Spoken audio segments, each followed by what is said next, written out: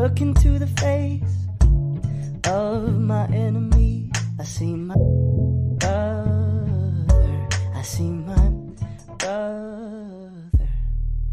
Look through the eyes of my enemy, no friend of me. The same one who killed Trayvon Officer Friendly, but it ain't friendly. Remember Anunnaki, a fallen one who put the gun to the head of Pimp C. Resurrection in progress, we fake this, call it R.I.P. Now rise and shine, harvest time, government heavenly.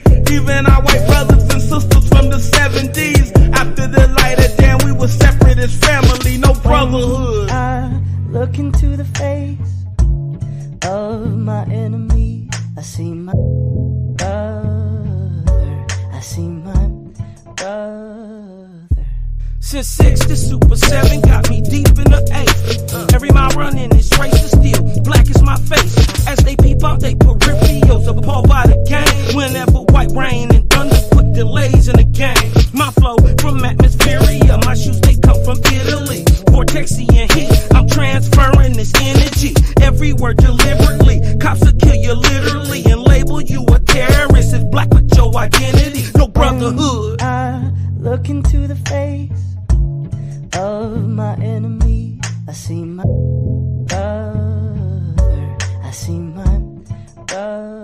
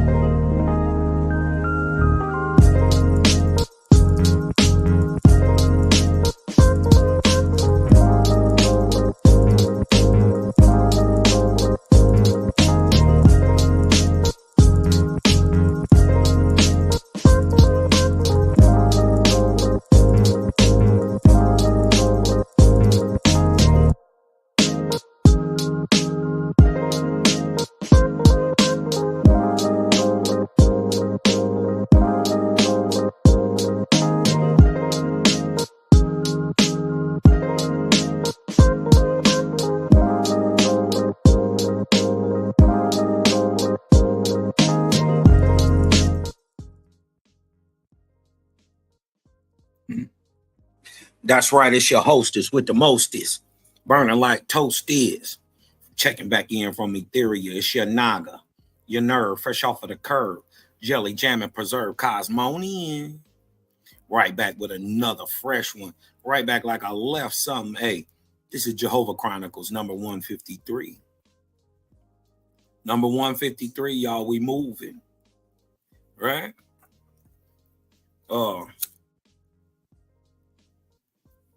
Slowly but surely, the people are catching on.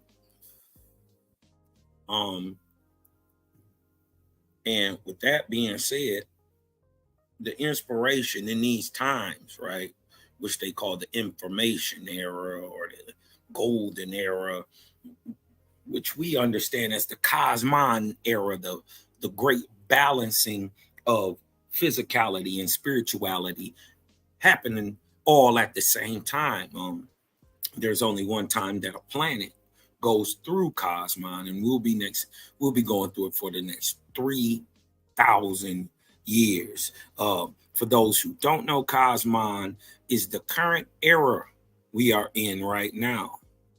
It began in 1848 and will end in 48. So we'll be in Cosmon for a long time. With that being said, it should come as no surprise that this new light, this new information is being brought forth in these times. Right, I'm putting my disclaimer out there right now. Fair use, fair use. Right, fair use. Copyright disclaimer under Section 107 is allowance for fair use, for criticism, comment, news reporting, teaching, scholarship, and education. We will be applying multiple parts of this disclaimer, not necessarily criticism, but a comment into his beliefs. Also, we will be teaching, showing the scholarship, and giving new education. So fair use. We seen what happened last time. You dig what I'm saying? I used the Joe Rogan experiences,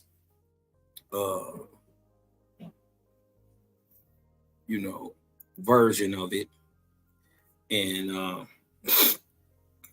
the live got snipped. So with that being said, I wanted to come back, actually jump on screen, give a fair assessment of what the brother is bringing forth. I've looked at some of his work.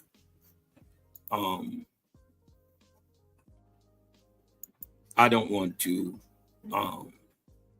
taint anybody's view of this brother, and this is why we're reviewing the work. I have looked into it. I agree with a lot of it, but I think what the brother is missing in his theory is the same thing that the unified field theory is missing, right? The initial inertial motion, what he likes to call an octave, right? But I don't want to go too far.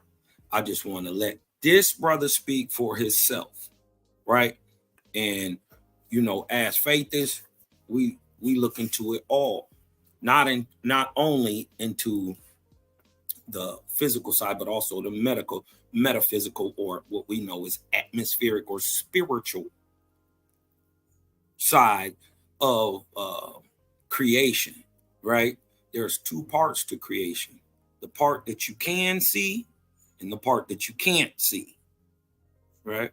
Science and spirituality are both doing the same thing, trying to explain the unseen how behind what we actually see in creation, right? With that being said, I don't want to keep going on longer. I want to let this brother speak for himself, right? Let's go. What Da Vinci tried to do at 80, I did at 6 years old because I had been working on it, perhaps from a past life.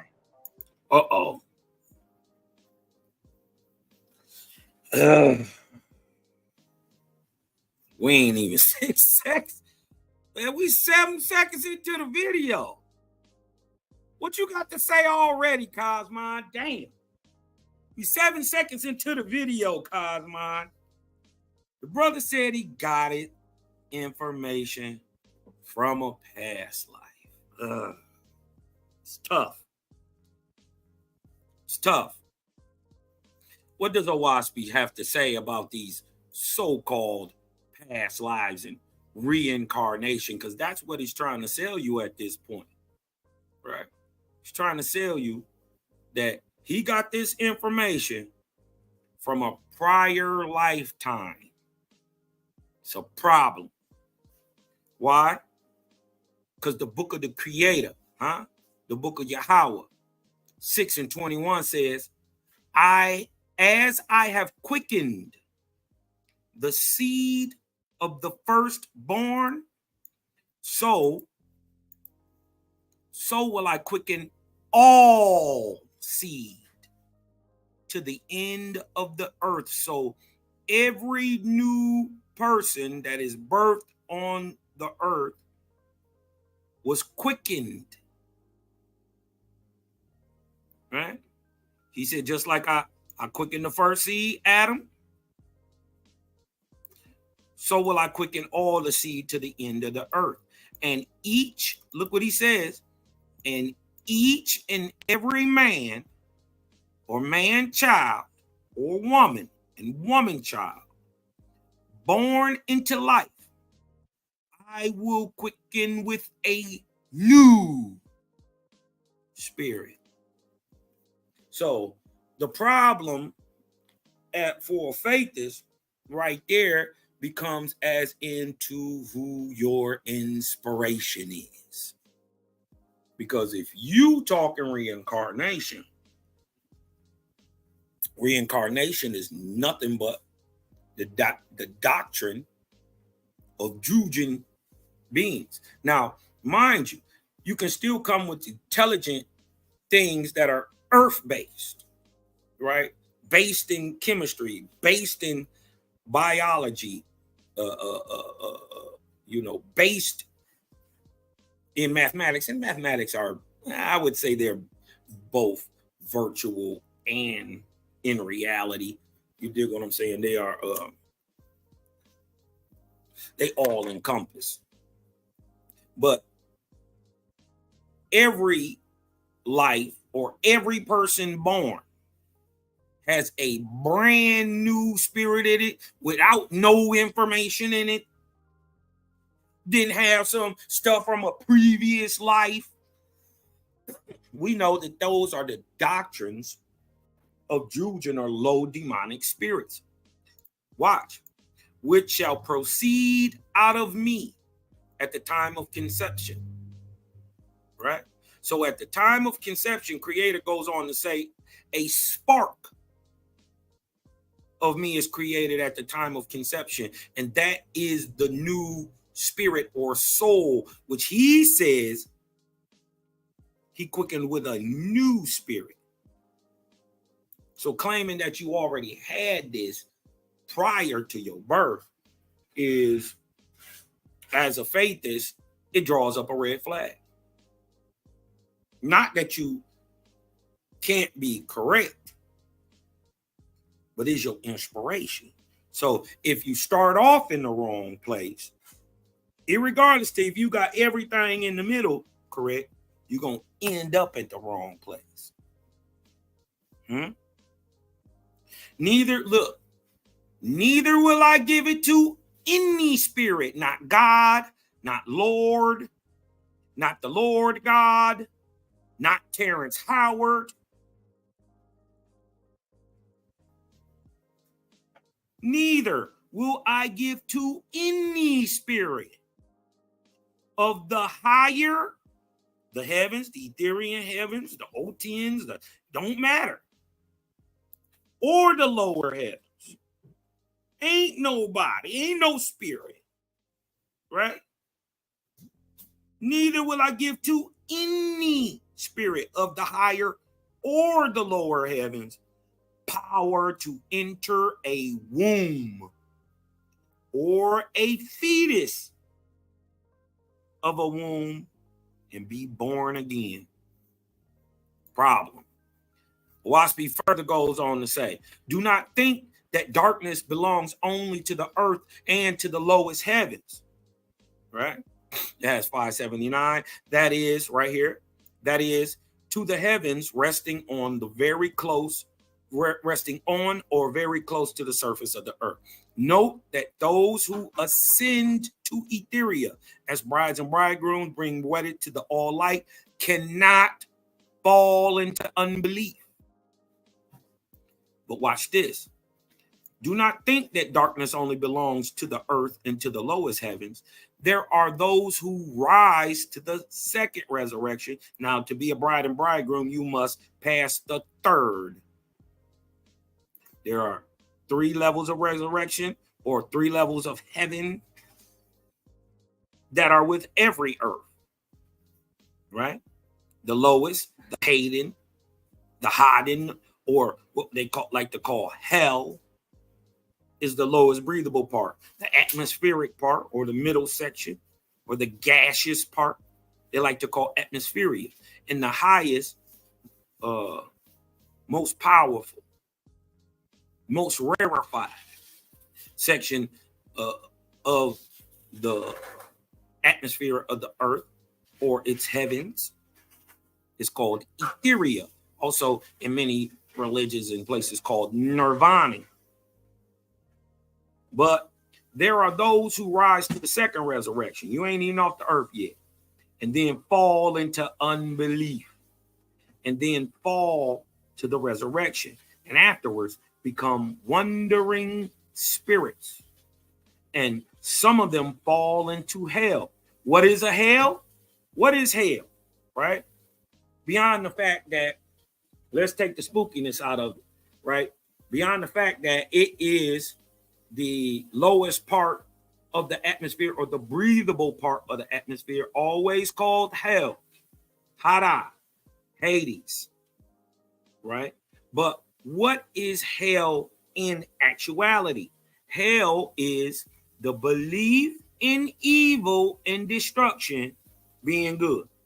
So men who believe that, who say light is dark and dark is light, right, are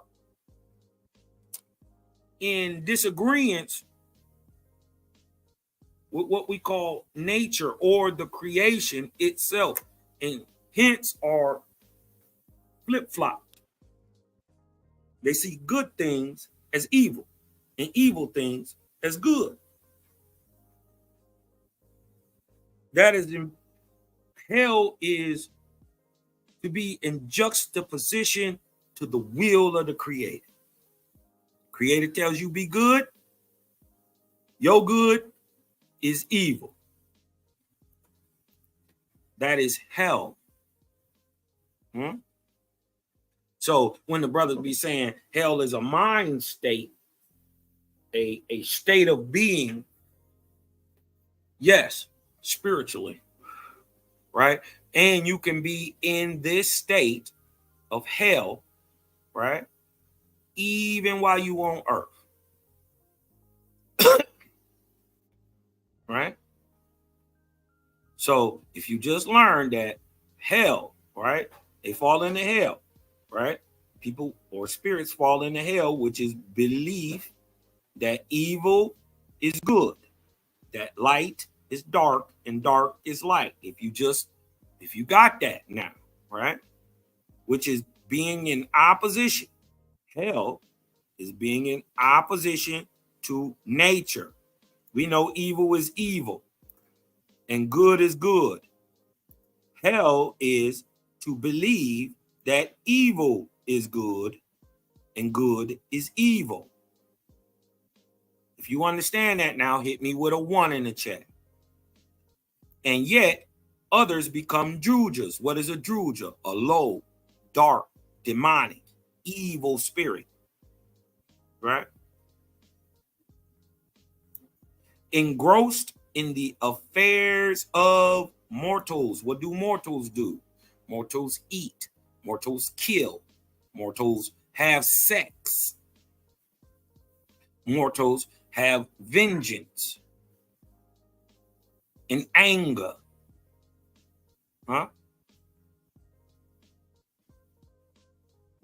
Has your God ever been wrathful? You must ask why.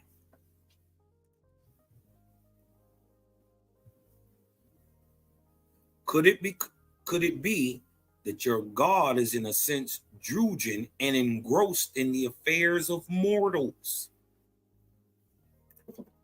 And I'm not making this up. And in lust. And what else do these low, dark, demonic entities who believe good is evil and evil is good do? Not only being engrossed in the affairs of mortals and in lust, but what do? They're teaching reincarnation.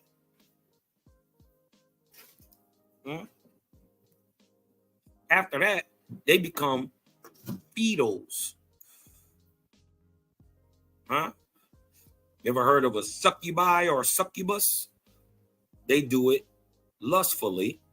They feed off that energy lustfully.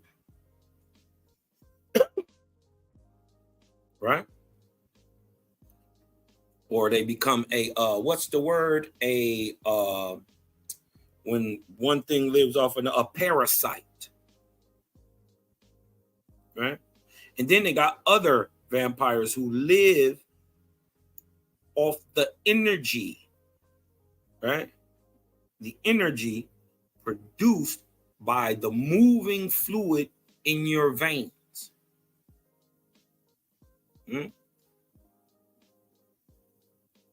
Some call it light. Some say it's irradiation. Some say it's heat. I'm saying, and what Owaspi is saying, and the creator of all is saying, that there is only one force. We're going to get into it, though. Come on home, bro. We got something for you over here. You dig what I'm talking about? See, they looking at you like you crazy over there. That's because you're on a whole nother mental level and path right now, bro. You gotta be around some dudes, some real street, and not even just street dudes, just real people who will say, and don't need your money, don't want your money, we want your brotherhood. We don't care that you famous. Anybody could have been bringing this forward, and we would have been with them. Why? Not that you're correct, because you're not. Let's get that understood. We're going to show that you're not correct. You're right about a lot of it, though. And with that, this is where if you a real brother, if you a real one, you don't go bashing him. You say, look, bro, let me show you this. Let me show you how to make that work. What you're saying actually is backwards. And that's what most of the brother is actually being enforced. Not that he's, in a sense, wrong. He sees the vortex, how it works, how it starts, right? He doesn't know how the energy moves.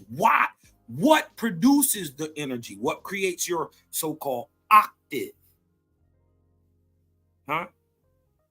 Why you can perceive light and sound are the same, but why you can't put it together? Because you ain't with the game. I know you believe in the creator. And that's what I'm perceiving that you can't say.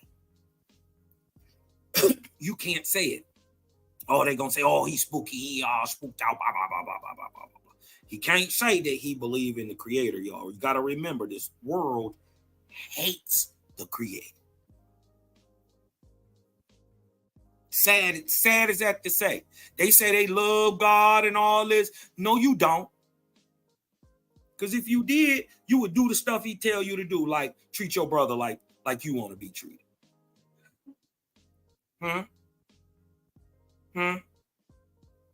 You could tell me you were Israelite all day, but we know Israelites didn't go to war.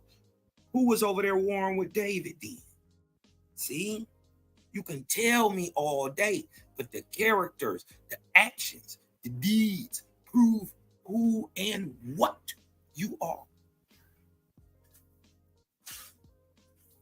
7 seconds in, man. I got to share this, though. Let's get through this. You dig what I'm saying? You already talking about reincarnation. We off to a wobbly start. But as in the way of gods, like Owaspi teaches, we see things through meritoriously. And what he's saying has merit. This your brother, and I'm going to stand with you on most of this. But sometimes, even though you older than me, sometimes you ain't got to do the fighting, OG. Sometimes you got to let your young dogs get them squabbles, right? And at the same time, we teaching the world, we teaching you, and you gonna turn around and teach the world again. Some new shit, because you already in the position. I don't care how people learn this. I don't care if they even get it. But I'm supporting a brother I see who is trying to do the right thing, right? And for that fact, and for me already having the faith and the understanding and knowing that all good things in the world come from faith, this is my brother. Huh? He ain't gonna say this no more. After he watched this video, He ain't gonna even put this part. He'll tell you about being in the womb and understanding and being able to think and see and all that stuff. But he ain't gonna tell you about this past life stuff no more. Why? Because it's not true. But I could see if you had a memory from before childbirth, and I do believe that people do see their hands and lights and all that, and they remember those instances, even as they're being born.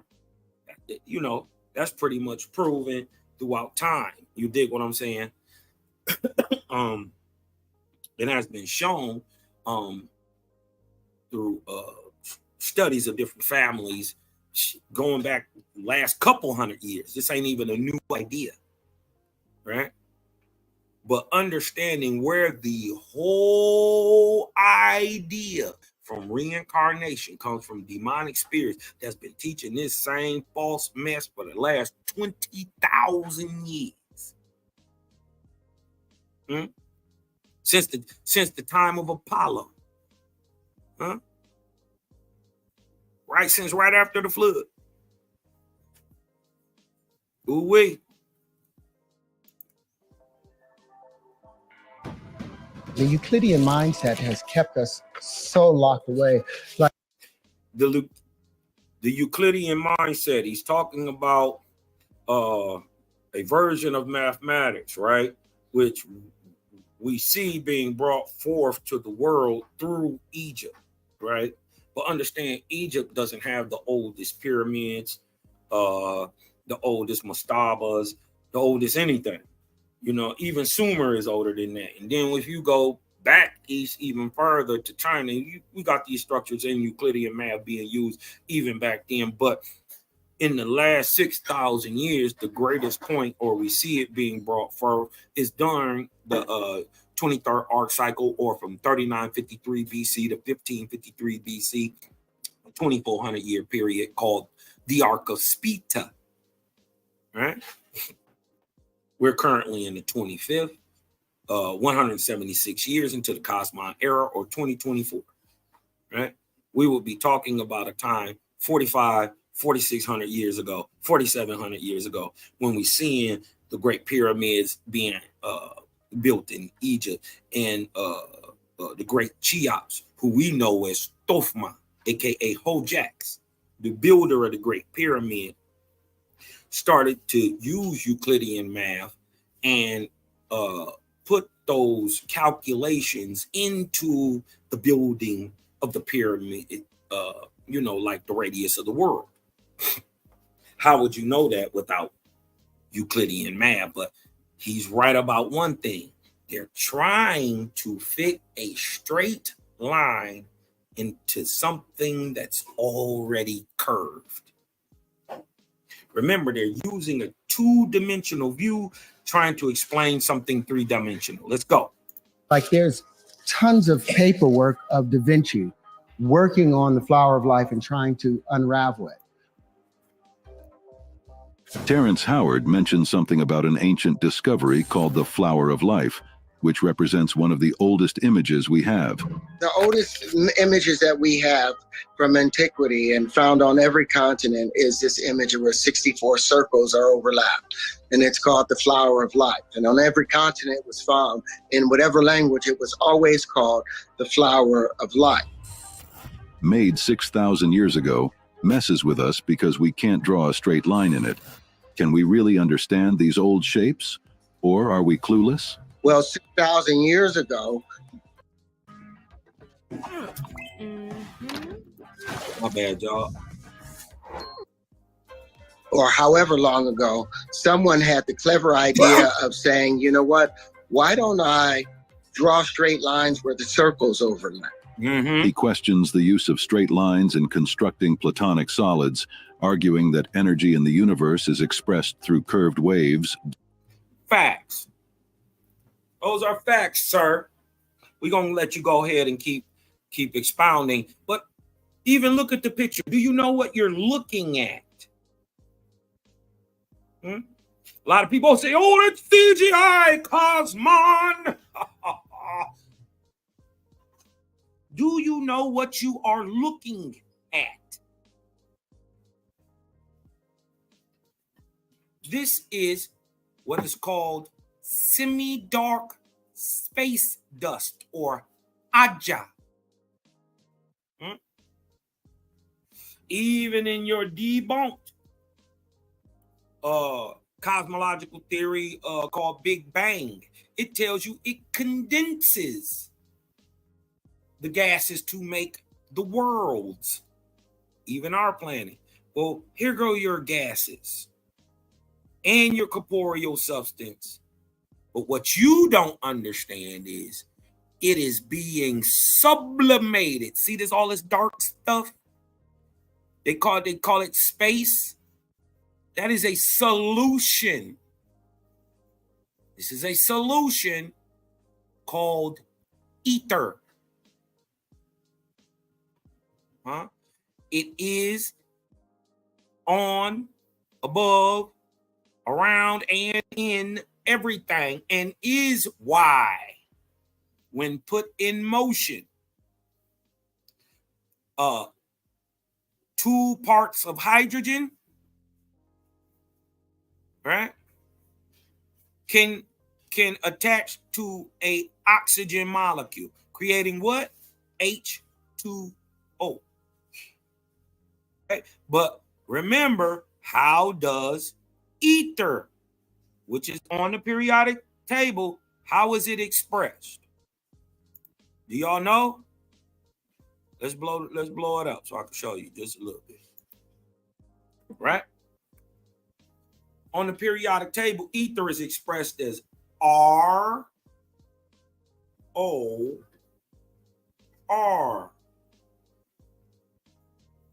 So if ether permeates everything, right, it must be what they call the wave. The thing that's already initially there, the substance that's already initially there, that must be put in motion to create sound, light, electricity, magnetism. What I'm telling you is that's only one force, just depending on the density, rotation, where it is, right? The pitch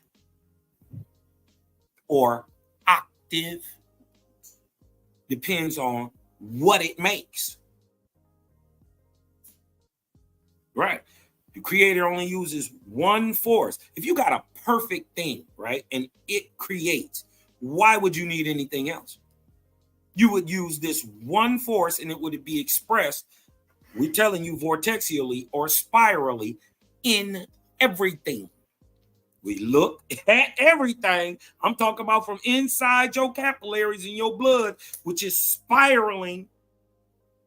Even your seed coming out your ejaculate is not swimming left to right. It's spiraling and spinning on itself, and then goes to the egg and drills in the egg, spinning on its axis,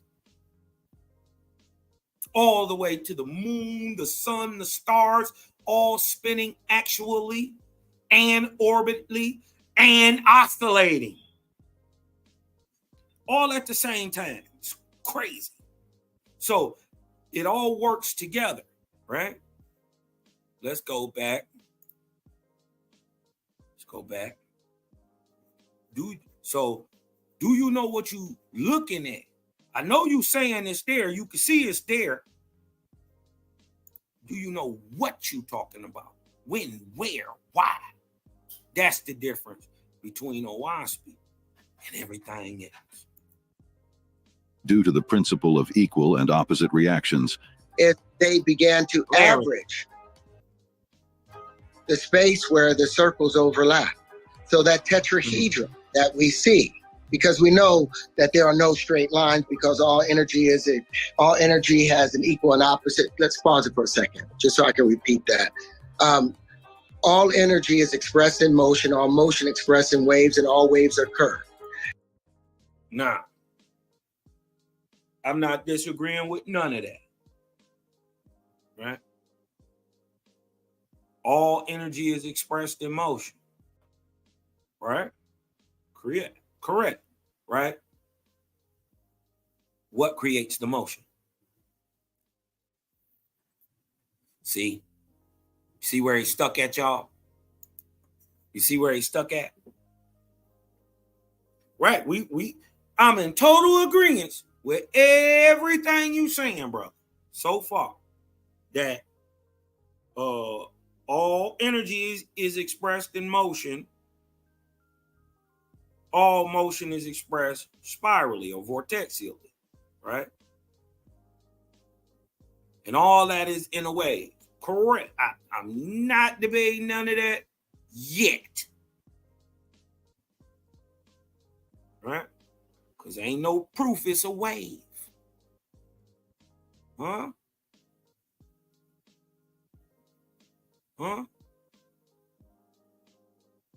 Can a wave have straight lines? Are photons straight, not round? This is your 3, your 6, your 9. They ain't figured it out yet. The greatest of the power is at the edges. Least power in the middle. Greatest of the force out here. So guess what happens out here? More rarefied things are created, the more dense and mundane and impotent towards the center.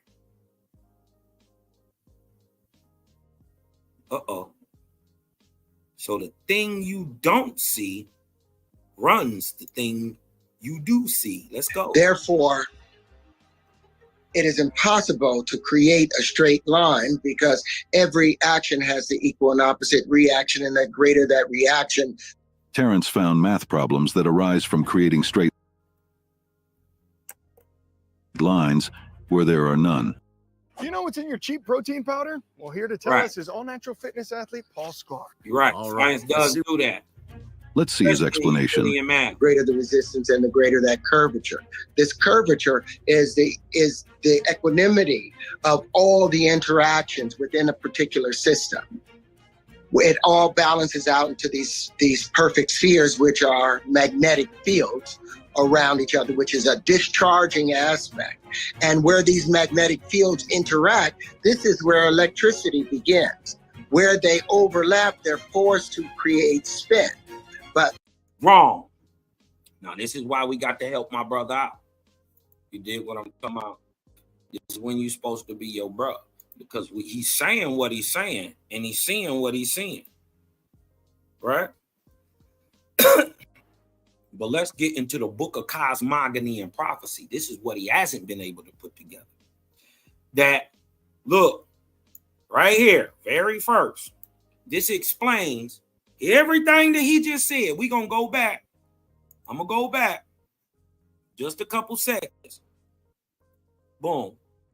Right? We're going to go back just a couple seconds. Right? And he said magnetism has a discharging aspect. I agree. Right? I agree. But science also agrees that magnetism and electricity is the same force. You seem to think, right, by, right, your exchange that we're just about to hear, that electricity and magnetism is produced in the same place and doing the same thing. They're not. Watch this.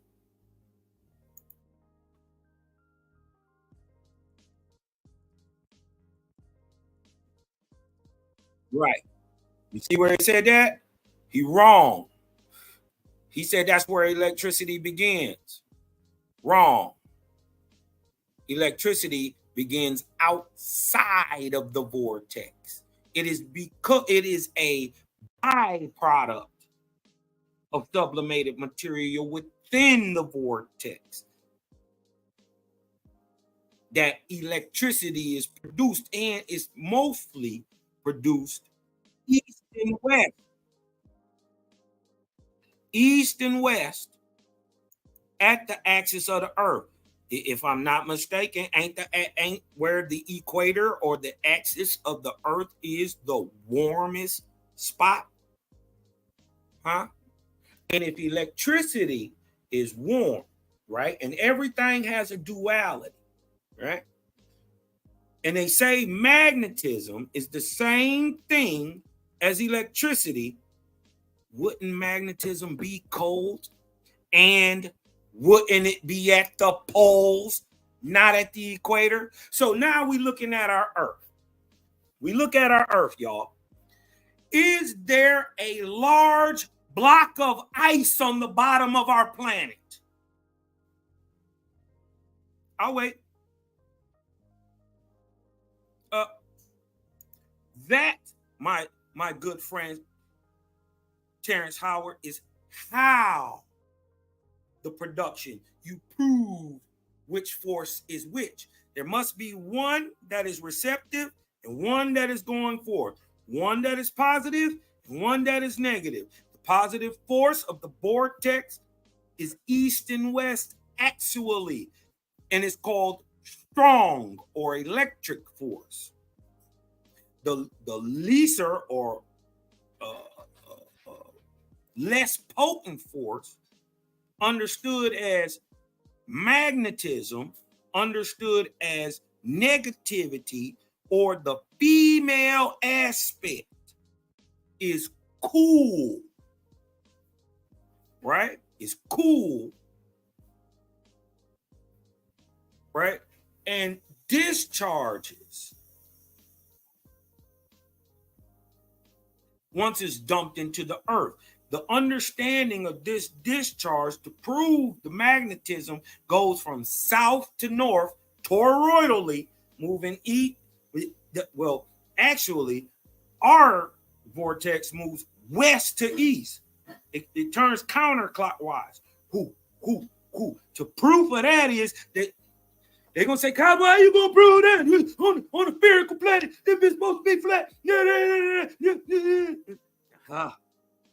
Well, let's just imagine that it is spherical and it is spinning counterclockwise or west to east. If that is true, we should see every morning the sun rising in the east and setting in the west. Does that happen? If that's true, right, that means the spin of our planet is counterclockwise. You have to be moving west to east to see east to west first. Come on, y'all. But this is what the brother not getting. Hold on, I'm gonna let him play it. I'm gonna let him go back and I'm gonna go back and I'm gonna play it. He's seeing that the same thing happens. He don't know why, right? And just like I explained to him, is where he's saying they overlap at, they don't overlap.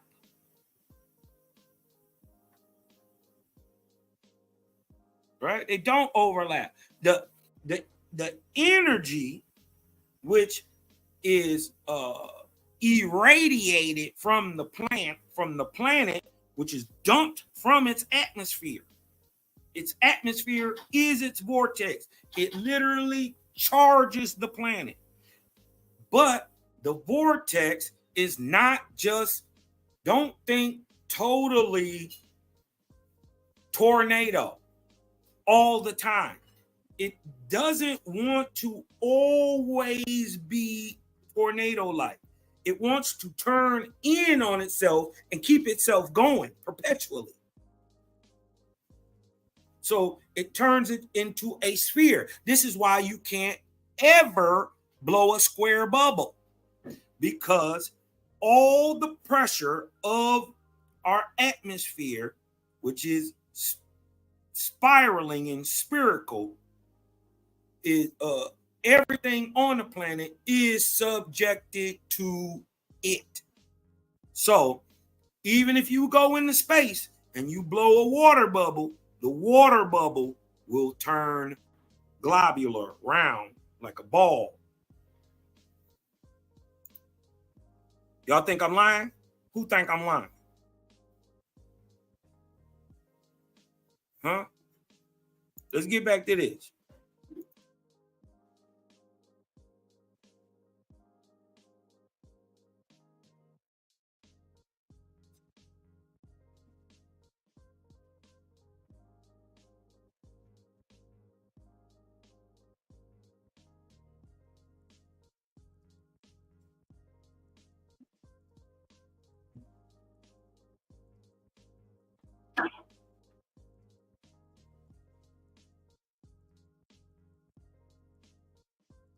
Wrong.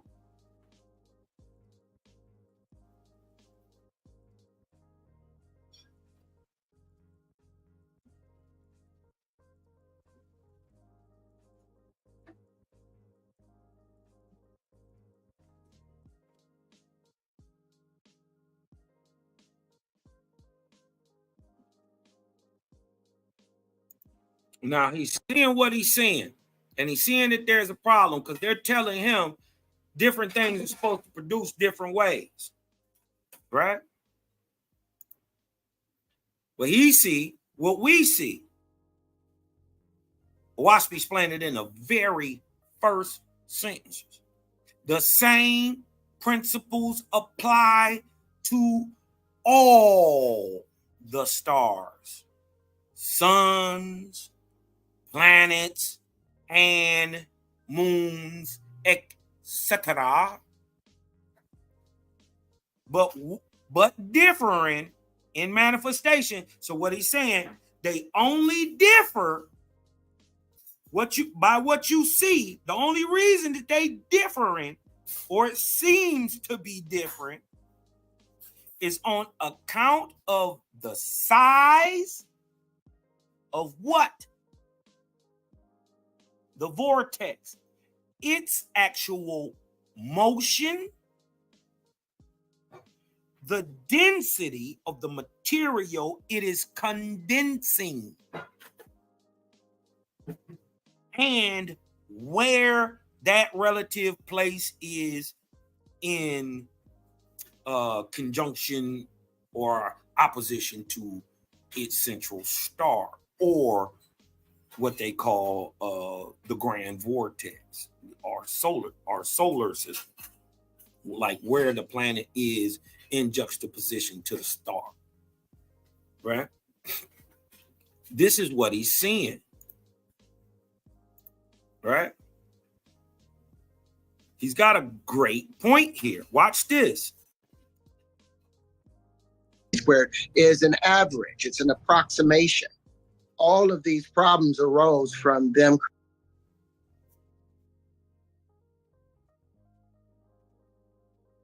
Why is it?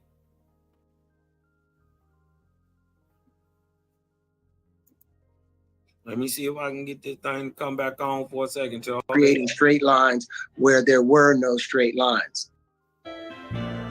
See what he said? He said it come from creating straight lines where there were no straight lines. When I think about my legacy now, I agree. That's Euclidean mathematics. And watch this. Let's go back a little bit, right? Let's go back a little bit. It's an average, it's an approximation. All of these problems arose from them creating straight lines where there were no straight lines. Boom.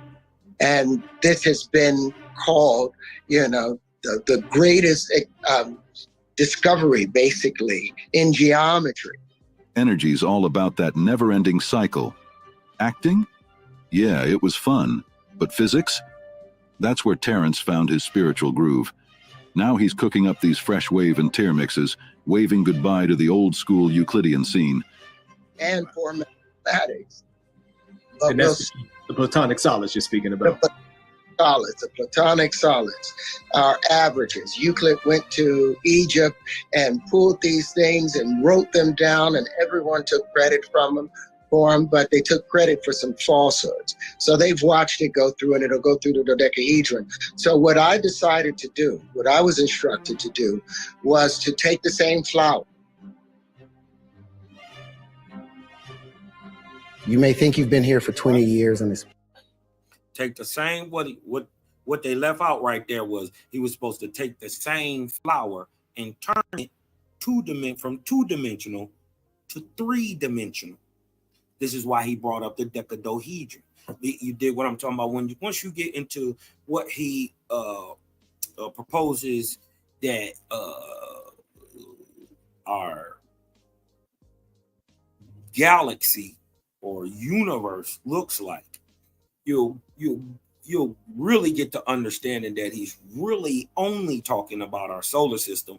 But if you enlarge his ideal, he must at that point admit that his whole star of life and everything in all existence is happening in that shape, right? So we're putting a infinite thing in a finite body. You see what I'm saying? You would have to understand that, and just as as wide as it is, or it would be just as deep.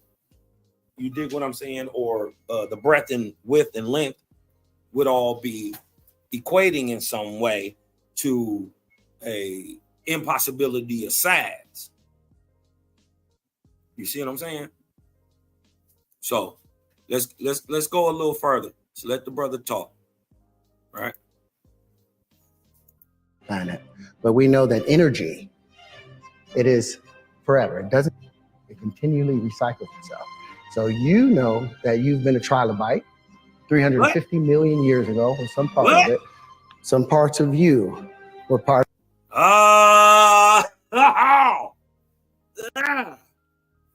See, this is why I didn't go through this. I let people say what they gonna say, right? So now you're talking evolution.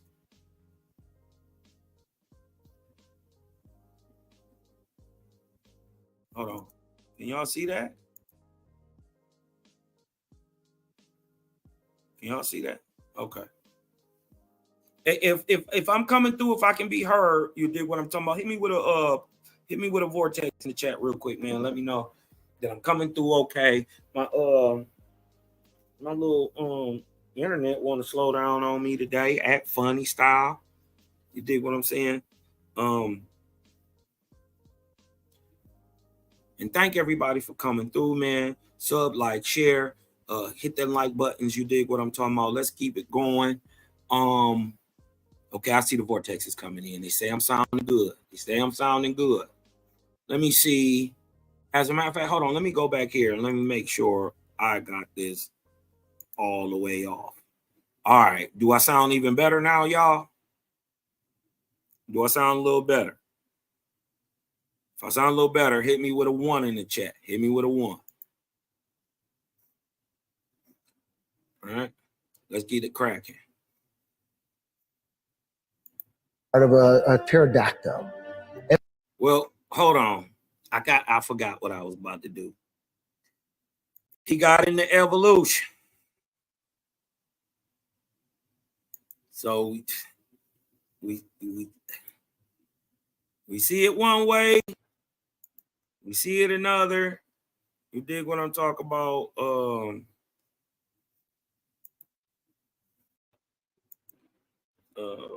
Let me see. Watch this.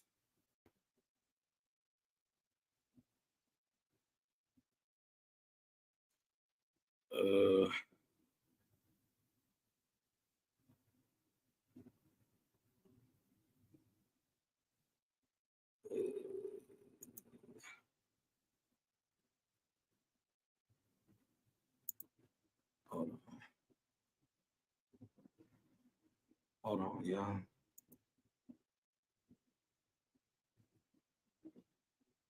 Let me get back here.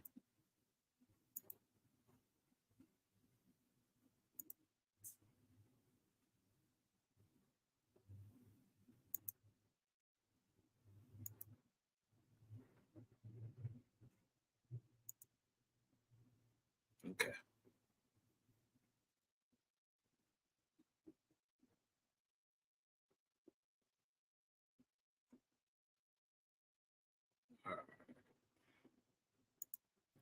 Man, I see. Hey, look, while I'm on this, man, do y'all remember when what is dude name, man? He got a different name now. It's not Dr. Walter Williams, it's the light-skinned guy. He was Phil Valentine, Dr. Phil Valentine. He said that a waspy was called OASP. And I'm like, where did he even get that? You dig what I'm talking about? First of all, that's a lie. You dig what I'm talking about? And show me anywhere where ash or she or SH equal to earth. It don't. It's A-O-I. Sky, earth. And spit is spirit. It's not O-ash, then O-A-A-S-H. O-ash. It's not.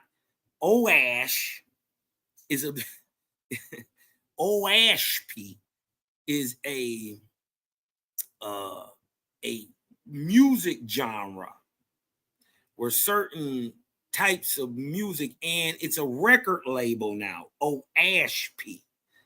They bring back old like type music, and so it was just funny that came up, that OASP. You know what I mean? They be just straight talking like they know what they talk about, but they be capping. Even the doc, man. Shout out to you, man. You got to come on the show. I like that you always progressing. You're not staying the same. So it's no hate over here, but you did what I'm talking about. Talk about what you know. You did what I'm talking about. Because if you really had got into a waspy 30 years ago, you wouldn't have been. You wouldn't be where you at. You did what I'm talking about? Having to go through the whole blunder of African spirituality. You dig what I'm talking about? Yeah, in Pan-Africanism. You wouldn't have had to go have that blunder and besmirchment upon your scholarly record. But we all start in places, and where we end up is really the important part. So shout out to you. Shout out for always growing, man. Definitely one of my OGs and one of the people I would look to actually have a real civil conversation with that's going to actually do something and help the people. Let's go. Now, he's going to get into this evolution stuff, right? And Owaspi clearly says that you dig what I'm talking about, that in today's time, man will be saying this, like, one thing and one animal evolves into another, and over time you were a one-celled amoeba, and then you turned into a tadpole, and then you was a frog, then you was an alligator, then you was a tree, and then you turned to a dog. And listen,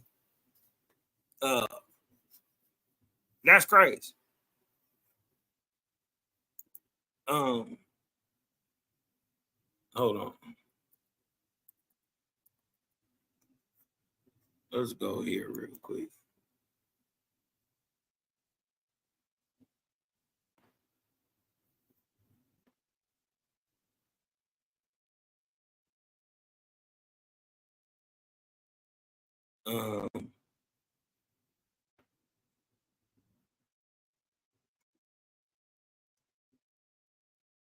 Let's get into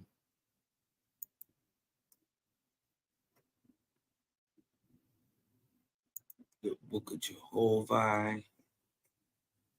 Let's go to the book of Jehovah.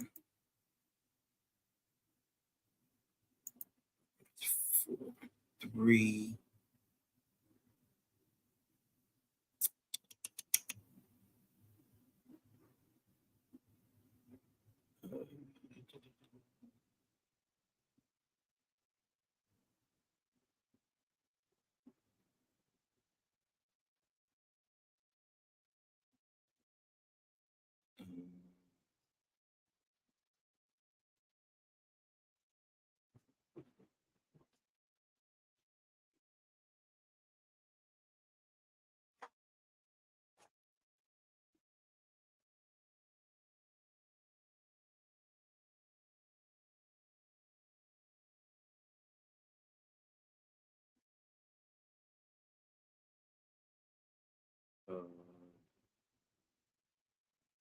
Let me look at this real quick.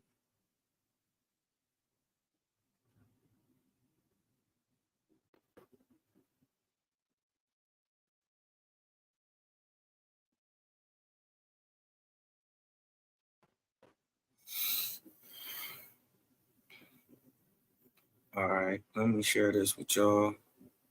Let me get back here. Let me share this.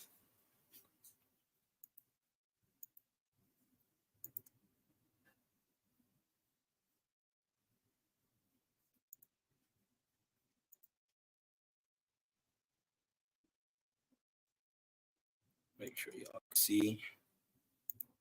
Blow it up a little bit.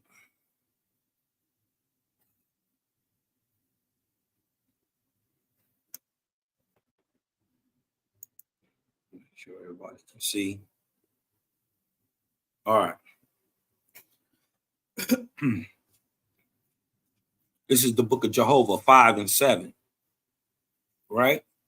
We're going to start right here, 5 and 7, in the book of the Creator, the book of Yahweh. It says, and this is addressing this whole evolution. You evolved from a monkey, and then you was I don't know what they, you was a lemur, and then you turned into a cat, and you somehow turned to a pterodactyl. Yeah, listen, I don't know what they trying to say people was. Now, may you have been in man's infancy. We got to think about this is man in his infant stage, right, of being on the planet. We talking about in the first 2,000, 3,000 years of man existing. Yeah, he would have been a little beastly. He'd have been more like the earth, like Adam, which means holy from earth. You dig what I'm talking about? Yeah, he would have had to be. It was saber-toothed alley cats and American lions and terror birds. Have you ever seen a terror hog? You think these little wild boars we got running around here, 300-400 pounds, is something? Wait till you see one about 2 tons.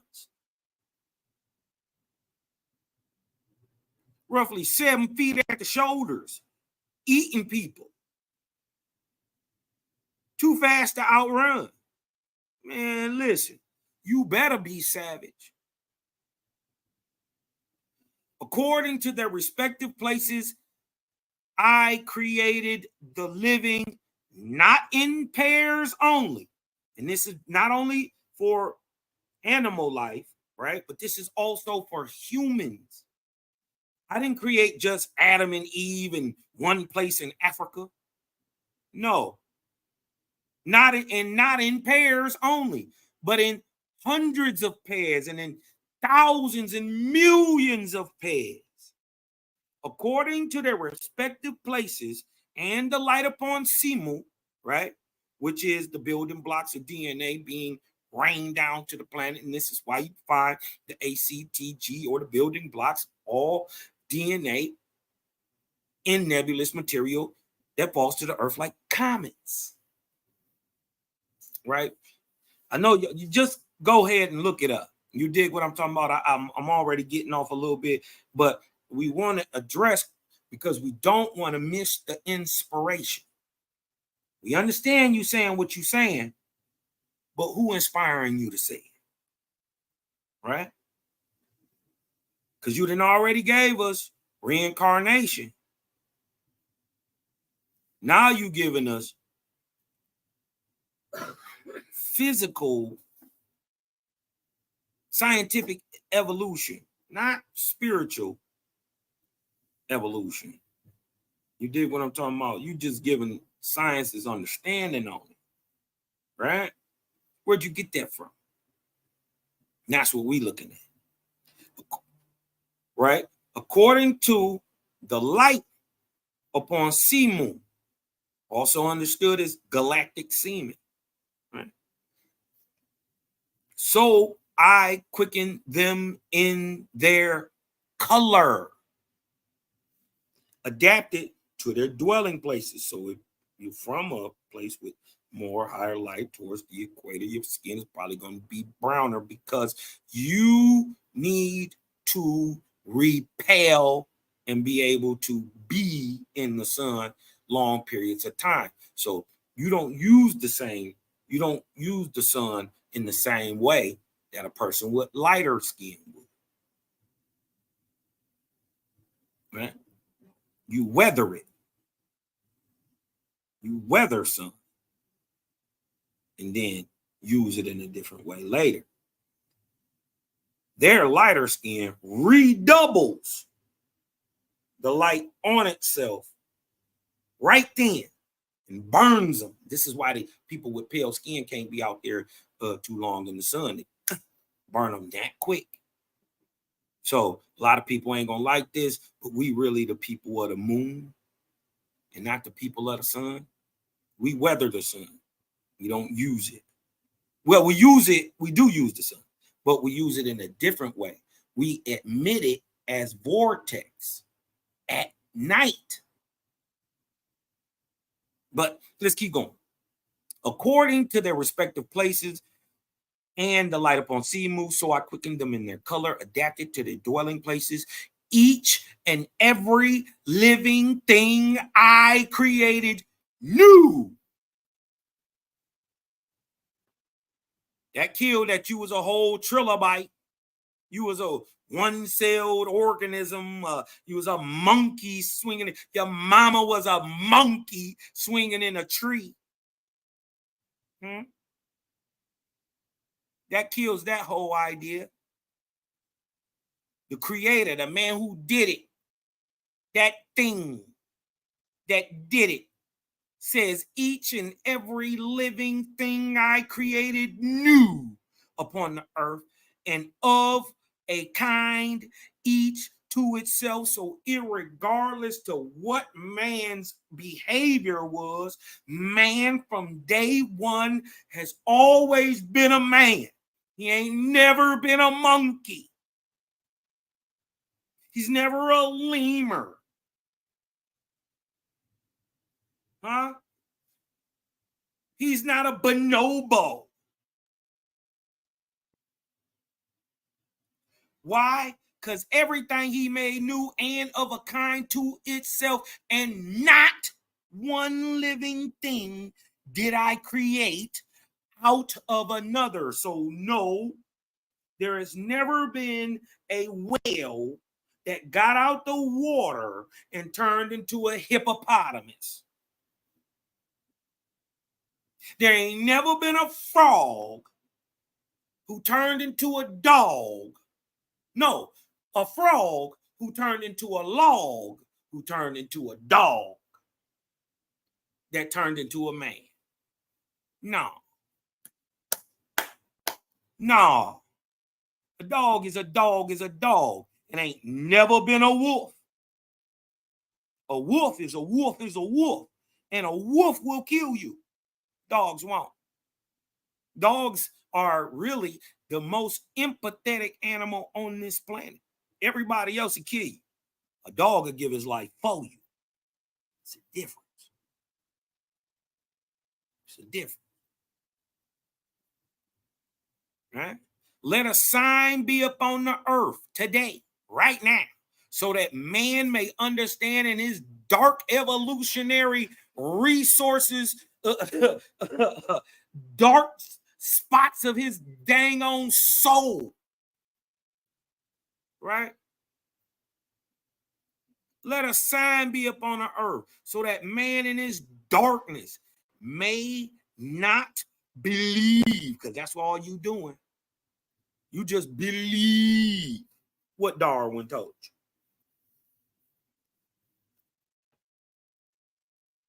you. Huh? Where is, since, you know, you saying we a monkey, you a bipedal ape, what they call them, primates. Where is the bones of the animal man that's half monkey, half man? Where are those transition animals? Huh? Oh, you ain't found none of them, have you? Guess what? You ain't gonna never find none. Keep looking. The reason why you ain't got none, because there ain't none. Because why? The Creator said, I,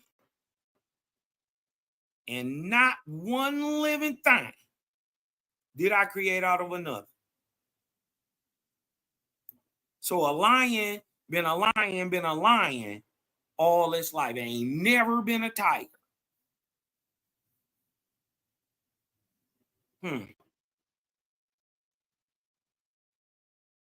even though they may be of the same species, it may even be able to procreate, right? They may be able to procreate, but the resulting animal is always sterile, so you ain't gonna have no more ligers. Proof that evolution don't work. If you ain't got nothing that living produced up off of it today, that means it don't work. That means man is one thing. Don't matter what skin color he is. Don't matter where he grew up. Everybody can have sex with everybody and produce viable offspring that go on to produce viable offspring. Why? Because we are the same thing. Man. Right?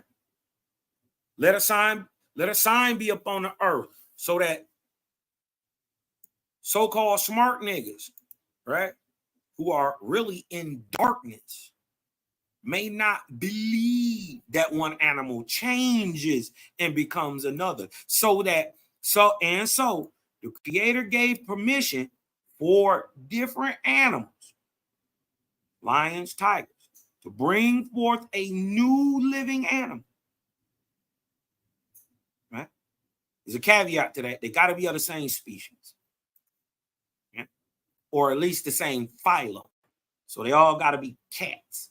They all got to be some sort of canid, a dog. Right? But even then, what happens? What happens with wolf dogs? They're sterile. And so the Creator gave permission for different animals to bring forth a new living animal, which would be unlike either its mother or father. But he caused the new product, that new hybrid crossed up animal, to be barren. It can't bring forth, that's even standing to this day. Watch this. The mule has been instanced as proof that there is no such thing as one animal or man evolving into another. Huh?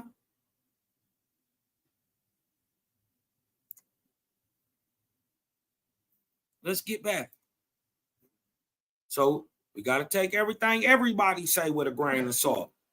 But it's good. Because if he's really about getting truth and light, when somebody's showing you why he's saying what he's saying in actuality, and then pointing at it on Earth. The reason why your evolutionary theory can't work, because animals from do different things don't turn into new animals. How? Let's look at the mule. Right? In your theoretical talk, that's cool. You can believe whatever you want. But in the objective scientific world, which is also, on the flip side, the spiritual, you got to be tapped in and you got to know what you're talking about. And then for something that's intangible or subjective, you must be able to prove it objectively. That's when you know what you know. Make somebody see something they can't see.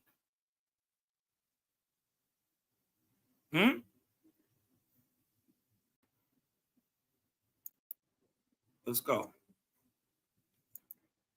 Every one of us have been a part of everything in this universe. So if we tap into those things in ourselves and remember. Now, right there, I can agree with that. Man was created from everything that was dead that preceded him. All your so-called in your theory of elements, right? In your theory of elements, in your periodic table, Mr. Howard, not one of those elements is alive. Hydrogen ain't alive. It's a gas. It's inert. Helium ain't alive. Carbon ain't alive. Nitrogen ain't alive.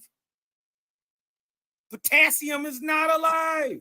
It don't move on its own. It doesn't have its own axial motion. There's no life within it. It is just an inert gas or solid or liquid.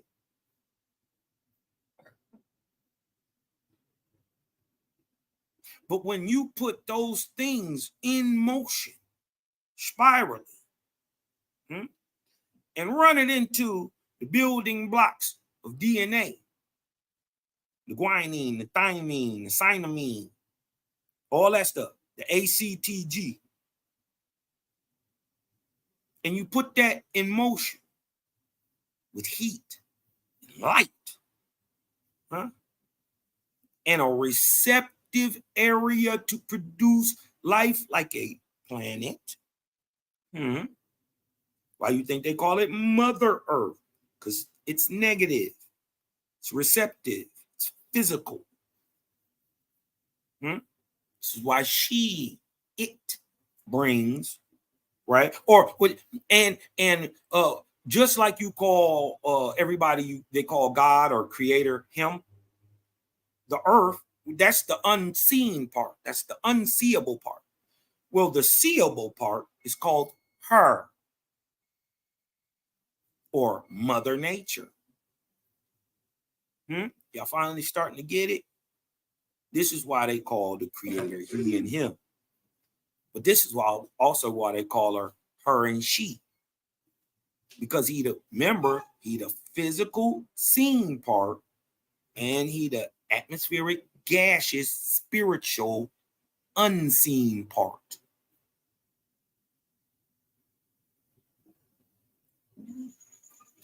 Why do you think the sky is dark at night? Let that sink in. Let's go. Remember those things in ourselves. We have that power. Now, my vocation has been an actor. Yeah, keep that in mind. If all chemicals give off color, why is the sky dark? Can I offer nitrogen? Can I offer helium? Can I offer hydrogen? And I've loved that. I've been able to take care of my family as an actor. But that's never been my passion. I was an actor because it was like Jesus walking on water for tips, because he could do it. That's what he did. It was a natural thing for him. I've always been an empath. I've always been emotionally connected to everything. But the thing that I was most spiritually connected to, that was my driving force, was physics. It was wondering how the universe. If you own a gun, then just buying concealed carry insurance isn't enough to be prepared. Really came to be. And I might get about talking about this right now, but I've got a book coming out called Does a Dollar Times a Dollar Equal a Dollar, or Does a Dollar Times a Dollar Equal $2? And in the process, not only do I explain the Platonic solids, but I also introduce the new Terran wave conjugations that replace this Euclidean way of life and gives us a three-dimensional way of seeing the world. That's what I'm saying. Do you want to see the world in 2D, or do you want to see it in 3D? How do you have time to really bring yourself back to who you are? Because that's the most important thing. That's the thing that's going to bother you more than anything else. You will look at yourself one day and you won't know who you are because you don't remember who you were. You know, sometime along the way, or maybe at 13 or 14, we let go of the little person that kept us going. The flower of life, said to be the oldest symbol ever, dates back 6,000 years. Da Vinci and Newton, they were obsessed, spending their lives trying to figure it out. I want you guys to know about a 6,000-year-old secret. 6,000 years, mankind. I'm telling you, they had this information 40,000 years ago.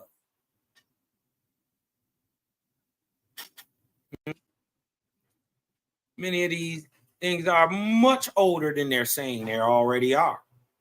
And were built by preceding people who we end up calling Egyptian, who we end up calling Sumerian, who we end up calling Olmec and Maya.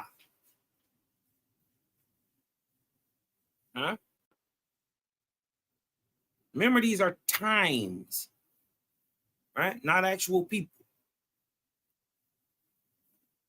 And what is this explaining? Is this, look, is this a vortex within a vortex? A vortex subject to a vortex? Are you watching what I'm saying?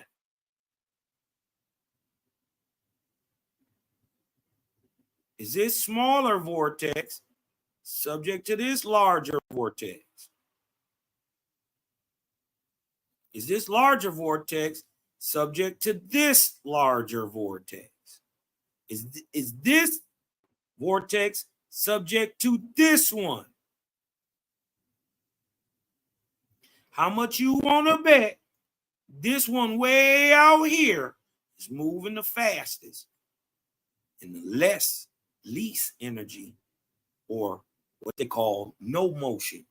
You're going to find out that's wrong, because if there's no motion, what can't be expressed?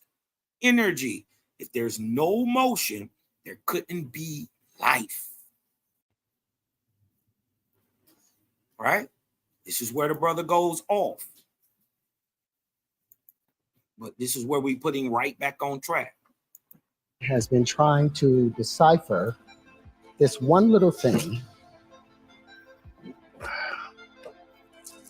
called the flower of life. Now, do you know the flower of life? Have you guys ever seen this before? Now, you know this is one of the oldest symbols in human history, right? Or do you not know? This symbol was found in the Temple of Osiris in Egypt. And it had been molecularly burned into the wall. And it's 6,000 years old. This same symbol has been found in the forbidden temples in China, sitting under the fufu dogs. And the foot on it, the flower of life, saying whoever controlled that flower of life controlled the universe. There were secrets in that flower of life that Da Vinci spent his whole life trying to uncover. Do you see there were secrets in that flower of life that Newton spent his whole life in secret trying to uncover the same secrets that Pythagoras was desperately trying to uncover. But the problem was they kept seeing this in a two-dimensional space. Facts. They couldn't get it out of this two-dimensional frame. And as a result, they got stuck in this plane, a flat plane. Facts. Now, what Da Vinci and all of them wanted to do, they were trying to find a way to bring this flower to life, because what is inside of it? Well, apparently, there were secrets inside of it. Shapes. Nature doesn't follow straight lines, and Terrance proved it with the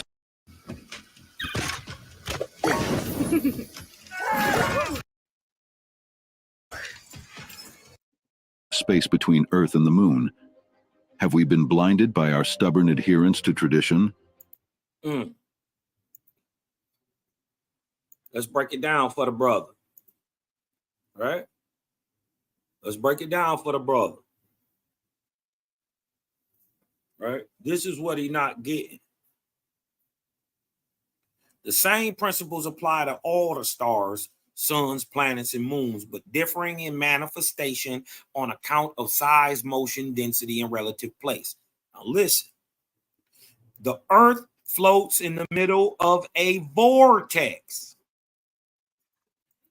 the outer extremity of which is somewhat beyond the moon. HOWARDSWORK is the very first text in the world ever to tell you that the moon travels within the Earth's vortex or within its atmosphere. Right? Also, let's kill the whole flat plane, right? He was right. There is no flat plane. Everything is curved. Why? Because the vortex is globular. This is why you can't blow a flat bubble. The vortex is globular, corresponding to the form of the Earth with slight differences, which will be pointed out further on. But vortices are not all closed at the ends. Some are open at both ends, like the moons. So even though it spins, actually it spins very slowly. So we are seeing the same side of the moon virtually all the time. Right? Because the vortex doesn't touch on the planet like ours does, which turns it axially. But because it does have a vortex, it has shape. Because it does have a vortex, it gives off light. Because it does have a vortex, it orbits, regardless to how slow the actual axial rotation is, right? But they're just letting you know that some vortices are not closed at the ends like Earth's is. The vortex, by its own what? Axial motion, turns the Earth on its axis. Consequently, the outer part, not the inner, the outer part of the vortex has greater velocity than near the Earth's surface, which has an axial motion of 1,000 miles an hour. Right? Remember, HOWARDSWORK is dropping this information in 1882. They didn't even know this to the 20th century.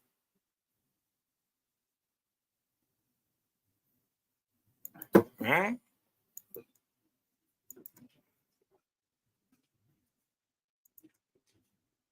Or are we ready to shake things up with a new perspective? And all of those other things out of it. But so he's right. Why there are no straight lines is because everything is spiraling. Atoms, electrons, protons, everything, all energy that moves or is kinetic moves spirally in a positive and negative motion, or what we understand as electricity and magnetism. They're the same thing. This is why there's always a magnetic field around anything electric.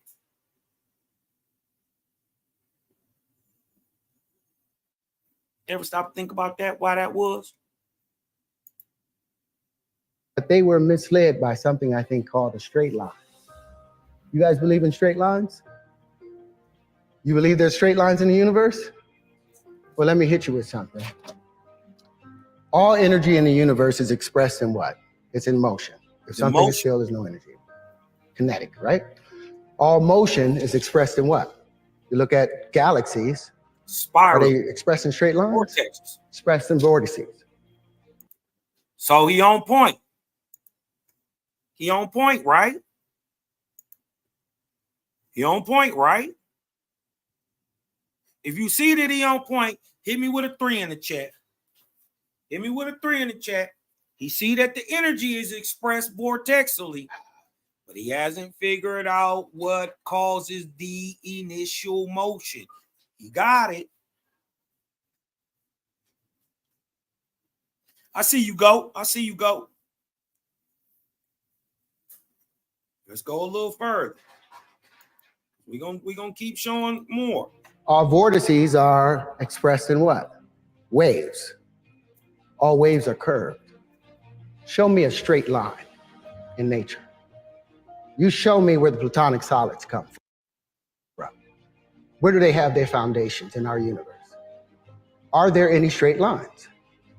If you look at anything, there are no. When you die, you go to another life.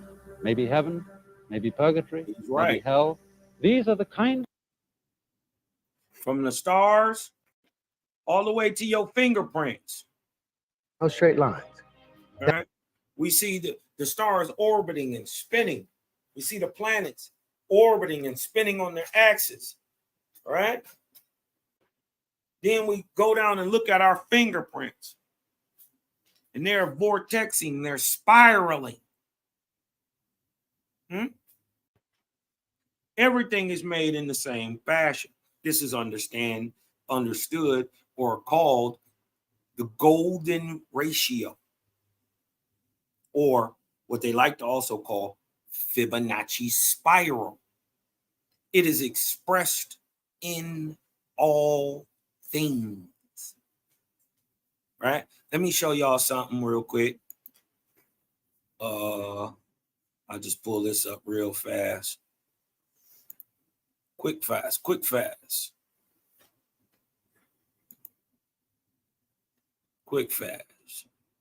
Something I can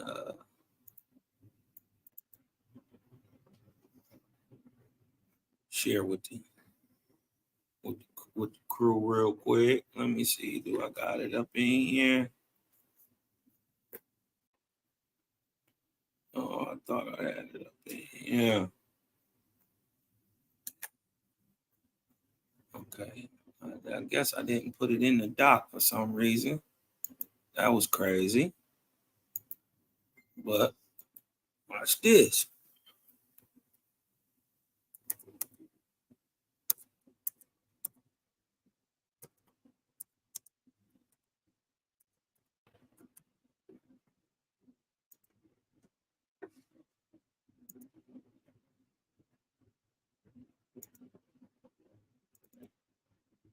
All right. Just wanted to share this. Just to, we are visual people. So, we like to see it. And Fibonacci series, a hidden order to nature's design. Why? Because we just found out what? We just found out that the same principles applies to all the stars, the suns, the moons, planets. The same force creates everything. Right? Now, we're going to get into this, right? Because this is the major part that the brother is misunderstanding how the vortex actually works, right? We can see, hold on, let me show y'all this. Hold on. What did I just pull up? Here we go. right? That the spiral, the vortexian pattern, is expressed in all things, from tornadoes, hurricanes, Fibonacci spiral, right? To a sunflower, to a plant, to a shell, to our whole galaxy.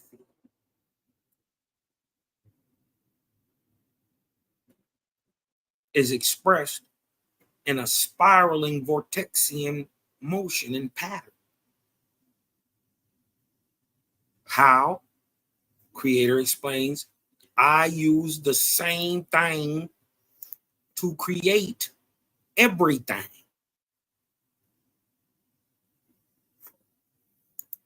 Right? This is what he's not understanding. But let's go. He on point with a lot of it, though.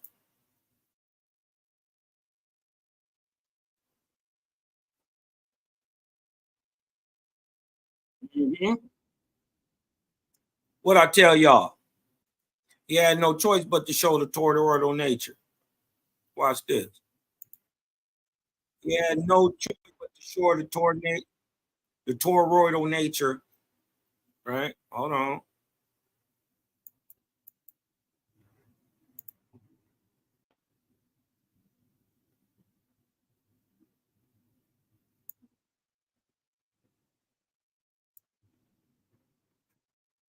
Now look, he got it. It's right here. He got it. But he missing it. Remember, this is a toroid, right? So there can't be a hole per se in the middle. This is where the centripetal force comes in to play. Imagine this is sitting on top of this. And as this is spinning on its axis, this is dumping energy south to north like this. Whoop, whoop, whoop, whoop, south to north. And this is also the explanation of magnetic declination in the north, right? True north stays still, right? But magnetic north moves all around. Why? Because the energy is free flowing and moves around. This is why the borealises are never in the same place during the same time every year. Yeah. So he got it right here. The south to north motion, but you got to keep it perpetually going, like a vortex on its side. Right? You got to keep it perpetual, because see, the nature of a vortex is not to be spirally long. It is to turn in on itself. Right? Think bicycle. So here we are, back with the curvature of nature. And you have all these little pieces. Now, this has always been an information system. So compare some of these points. Take a point here and say, well, what's the space in between all of these things? Now, they've said that all the in-between spaces, if this is the Earth and this is the moon right here, all this in-between space is filled with what? A void. There's dark matter, right? They don't know what the hell they talking about, right?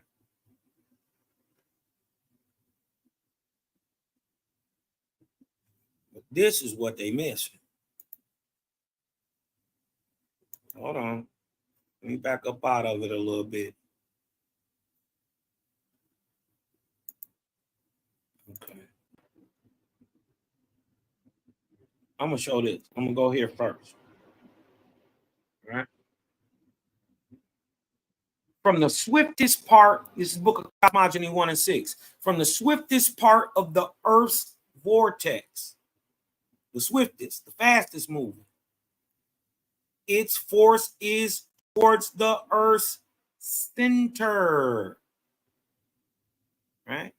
The opposite of a pull of gravity, it is a push from vortex. And if there was no earth there or here at present, the vortex would make one presently. And things do not fall to earth because of what? Magnetism or attraction of the earth, right? Except as will be mentioned further on, but they are what? Driven, pushed towards the center of the vortex by the power of the vortex. Now look, this is what he missed. The greater diameter of the vortex is east and west. Centripetal.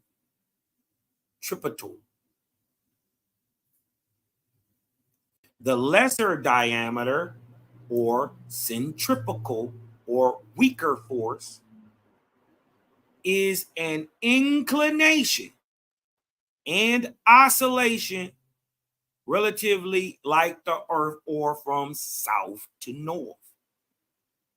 The name of the force of the vortex is called vortexia, right?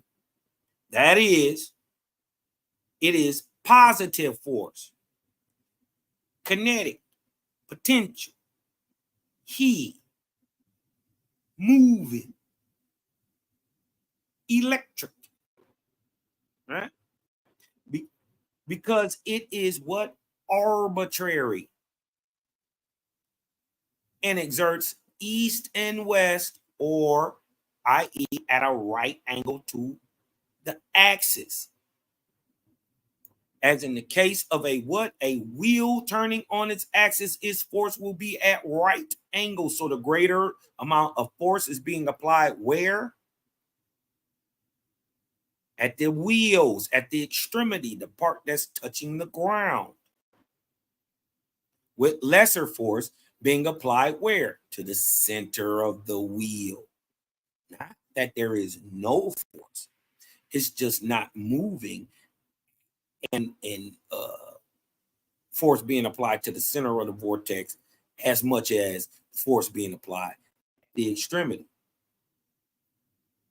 With its axis, right?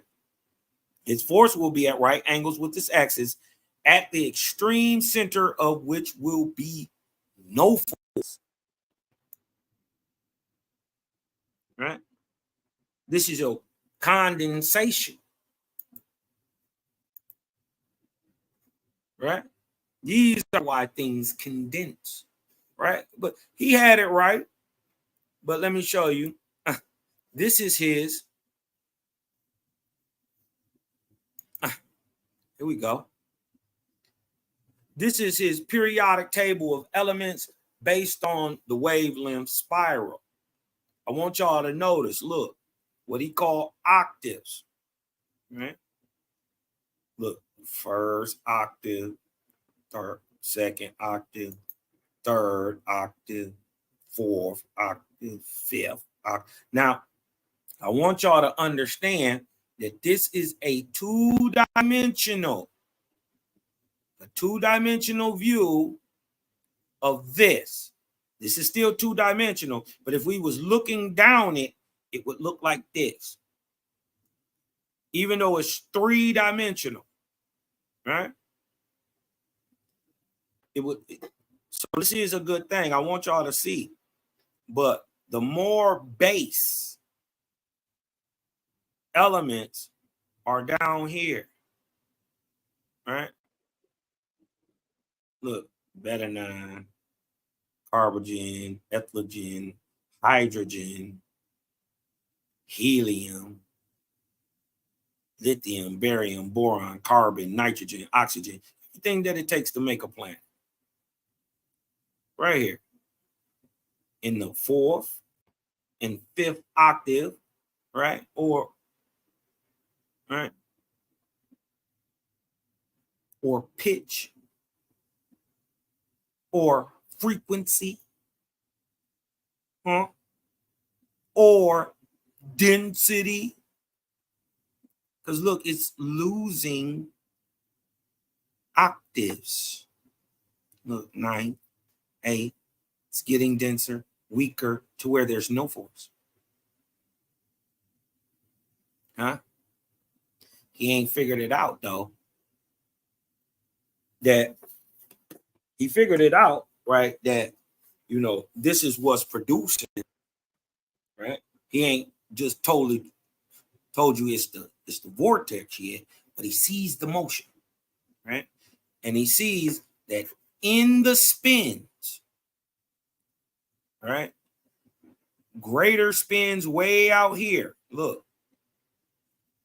Remember, this is the vortex, so we should see rarer. The rarest stuff should be in these very first two spins. You shouldn't ever hardly be able to find anything from this range on the Earth. The Earth stuff should be down here. What do we see? Lithium, beryllium, boron, carbon, nitrogen. Our whole little thing is basically nitrogen, carbon, nitrogen, oxygen based. Huh? Here we go. We got hydrogen right here. Hydrogen, carbon base, silicon base, which he calls these platonic solids. And I see why. Look at the density of the material that it gets down to make a man. Man or anything corporeal is primarily what? Silicon, carbon, and hydrogen.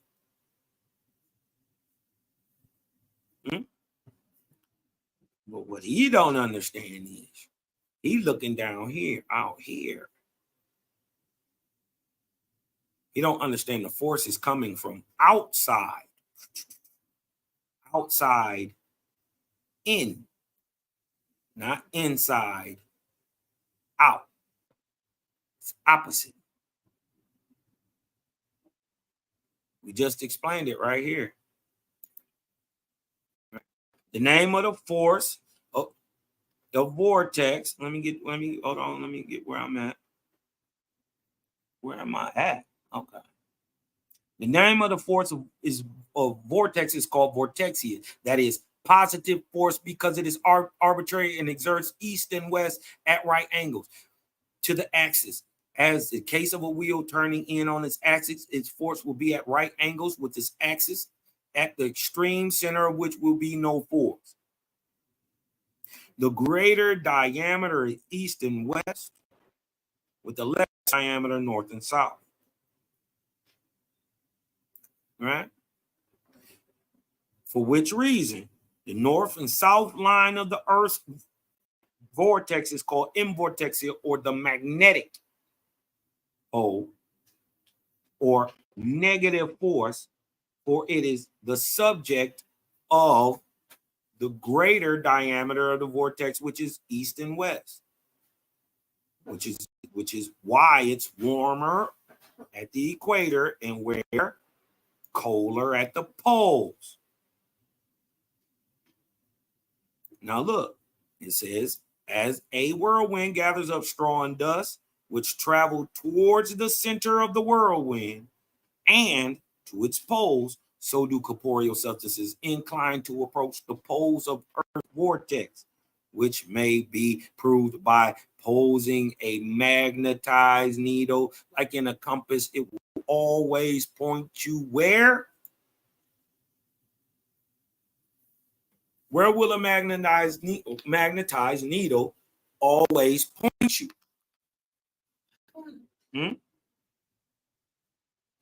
Ain't this a compass?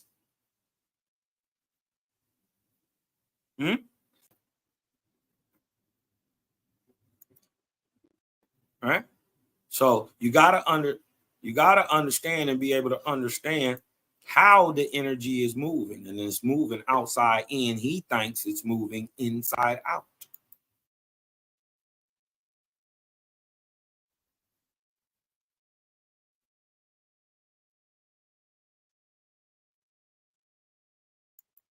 Yeah, CERN.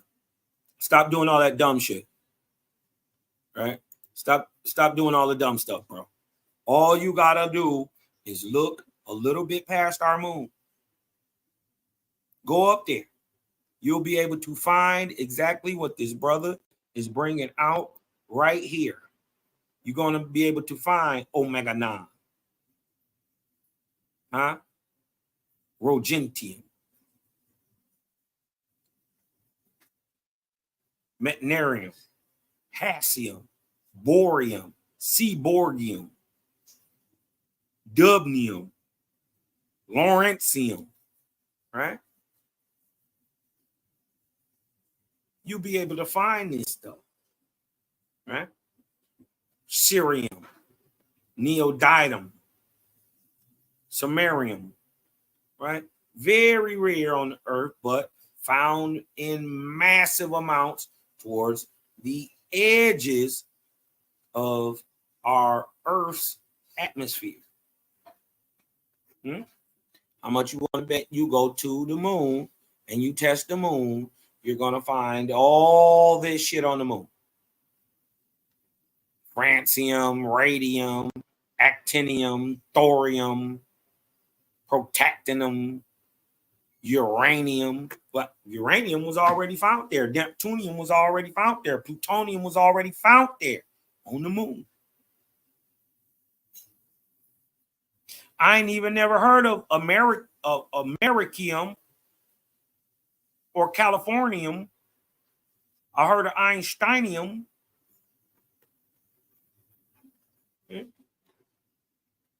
But uranium, Neptunium, and plutonium already been found on the moon.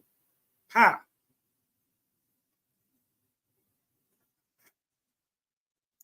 See, that's what they're not explaining. Right? And stop messing with shit, CERN.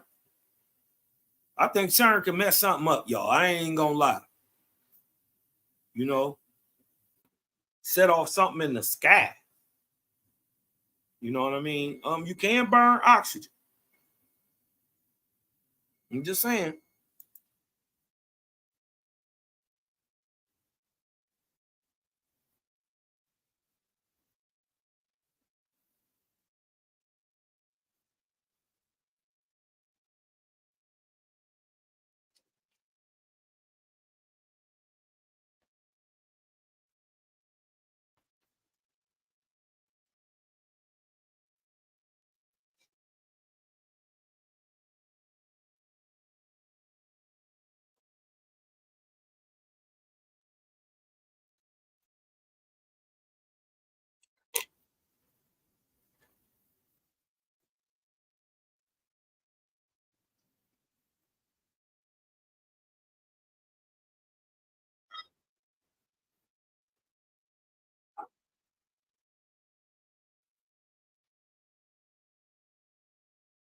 Fact.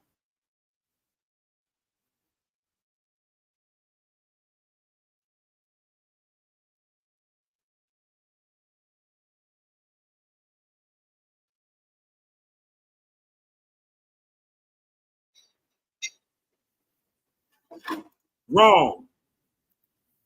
Wrong. Didn't we just show? Didn't we just show how vortexia moves? Wrong. For which reason? The north and south line of the Earth vortex is called invortexia, for it is negative. Cool magnetic force. Right? Which is driven towards the south to the north. And our whole planet is tilted north towards our star, our sun's sun. Right? This is why we have a 23.5 degree angle up on the planet. Right? Because our vortex is positioned east and west at the north nodal point of our star's star. So we not only sit north or high dan of our sun, which means our planet should be cocked towards the south, to the northern part of our sun. It actually points just like a compass towards the North Star. Our planet does. This is why it don't move. We spin around it. Why are we spinning around the sun?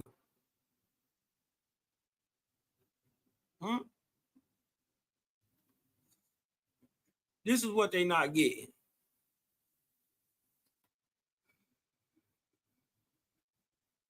Right? And he don't know, right, that this thing been doing this shit so long that every part of the earth been north. Right? In these various turnings of the earth, the same force of the vortex exerted ever to the east and west, by which behavior every portion of the earth has been to the east, to the west, to the north, and to the south, which is proven in the magnetism, right, which attracts in every direction, right? It's proven in the rocks and the boulders and the mountains of the earth. Geologists now, right, have been able to detect the polarization of magnetic minerals in cooled molten rock in various locations of the earth.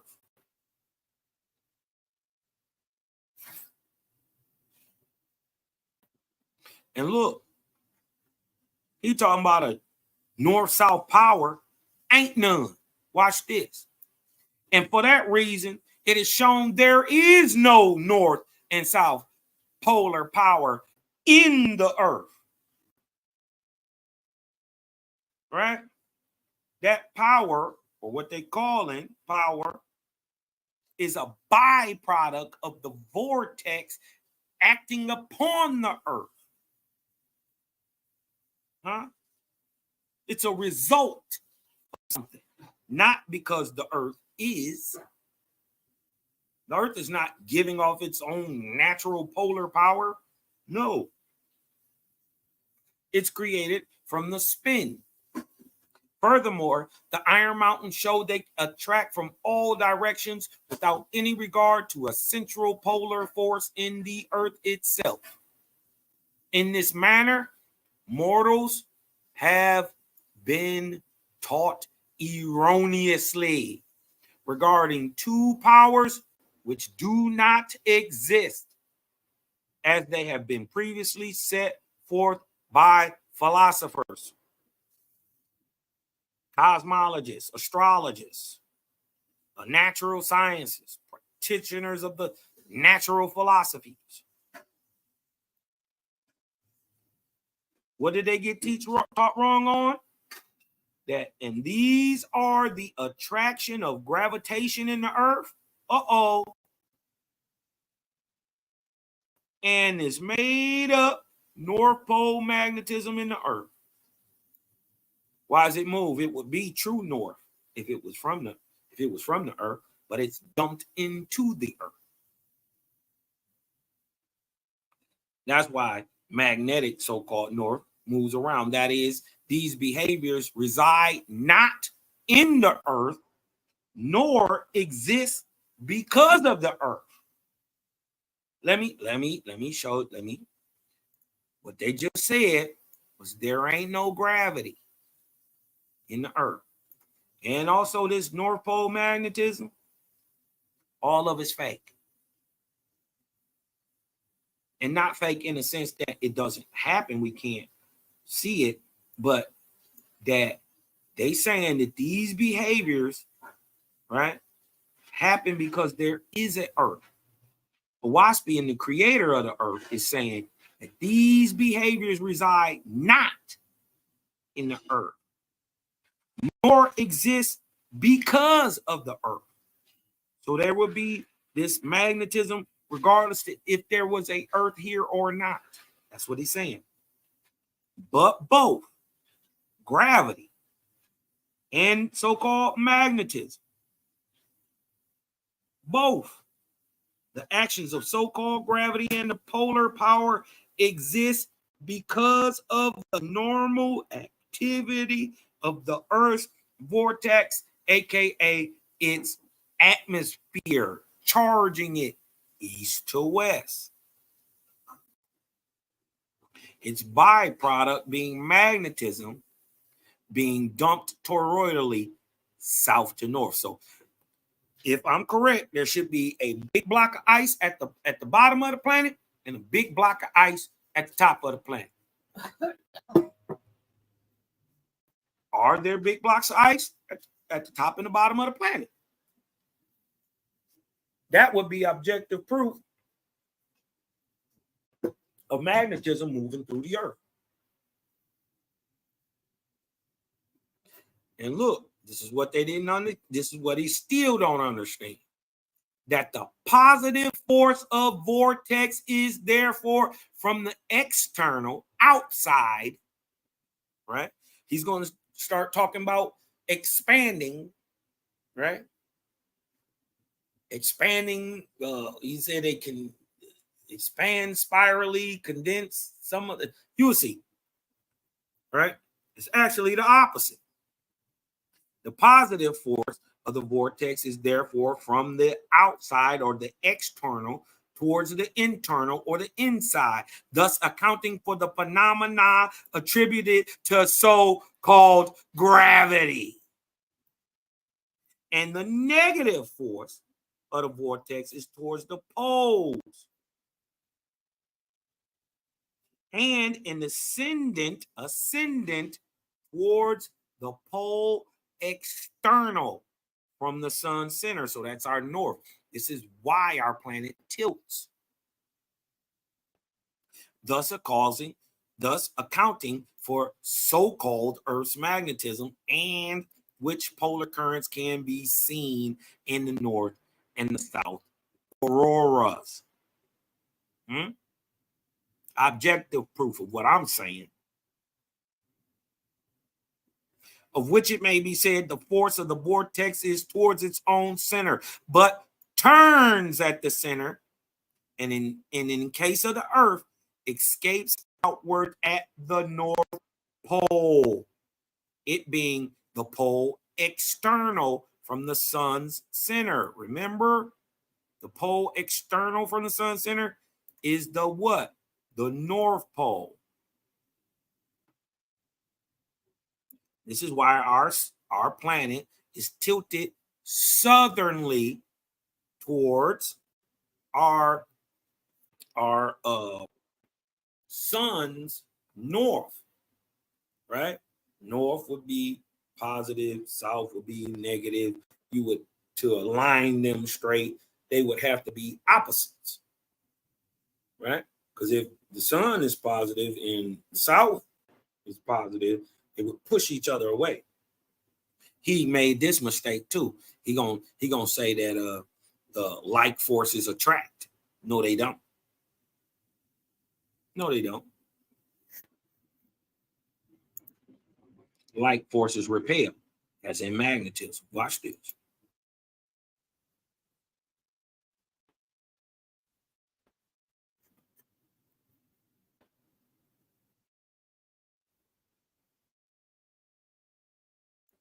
It's neither. It's east and west, and it's north and south.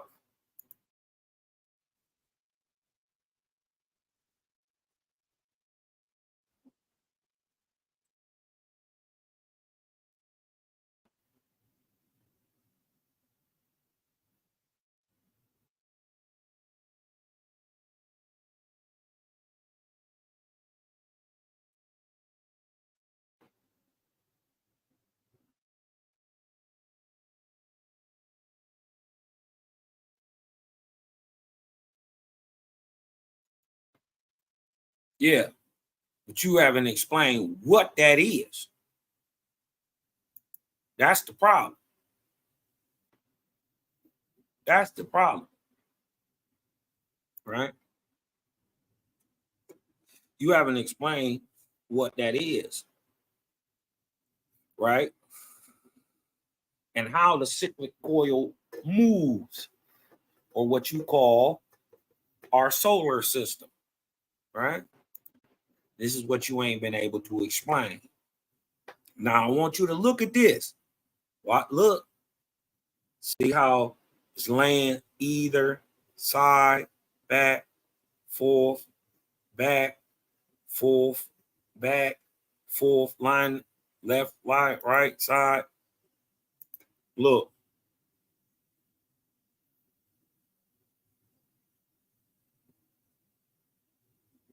This is his wave. Hold on, let me show y'all this. Can you see it?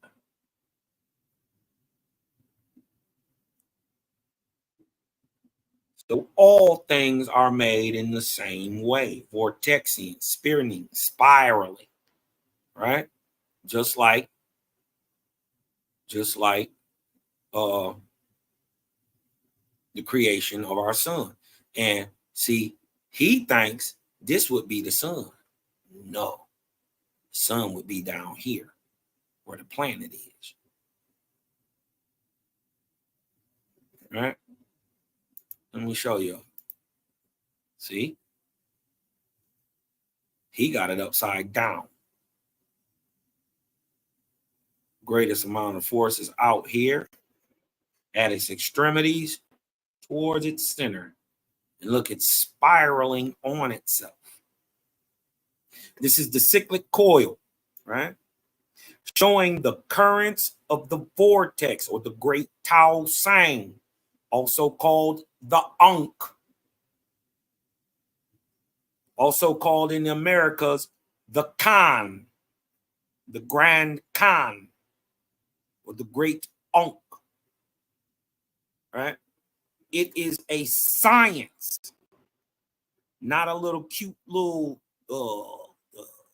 ornament that you wear on your neck or you wear around your wrist. Actually tells you where you are in the galaxy. Huh? The great Tao Sang. The number of the beast shall be 66 and 666, and the corresponding parts of those, because of the coil of the cycle, right? Observe that the distances are 2/3 of a circle. Whether the distance of a circle is measured in years, is 100 or 1,000, or 3 times 1,000, the Creator rolls up the heavens and braids the serpents of the firmament into his cyclic coil. This is the sun. These are planets right here. This is Mercury. This is Venus. This is Mars. This is Earth. Look, this is Saturn all the way down here. Moving on, oh, my bad. Oh, right here. Moving on its pattern.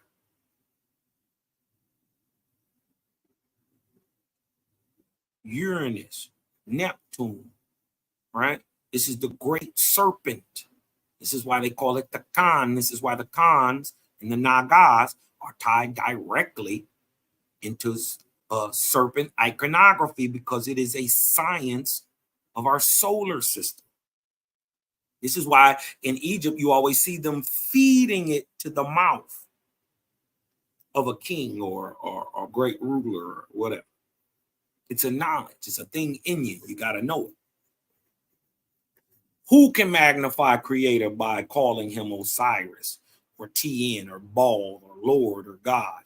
He is the circle without beginning or end. Is that not called the Ankh?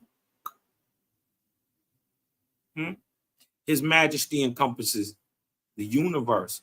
This must refer to at least any number that is 2/3 of a cycle, regardless of the cycle's length.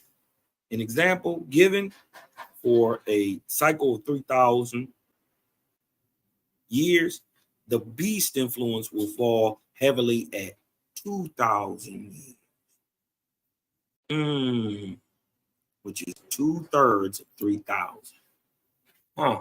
We're 176 years into this cycle of cosmos. Let's get back to what the brother is saying.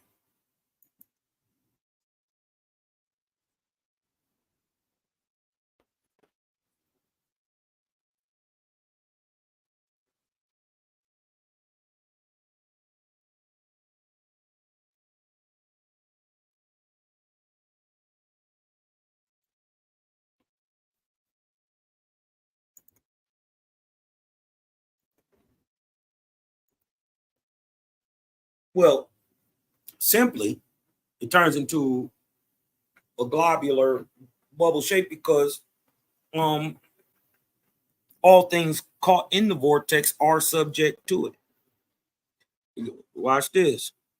I know they're gonna think I'm capping. Let me show you. Hold on. Let me show you. 1 second.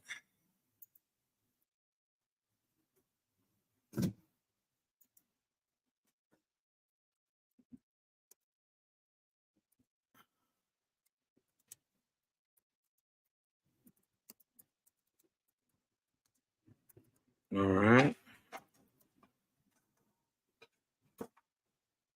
Hold on. All right. I know they're gonna say, Cosmon, you capping. But remember, these boys ain't been to outer space. The International Space Station is still hovering in our lower atmosphere, our lower stratosphere. Ooh, that look good. Nah, that's fire. Yeah, put that glaze on that thing. But I just wanted to show you how all water moves in space, or how all structures subject, right? Even water, not just air, not just a bubble, right? All of it is subject to the vortex. And since the vortex is globular, the earth and all things subject to it take a globular or spherical shape. Let's show you firsthand. Cosmo, don't never say nothing I can't show you. Watch this.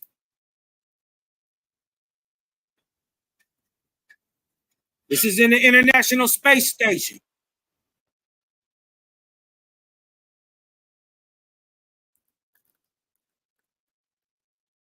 Look, won't that look like a bubble?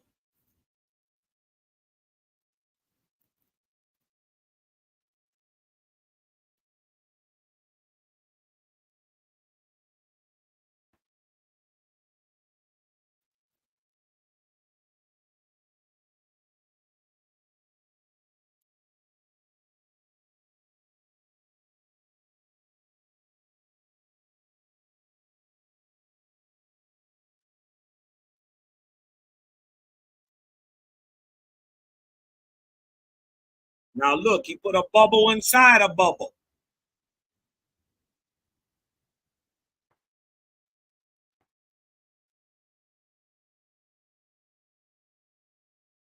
A thing was inside of a thing. In America, we call it a manito. Funny, they got names created like that.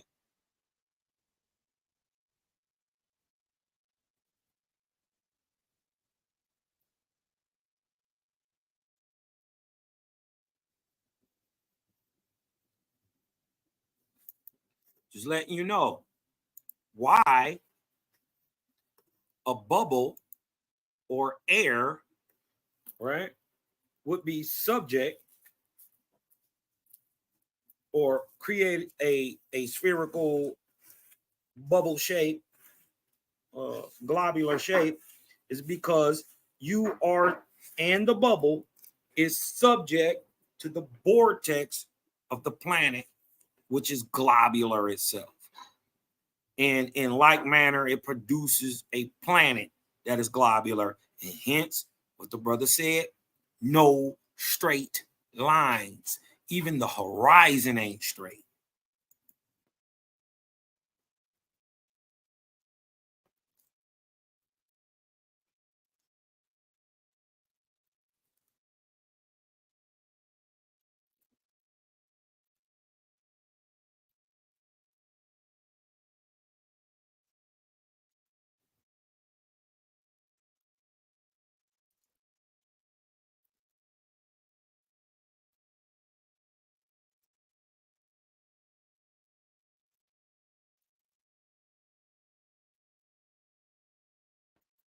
He absolutely wrong about that. He absolutely wrong. You must not know how this thing works. Right? Now, I'm not just sitting here agreeing with science and saying what they saying, but hold on, I got my screen cut off, so I got to go back and show this that he is absolutely wrong. Right? He said, what things of like, what, because they say negatives attract negative. Watch this. He lying. Now I ain't gonna say he lying, he just wrong. He just wrong. Watch this.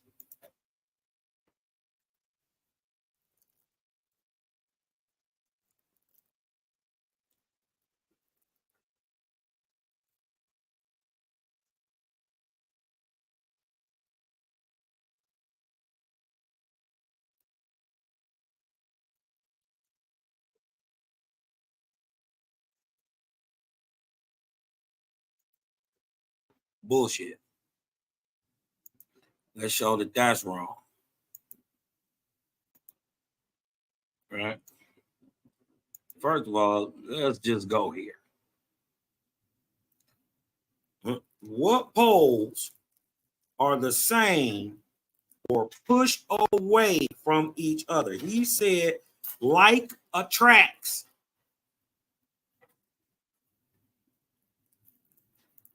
Science is already proven, right?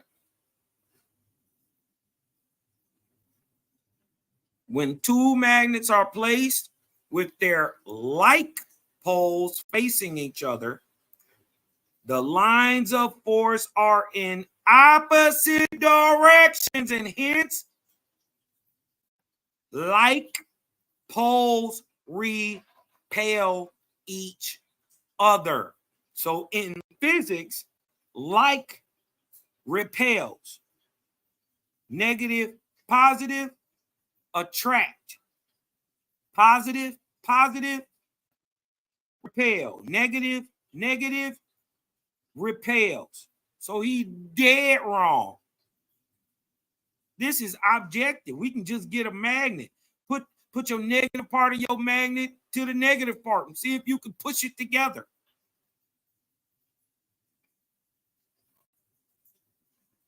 What poles are the same or push away from each other?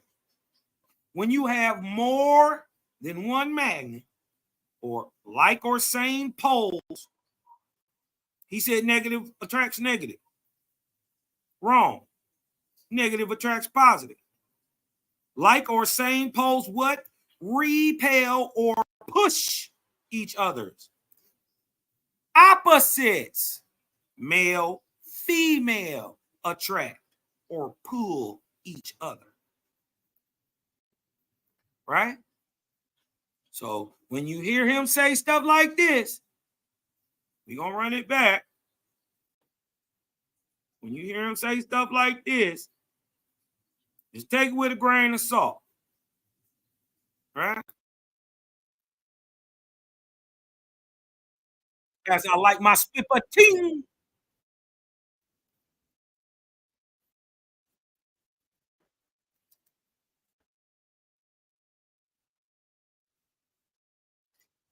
Now, you heard him say that.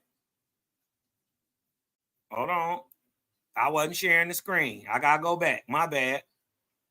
He said in physics, when two things share the same charge, they're attracted to each other. I just proved to you right here that what? That like poles repel or push each other. He just said what? What did he say? Everything comes down to chemistry. So acting in physics, in physics, when two things are drawn to each other, it's because they are of similar charge. Boom. Now, if we just proved that that's wrong, right? Science proved that that's wrong. Hit me with a 4 in the chat. Also, let me show you this. Right? This is the law of attraction. Right? This is well-known objective science. This can't be argued against. Don't no male and no male nothing produce nothing. In physics, he said in physics, if they the same charge, they attract. Bullshit. Let's see what physics actually say. In physics, fields describe the distribution of forces in space. Their description thus requires the knowledge of magnitude and direction. Didn't we explain that right here? In verse 1, didn't we explain that the same principles apply to all the stars, the sun, moons, the planets, but only different in what? Where's my thing at? In what size, motion, density, and relative place. Right? So that's magnitude and direction. Both are expressed through field contours. Field forces act in the direction of the contours, and the distance between the contours indicates their magnitude. The closer the contours are together, the larger the force. In an electric field, the direction of the field is given by the electric charge. Didn't I tell y'all? The magnetic stays still and the electric moves. Got to have a positive and a negative all the time. Right? It's just alternating. Even in direct current, it's still negative in electricity and magnetism. If the charge is negative, right, the field is directed towards the charge. All electric fields begin on a positive charge and end on a negative charge. If the two positive charges interact, their forces are directed against each other. This creates a repellent force, as shown in this illustration. That if you put a positive with a positive, they push against each other. The electric field and resulting forces produced by two electrical charges of the same polarity. The two charges repel each other. But if you got a negative and a positive, right? If you got a positive and a negative charge interact, their forces act in the same direction, from the positive to the negative charge. So this is why the positive or electric moves or manages the magnetism. Because remember, positive force is moving.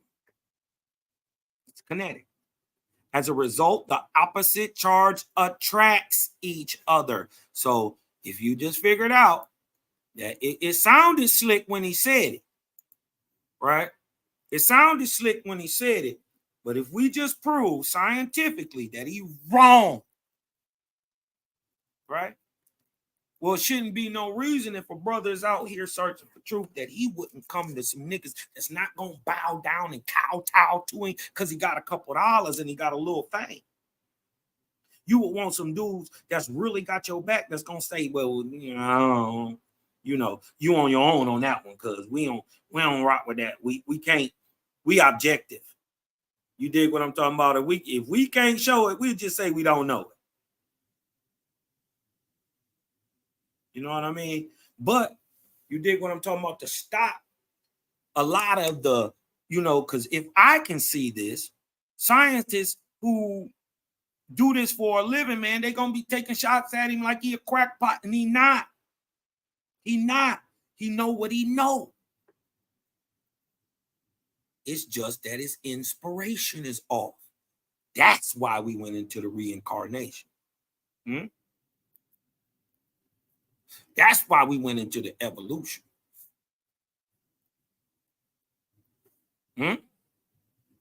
Thumb up the video, man. Support the channel. Let's go. Right? We're gonna get back to this. Let's talk. It's not positive because when they say negatives attract, but cold air drops down. Does it attract to the hot air rising up? No, it passes. See, he said that real slick. He said negative attract. Most people, you dig what I'm talking about, who ain't on their square, that just blew over their head. Yeah, dang. Birds of a feather do flock together. No, nigga. Even dang, there's some fire. Even in the birds of a feather, they have a male and a female, a positive and a negative, two different polarities to go on to produce something else. Further genetic stock that's a little even better than the parents, right? Right by each other, because negatives, opposites don't attract. It's positives that attract to each other. Two positives drawn to each other, two negatives discharge each other. Bullshit. Bullshit. And two negatives, as in two electrons, spin around a positive charge. They're pushing against each other, against the negative charge, against the positive charge. What are you talking about? Don't nothing work like that. And I'm not trying to berate you, brother, but I'm not going to kiss your ass neither. Because as you see, for real, you pretty good, but you ain't on Cosmon level. You ain't on the 4 horsemen level. It sound good until you meet them big dogs and we get to biting and barking. So it's either you're going to come against us in the end of the day or you're going to be on our side. Which one? Because we taking what you saying and even turning it up another notch. Shout to the creator gang, man. Shout to the people that's really standing by the creator today. They say, creators say, it's the remnants of the Algonquins in America. It's going to wake the world up. Shout to the 4 horsemen. So it's all about physics to me. It's all about chemistry, and it's how the physics, how another actor is relating to me. A slight change in his body language changes my tone. It's all physics. And I came out and I was born. The first thing I thought about when I was 5 years old, I was obsessed with bubbles. You know what? One thing though, I gotta say, these niggas talk all this shit. They give it up to Einstein. They give it up to Tesla. But y'all don't seem to understand that these dudes stood on the shoulders of a giant. The whole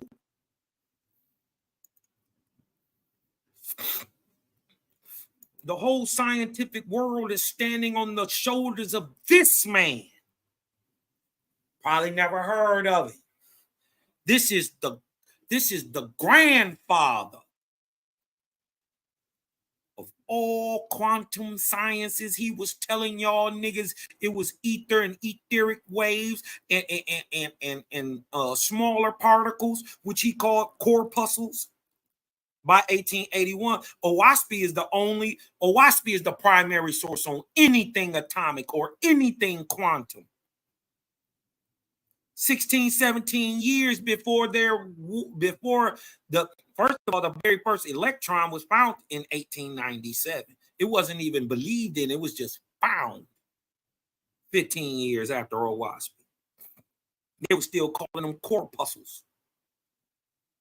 Owaspy is breaking down the atomic structure of the universe, giving out fractals, and in explaining quantum science that Maxwell had just theorized on. He was right. Maxwell later goes on to be proven right by dudes like Tesla, by dudes like Hertz, right? Your boy Einstein, right? What? Watch this. See, this, I don't be making this up. What did Albert Einstein say about James Clerk Maxwell? Let's see. He said, the work of James Clerk Maxwell changed the world forever. Albert Einstein comments refer to Maxwell's 4 great electromagnetic papers published. He was the professor of natural philosophy. Well, also Einstein goes on to say, I am standing on the shoulders of Maxwell.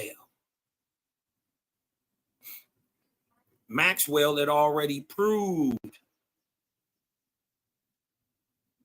what Terrance is trying to prove again, the wave field theory. It's already been proved. Now, I will give him this. This is an upgrade, right? Which is upgrade on Walter Russell's periodic table of elements, right? I will give him credit for that. But you, Russell, everybody are lacking the uniform field theory, E equals MC squared, the law of attraction and motion. None of you can give us the initial inertial movement. You can't tell us why the first octave. What creates the first octave? What creates the first pitch? Frequency. Huh? You ain't gave us that initial motion. If you know what that initial motion is, hit me with a vortex in the chat. Huh? Huh? If you know why, hit me with a vortex in the chat. I was like, why does a bubble take the shape of a ball? Why not a square or a triangle? I'm afraid you are forbidden from boarding without everything on the earth. Now we're going to try and make a square or triangular bubble. The vortex, and that proves that even things off the earth are still subject to it, and the vortex expands past our moon. Remember, WASP is primary on astrology and cosmogony of the whole entire universe. Science only proves what a WASP say, as you see. I ain't making none of this up. And you could never do it because it turns out everything expands as a sphere and everything contracts in geometric form. Wrong. Wrong. He's backwards. Let me show you. First of all, what's down here? A condensed ball. Right? And let me show you.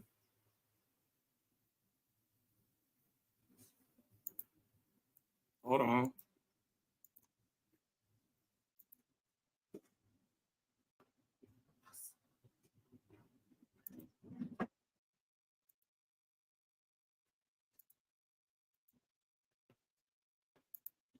Hold on.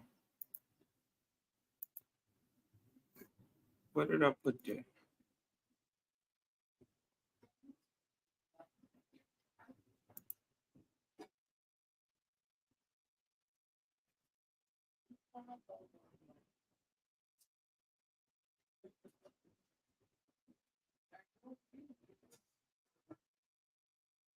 Boom. Shout out to the big OG Mike, man. Putting this stuff together, man. This is the study of Owaspy, man. Brother, very intelligent brother. And I'm proud to say one of my faithful brothers, man, we've been putting this work in for years. Now, I don't know what y'all do on the daily, but look what this brother did. And look what we do as faithfuls. Look who he's writing. He's writing to David P. Stern, right? And well, let's get back to first. Let's show that he's writing who he's writing up here. Because he's writing the head of NASA. Right?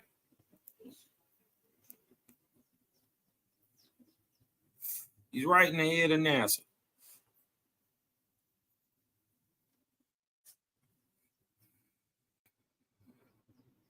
Right. Where we at? Here we go. I made the following below post to David P. Stern of NASA about Owaspy and the solar wind back in 2001. David P. Stern. Hello, David. I like the www article about the solar wind history.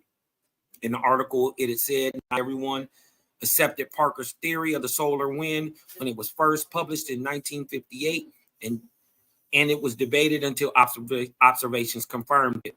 Have you ever heard of the Owaspy by John Ballou Newborough, copywritten in 1882? Owaspy means earth, sky, and spirit. Owaspy contains much scientific information that was discovered many years later, such as the Earth's magnetosphere. Owaspy dropped that in 1882. The Van Allen belt. Owaspy dropped that in 1882. Solar wind.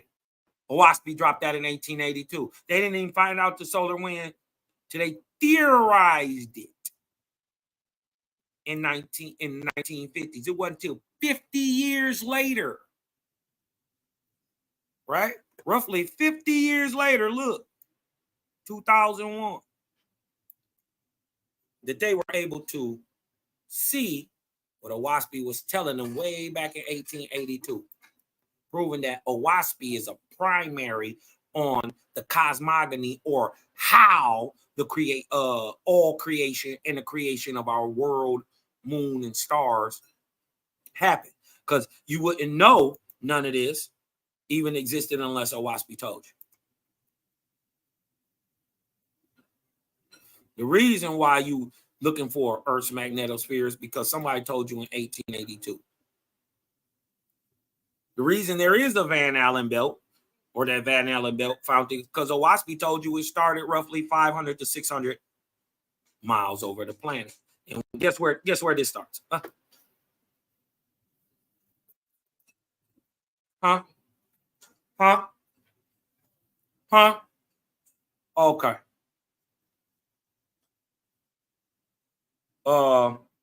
It gives the origin of stars in the nebula, the configuration of galaxies, the beginning substance of life or DNA in nebula. I told you about that. Nebula is falling material to the planet, right? DNA is called in that.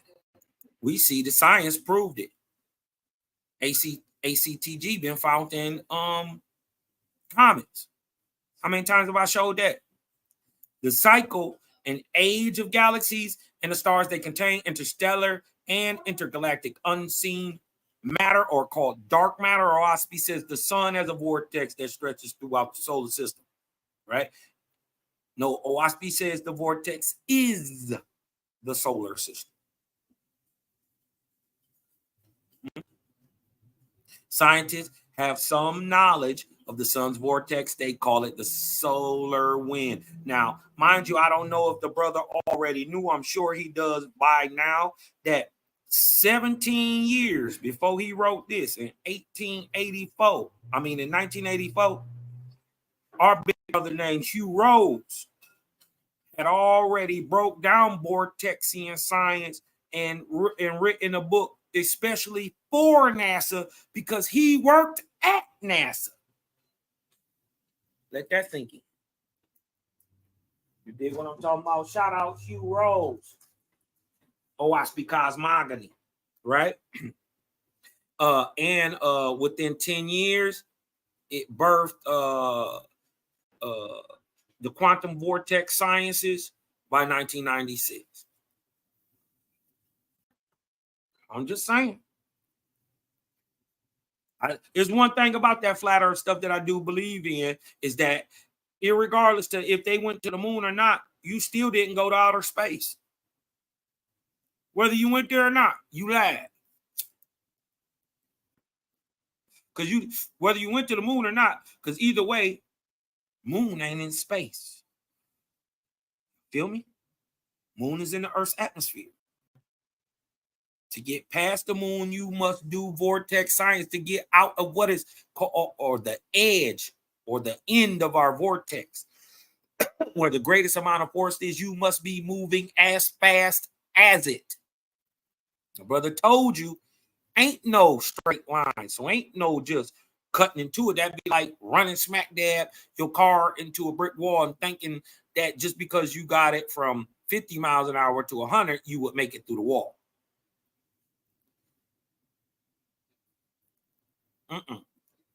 Or you could run into, since the etheric solution is like water.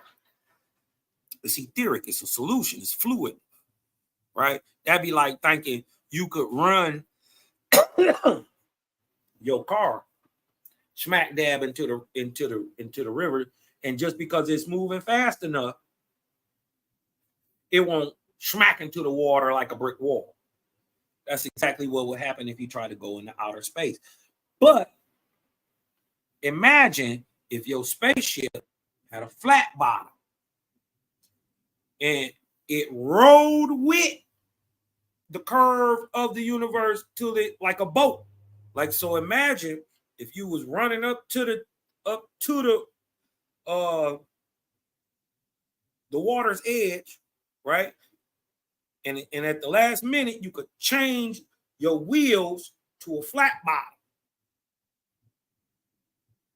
You would go right onto the water and keep moving, right? You do that in a curve pattern. You like melt into the spin. You don't try to go against it. You go with it. And it'll spit you out, right? If you got enough force to get past it, it'll spit you out on the other side. All right. Let's where we at?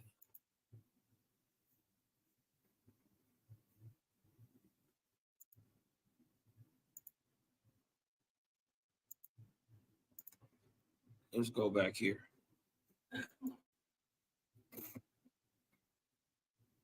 Right now, just to give you a visual of the vortexian pattern of our planet, right? And this is amazing too. Remember, this is 1881. The book didn't come out to 82. He didn't publish it till then, but it was done in 81. Now I want y'all to notice how this pattern is moving. It's moving counterclockwise. Y'all see this figure 1 right here? Let me blow it up. All right. Y'all see this? It's moving this way, west to east, or counterclockwise. You can tell because the force is trailing back behind it, right? This is supposed to be our Earth right here. It's our atmosphere, right? Now watch this.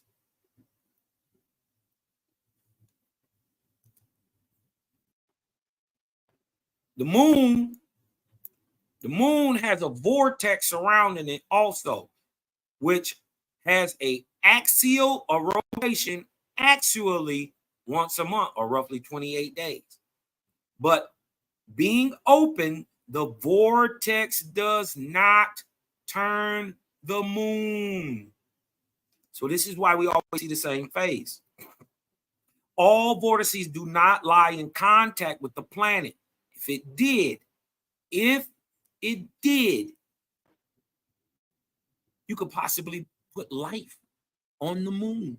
It would have a breathable atmosphere.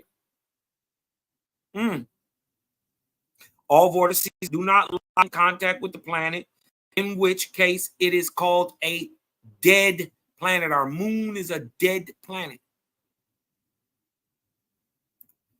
The radius of the moon's vortex, right, is 10 times the moon's diameter. So the radius of the moon's vortex. So its effectiveness. Remember how magnetism works. So if you got a positive against a positive, they're saying the radius that effect starts working at, that pushback against negative, is 10 times the moon's diameter. The moon's diameter is 2,100 miles. So roughly 21,000 miles is its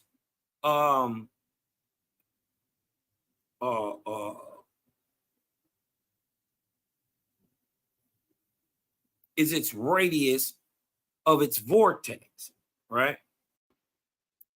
Now look. So what it's saying is, right, it has an effect out 21,000 miles to the east, west, north, and south. So if it's 21,000 miles this way, it's also 21,000 miles that way, getting to what? Look, then the double radius to get the diameter of the moon's vortex, i.e., is 21,000 times 2 or 42,000 miles broad. So what they're explaining to you is, see this white edge right here? In the middle, this white edge is 42,000 miles wide. For the space station is about, if I'm not mistaken, a couple hundred miles above the planet, right? Just a couple hundred, maybe 200-300 miles above the planet. This is 42,000 miles wide alone. And right smack dab in the middle of this, 21,000 miles from the inner side and 21,000 miles on the outer side, rides our moon. Right? This outer portion of this figure 1 right here, this outer portion, see this dark line out here? This is ether. This is what they know as, they call space or dark matter. Right? It's all ether. It's fluid. Right? And it's not dark, it's transparent. Right? So everything, it's showing everything in it and behind it, which is primarily what? Hydrogen. So it's going to be a bluish color, a dark blue at night or light blue in the day. When we see night, does it look dark blue? Almost blackish? Yeah. In the day, does the sky look light blue? Yeah. Hydrogen. They call it dark because they're seeing past it. They're seeing through it. Well, this is 42,000 miles wide right here. So right smack dab in the middle of that is our sun. Our moon. Right? The radius of the moon's vortex is 10 times the moon's diameter, and the radius of the Earth's vortex is 30 times the Earth's diameter. Right? So the Earth diameter is, if I'm not mistaken,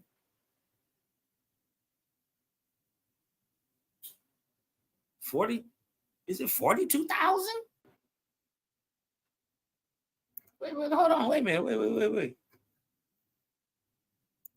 What is the diameter of the Earth? Okay.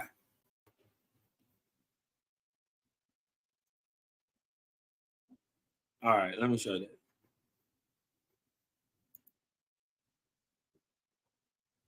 So roughly 8,000 miles, let's just say 7,900, right? So it says the effects is out to roughly 80,000 miles away from the planet. And in the last 42,000 miles, right, smack dab in the middle, in the last 21,000, is the moon. That's dope. Right? I had never seen that before.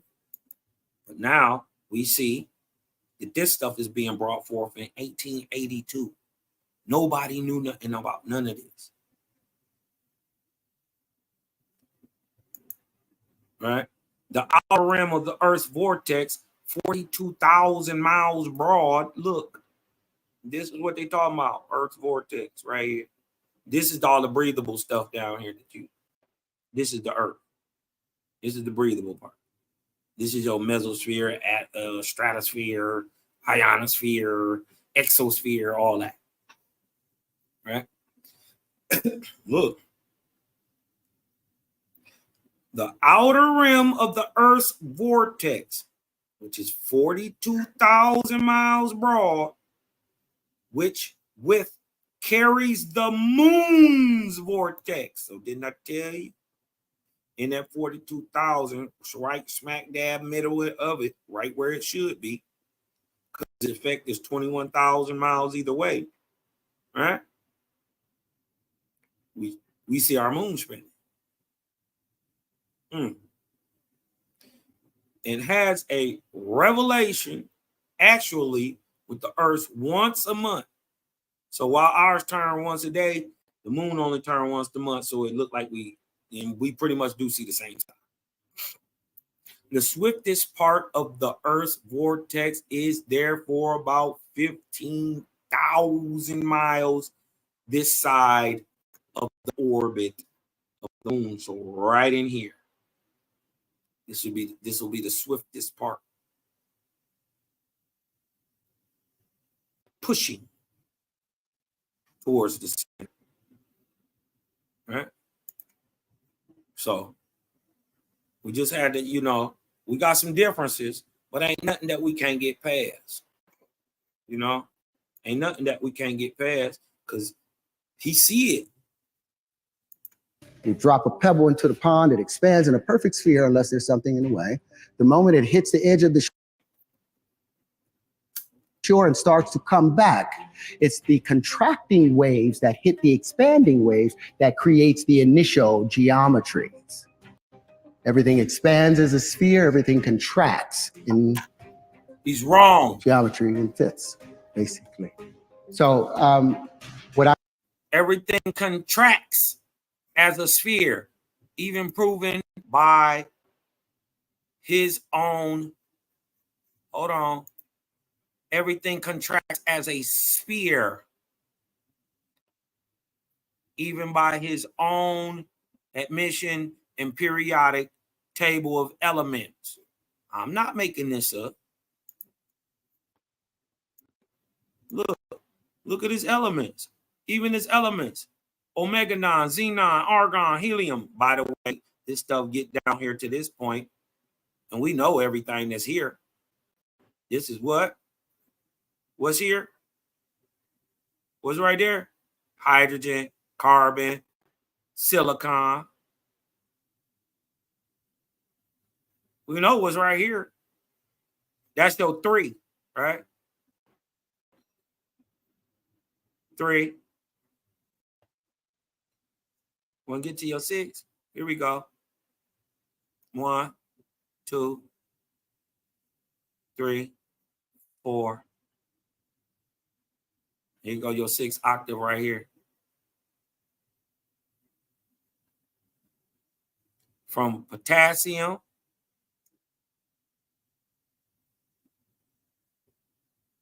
to its opposite in the fifth, which would be sodium or argon and neon. Potassium and fluorine. They say this is a mind. They say potassium and fluorine is the mind altering drug. Do you see your 3 and your 6? Do you see your 9? Are you understanding how this thing is working now? But it can also do this. 3.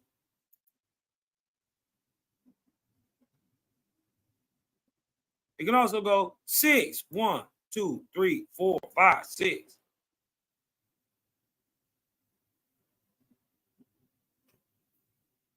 And play. And what you got to understand is the 3 and the 6 and the 9 are all going on at the same time. But look at the greater force. It's out at the perimeter. Again, proving what Owaspy is saying, that the greatest amount of force is at the extremities. Even his stuff proved that. What? The swiftest part of the Earth's vortex, therefore about 15,000 miles this side of the orbit of the moon. All right. All right. And look, from the swiftest part of the Earth's vortex, its force is towards the Earth's center. And right? Okay. Hold on, let me get down.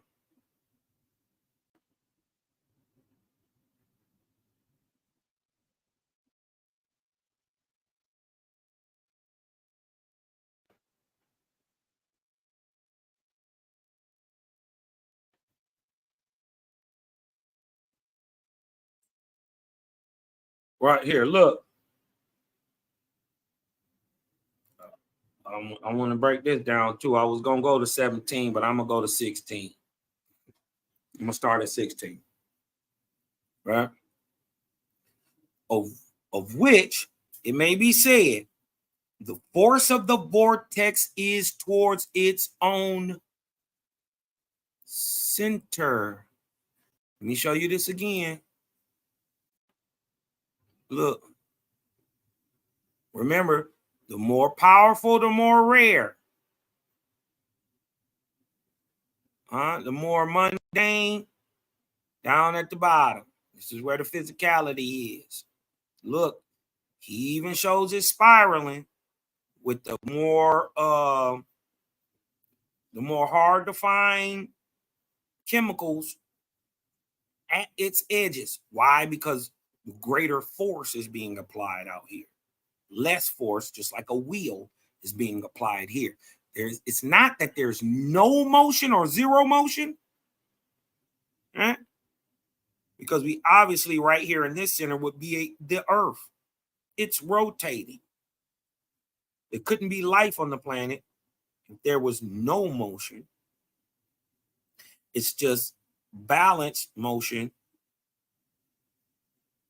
between the cardinal directions towards its center, or the vortex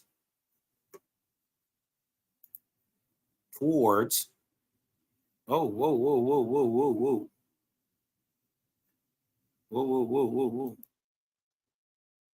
Okay. Or, like they say, of the vortex towards its own center. But turns at the center and, in case of the Earth, escapes outward at the North Pole. Right? What are you talking about, Cosmon? The magnetism escapes out the north of the planet? Is there a way to physically prove this, Cosmonian? Let's keep going. It escapes outward at the North Pole, it being the pole external from the sun's center. If one were to draw a line from east to the center of the imaginary Earth, and then in a right angle due north, this would represent the current of the vortex, which causes the center to be filled with a corporeal body. This is how you make a planet. After which, the same power applies and is all one power. This is why science readily admits that electricity and magnetism are the same. But you don't understand that also light and sound are the same. You don't understand that taste and feeling are the same, or that you can see a sound or hear a color or taste a color or feel a sound or feel a color. You can feel a color. Don't we got a whole genre of music called blues? How much you want to bet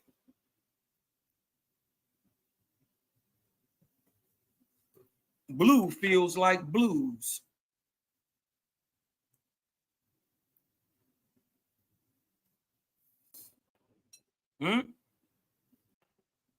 The same power applies and is all one power. Don't matter if you call it light. Don't matter if you call it gravity. Don't matter if you call it magnetism, electromagnetism. Don't matter if you call it radiation. Don't matter if you call it photonic energy.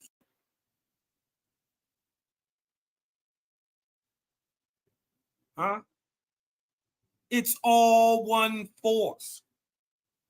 Although for convenience, it is called positive and negative, or vortexia and vortexia, or strong and weak force.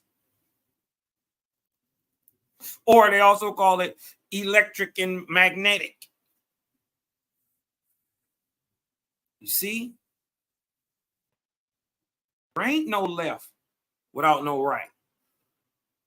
Ain't no male without no female. Ain't no up without no down.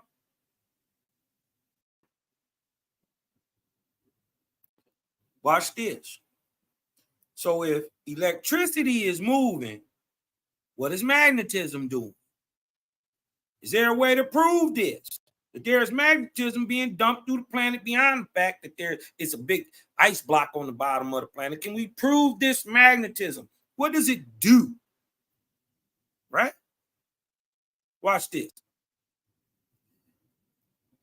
Although, for convenience, they call it positive and negative.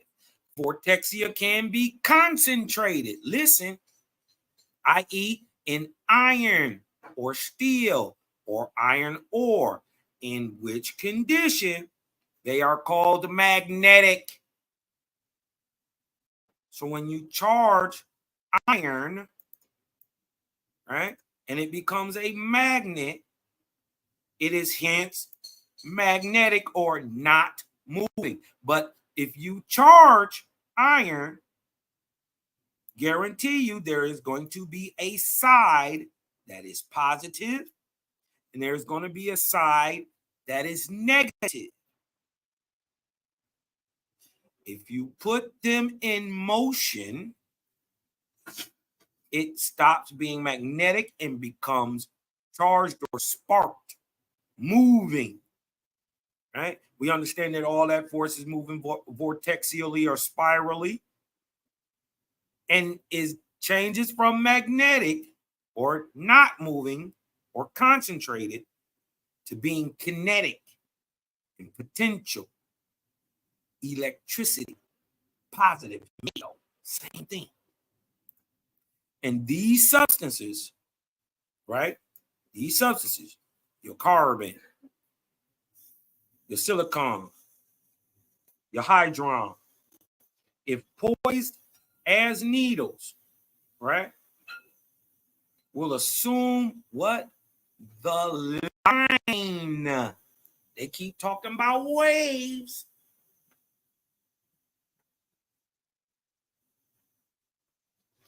Huh? Don't they understand it? That through them so-called vortexial spots, there's other vortexial spots that all listen, it's all one thing.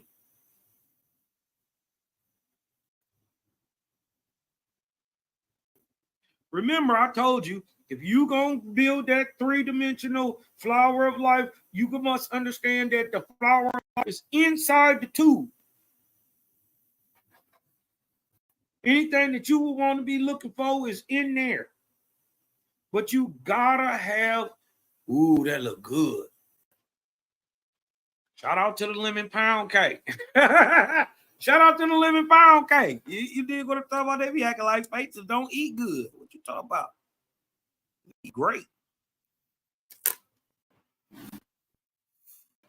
And these substances, if poised as needles, will assume the line of polarity of the vortex of or its poles. Look, vortexia in the atmosphere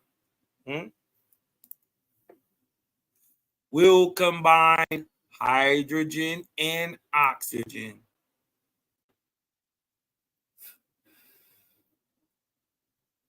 And guess what happens? An explosion ensues. Guess what they call it? Thunder. So we're going to answer this brother Terrance Howard question real quick. Why does bubbles always turn into, why you blow bubbles always turn into a sphere?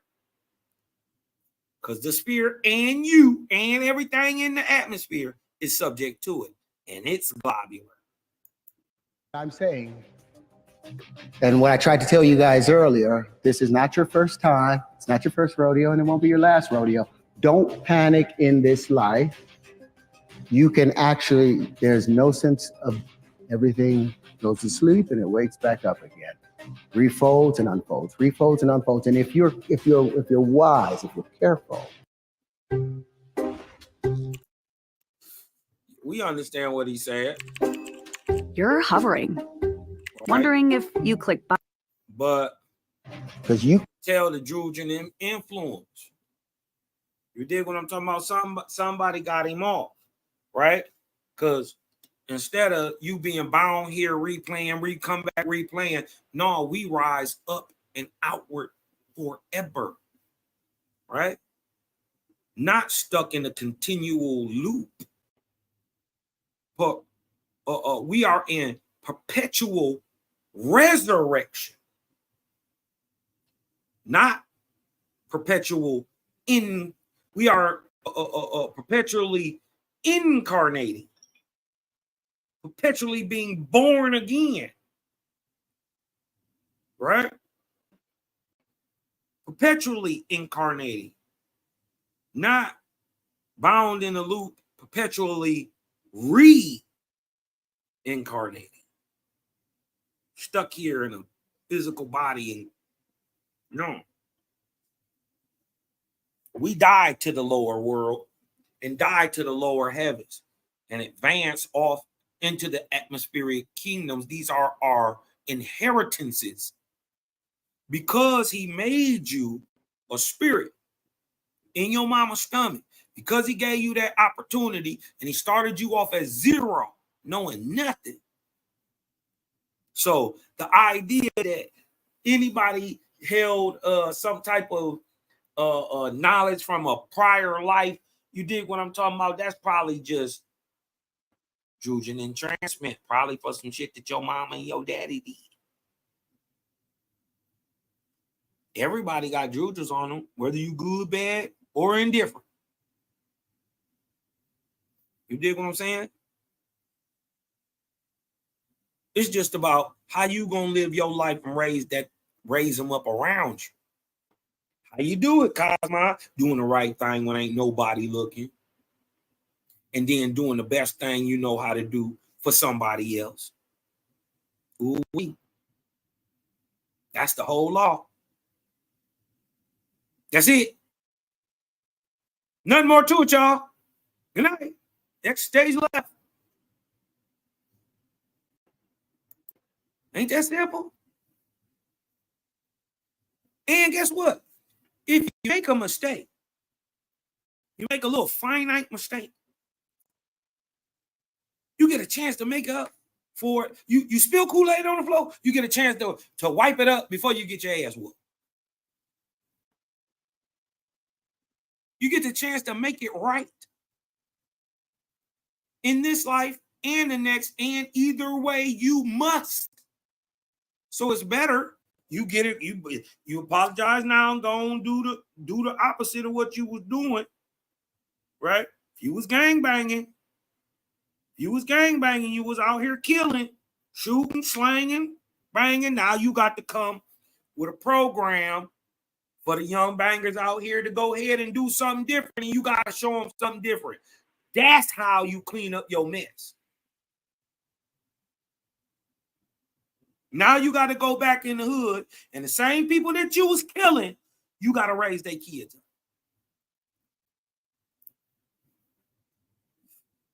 up. Ain't going to be easy. Many times you ain't even going to be able to directly affect them. You're going to have to set up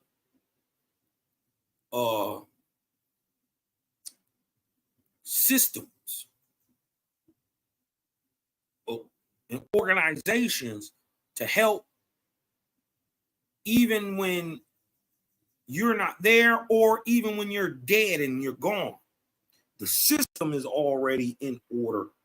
This is what the Creator is calling us to create on earth. Now, this is Jehovah's kingdom on earth.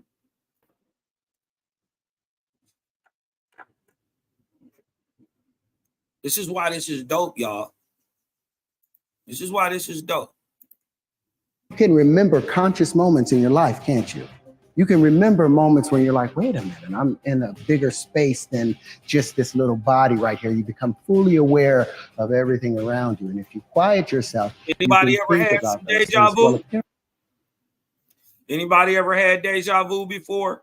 You ever felt like you had did something before, or you've been there, or you had a dream and you walk into a room and the people say exactly what the heck you had in your dream? Say you look to the left, you know it's a person about to come into this door with a red coat on and some white shoes, and they gonna say Charlie, and you dig what I'm talking about? And you look to the left, and a person in a red coat and some white shoes come out and say Charlie. You ever been in that before? If y'all ever had that experience before, hit me with a 6 in the chat. Y'all had that experience before. This is what he's trying to hint at. What y'all don't understand is, if that's ever happened to you, that is proof positive that you're clairvoyant. You just ain't turned yourself on yet. Everybody, that don't happen to everybody. But Creator said today, roughly 98, 99% of all people can do this. You already got this in you from your iron heritage, right? It's just about, what are you going to do to turn it on? This is clairvoyance, right? It's also clairaudience, because remember, even though you were asleep, you heard it. I would just like to ask you, well, if you were asleep, what did you hear with? If you were in your dream and you were asleep, what did you hear with? If you was in your dream and you were asleep, what were you seeing with?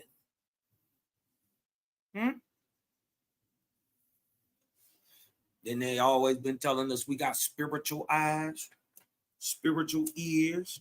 I'm telling you, you got a whole spiritual body in the same shape as your physical body is. Proof of that is, ask anybody who ever got their limb cut off. Their arm cut off, blew off in war. They'll tell you, I still feel my arm itching 30 years later. I feel my fingers itch. He got both his legs cut off at the knee, right? But he'll tell you, ooh, my toes is itching. What? That's because the thing that actually feels is not the physical part. It's the soul that feels, the electric, right?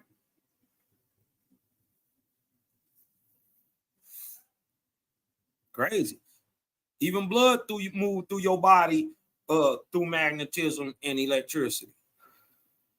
Spinning a vortex right up in your arteries and veins. Up and down, moving it both ways. Your whole body got a energetic toroidal force all the way around it that makes it glow. Remember, we only see about roughly 0.35% of the electromagnetic spectrum. All right. We don't really see a lot of the spectrum, period.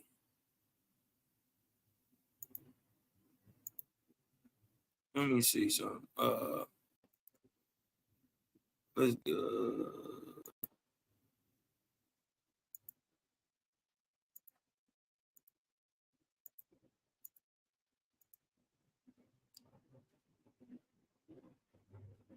hold on one second.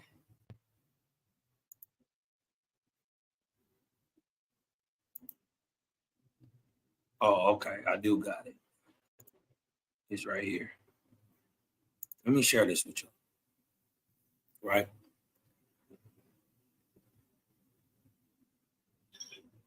This is about the basic nature of light. Right? Produced by Hamamatsu Photon Terrance, right? It says light is intimately involved with our daily lives. Let me make sure y'all can see that. Hold on, I could probably blow that up just a little bit.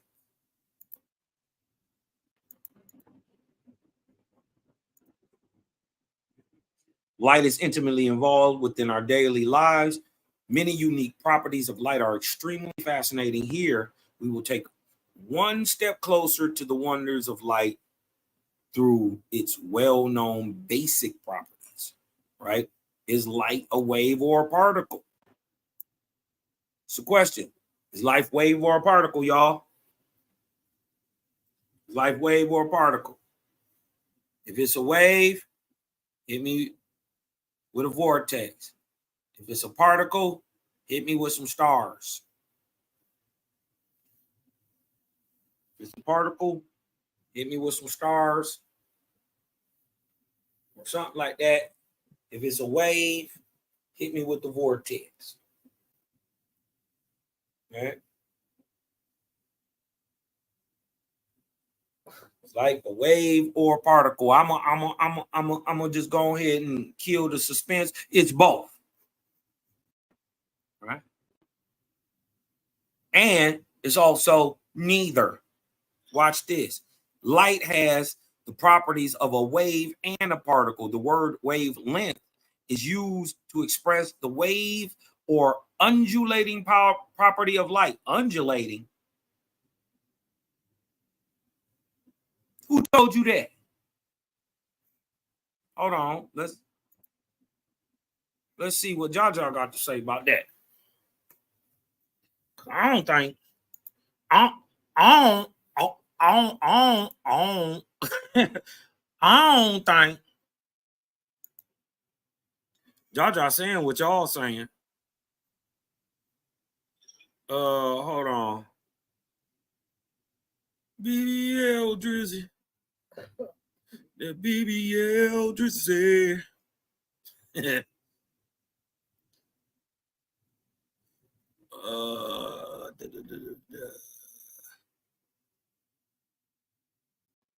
Hold on,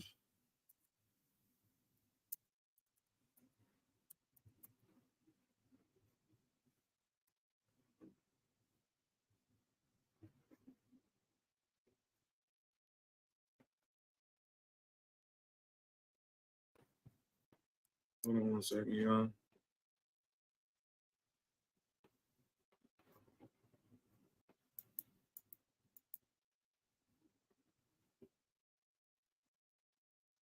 Okay.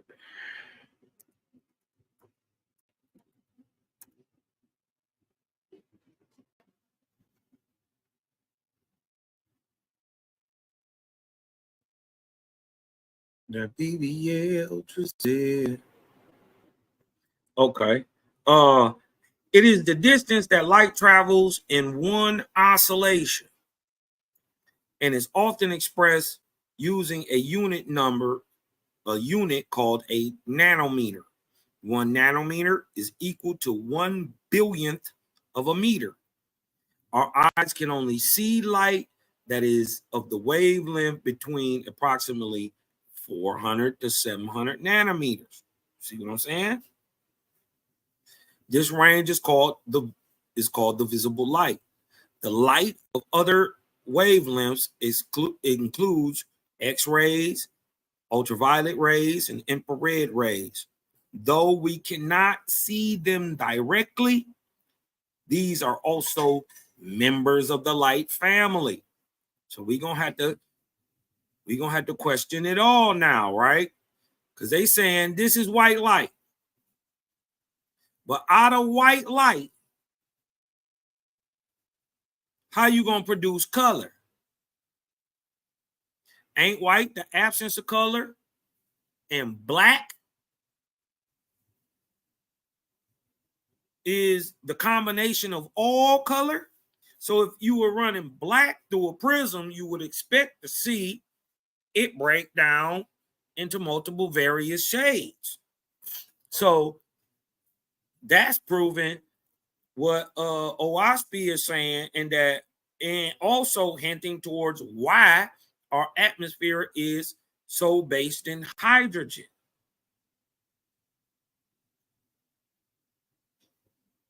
You dig what I'm talking about? We got it's more nitrogen too. Nitrogen.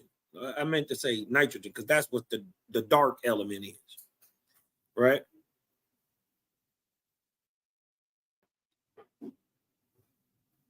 And we got so much nitrogen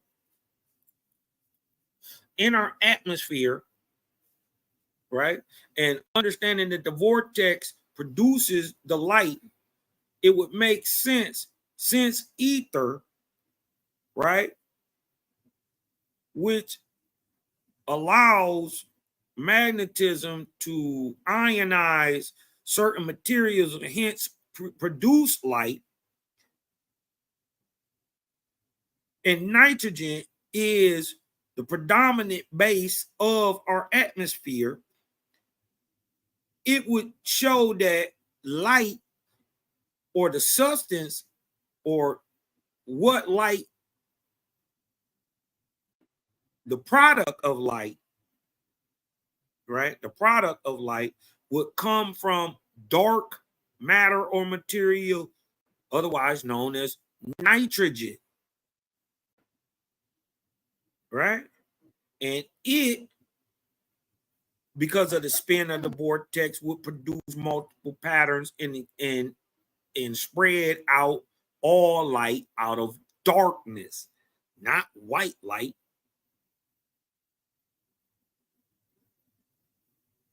So we questioning every authority.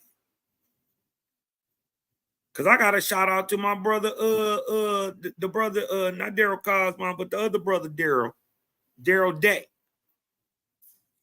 He's saying that the initial so-called white light is actually dark.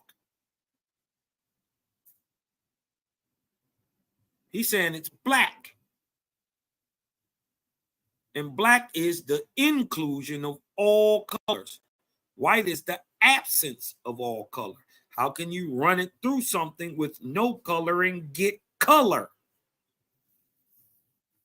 That's like a white man and a white woman producing a blue-black baby. That don't happen. But if I run this black boy up into this white girl, I can get a whole variation of different colors and shades out of a baby. From light yellow to blue black and everything in between.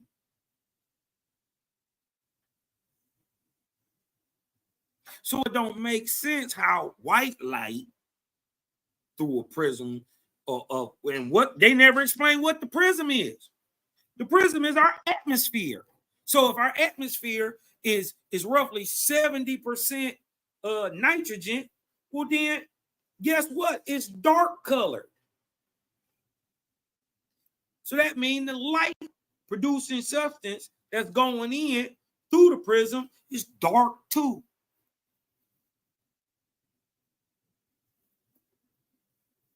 Look, this is where visible light is, in between 400 and 700 nanometers. That's it. Look at all the light we don't see. Gamma ray. Shout out to the gamma ray. X-ray. Violet light. Ultraviolet light. Infrared. Infrared and radio waves way down here. Low moving.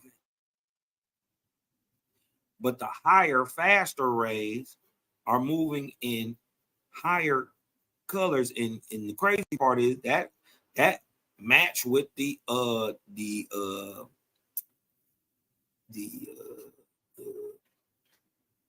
what you call that, Kundalini energy, the colors of the vortexes in the body, right? But just to show you that we only see a speck of light, right? This is only roughly about 0.35%, 0.3% of all visible light. Right? And understand that the same force that's producing this sound and the same force that's producing this optical color is the one and the same force. This just being registered by the ear, or hence sound, and this being registered by the eye, or hence light or optical. It's the same force just being rendered and understood by different physical parts of your body called your senses. It only senses vortex. So guess what? You can taste red, hear red, and see red.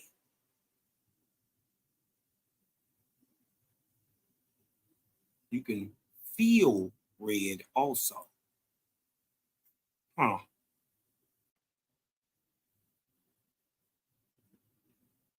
Huh. Let's get back to this. Apparently, I did that at the last passage, because when I came into this life, I woke up, remember, don't forget, don't forget, don't forget, don't forget, don't forget. And the first thing I did was worked out the flower of life. When I was 6 years old, I started making these pieces. Terrance Howard credits his research breakthroughs to energy from his past life. Are we just carrying echoes from before, or is there something more to it?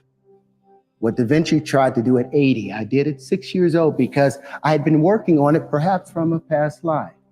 Now, I'm not trying to say I'm crazy or this reincarnation or anything, but we know that energy does not, energy just reboots itself. So we are eternal. So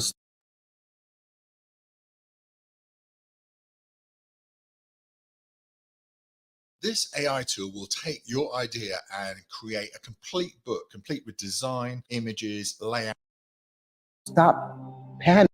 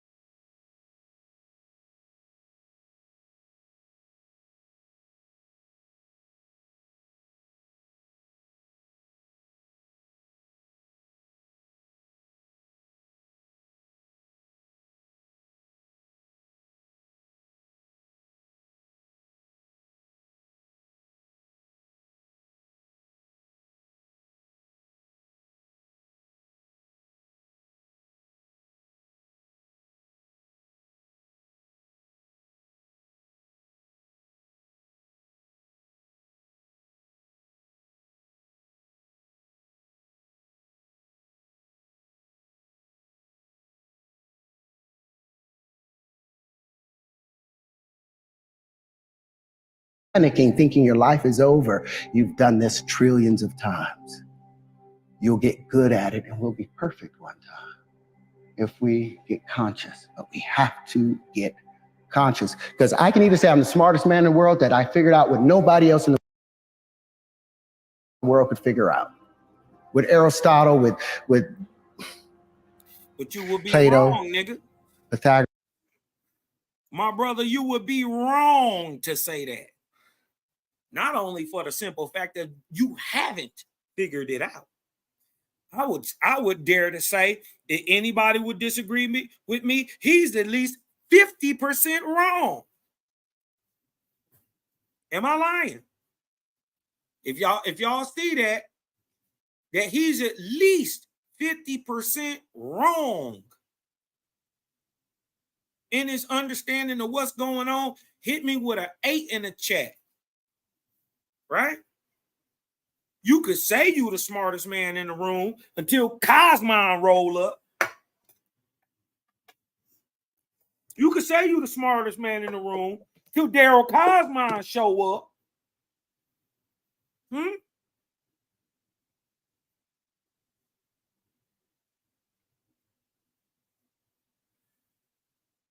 This is not a diss, bro. If you see this, we really want to build with you.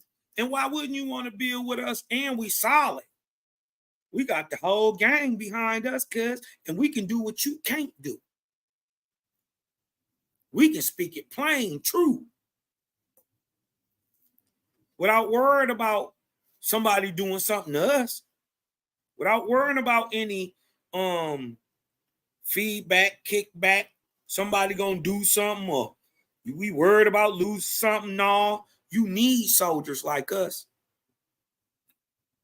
You need ones that's gonna stand on it and actually know what they talking about.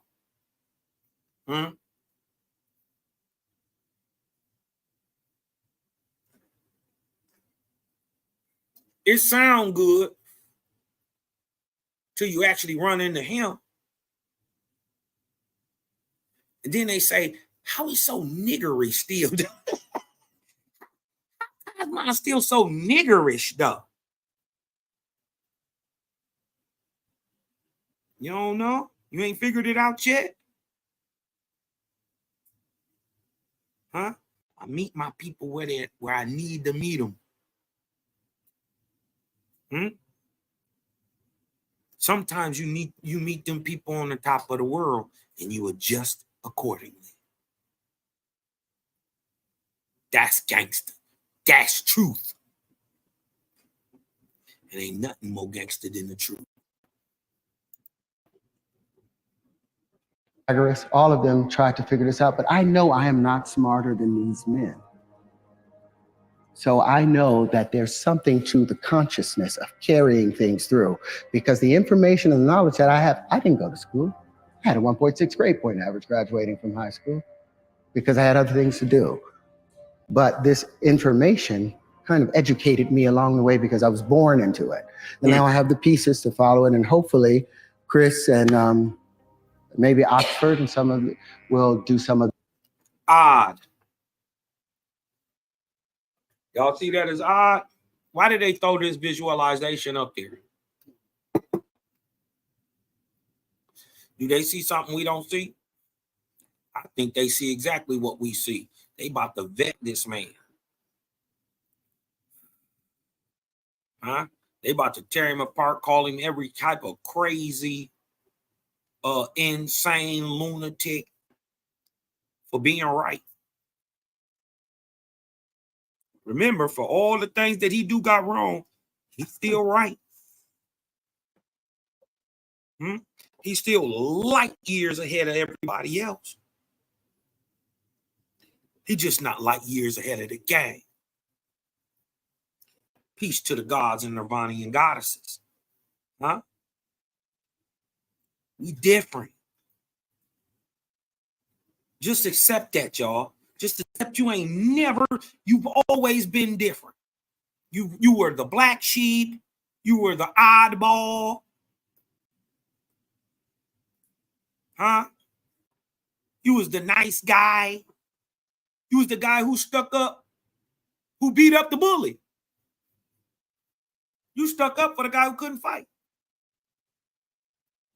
You've always been the oddball. Don't stop now. Be different. The vetting for these things, Be and greater. we can change the world. I am here to tell you today that your feelings are valid. Your trauma is valid. Your hurt is your hurt.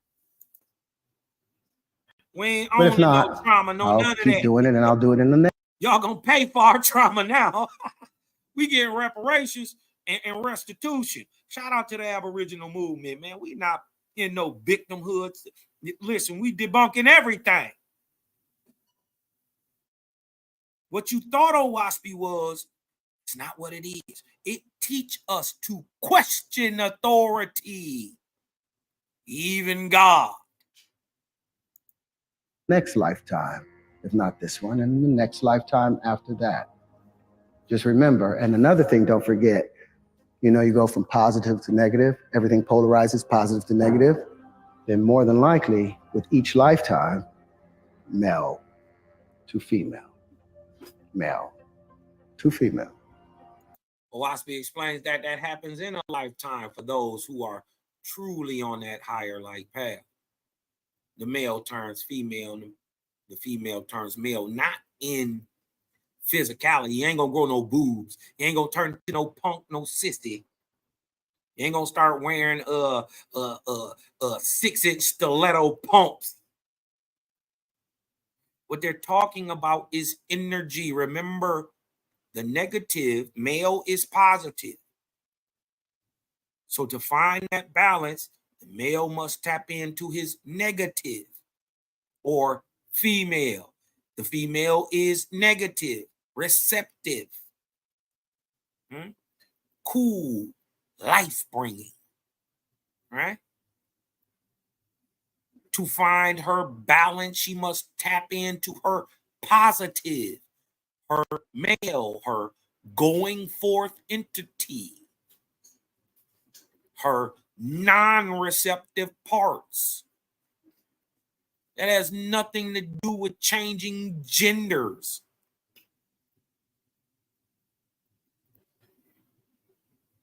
You see what I'm saying? Got nothing to do with having a pair of boobs. We ain't got no BBL Jesus. If the universe is consistent. I think it is. Terrance Howard throws shade at traditional math on elementary particles, insisting it needs a serious reboot. This is the part I really wanted to see.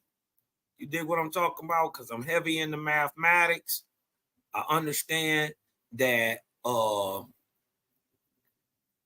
there ain't no left without no right. And that if I'm looking at all creation and that the universe, or at least our solar system, works like a clock. Don't nothing smash into each other, move, and everything keeps spinning and moving right along, and everything just groovy. It works together like a grandfather clock. Don't nothing hit against each other. It does what it's supposed to do. Right? Everything works in order with every other thing. That means that it's governed by mathematics. We see that there's 24 hours in a day, 60 seconds in a minute, 60 minutes in an hour.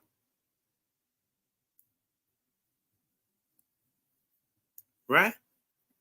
At 60 miles an hour in an hour, you'll go what? 60 miles.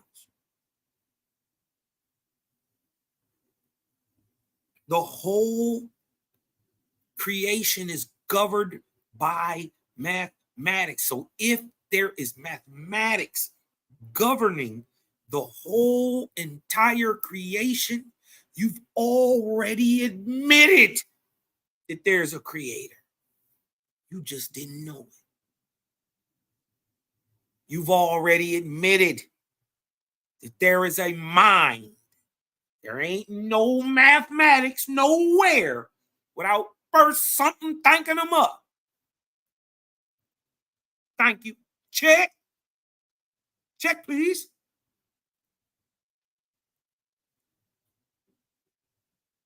You've already admitted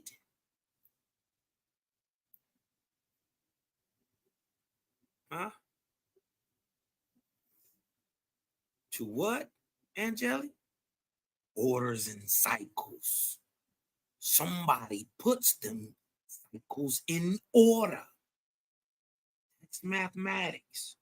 To have mathematics, you must think. You must have a mind. A mind has nothing to do with a physical brain. You can't point at your brain and say, this part of the brain keeps wisdom. No. You might as well point at your foot and say, this part keeps wisdom. Because there's just as much wisdom is in your foot as it is in your head.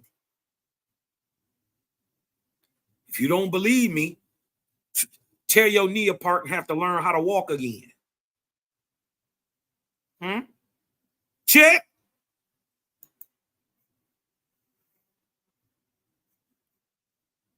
This is why they don't want to deal with the game. You're going to have to be real. You're going to have to show me something. Right? But this is the part I wanted to sit and kick it with the brother too, man. His mathematics is on another level. I can't front. 1 times 1 is 2. Damn. That makes sense. It just makes sense. Even if it's wrong. Makes sense. Make more sense. What you mean you can't square 1?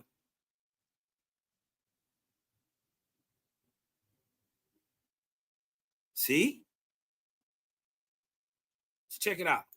What I've done is I've figured out about 7 different elementary particles, fundamental particles. And then there were secondary generational particles that seem to occur. And when these things began to build up more and more, they began to create their own systems. And these systems is what I brought to Oxford because I would like for you guys to. Pants that come in more than 60 different sizes. Holy commercials on this damn thing. Let me show you how we do stuff around here. Actually, my department uses Monday.com, so I'm good. Examine them. Put them to test. Because I bet you will find all the fundamental particles that they've been looking for in the unified theory of the universe. It's a big statement. But I've got a lot of stuff to back it up if given the opportunity to do so. But the flower of life has been opened. And when we get an opportunity, I'd love to show you some of these things. Can I go on? Yep, you good? I can't, without being able to show the pieces, it's a whole different monster. But all of these wave conjugations, all of these states of matter, all of these things, it's time for that to be changed now. We have changed all of our buildings to be aerodynamic. Our airplanes are no longer based on a 2-dimensional Euclidean way of life, but our math is still based on a 2-dimensional way. And I think in order for us to reach the future, we have to examine that. Do you guys know about loops in math? Do you believe in loops? Do you know the square root of 2? Do you think that's a loop? Any other number that above 2, that you put in and you cube and you square, cube and square, and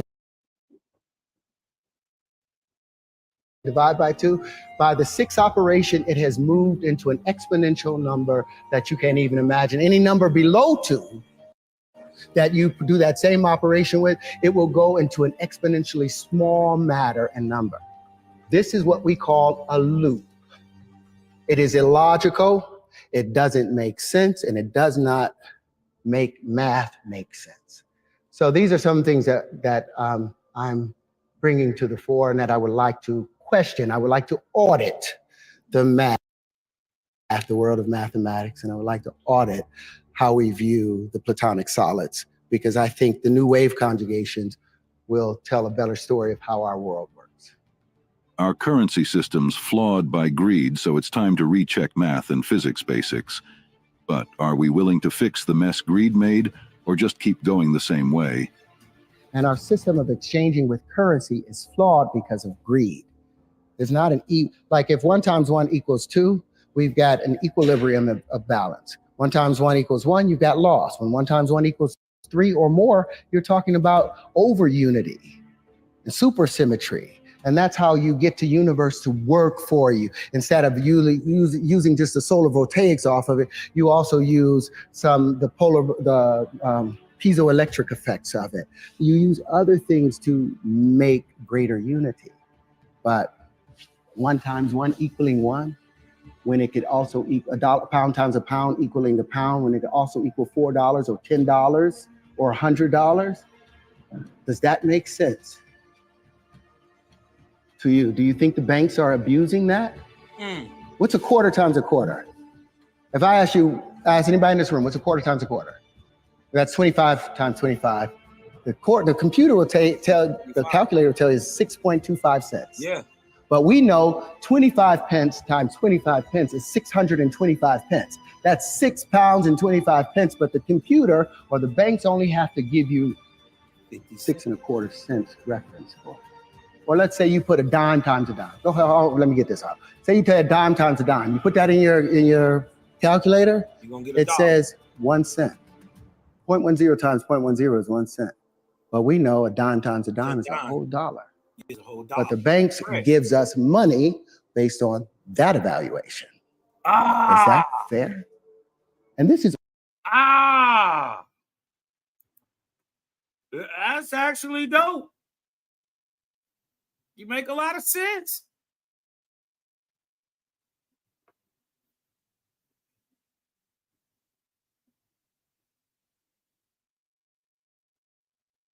What was it? What? Not people.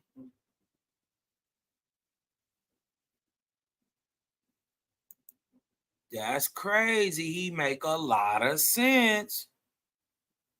He's asking the question, is this even legal?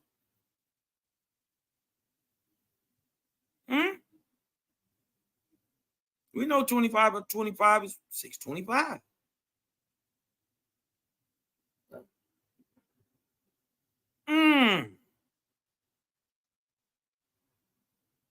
Had they been shorting us from the whole game?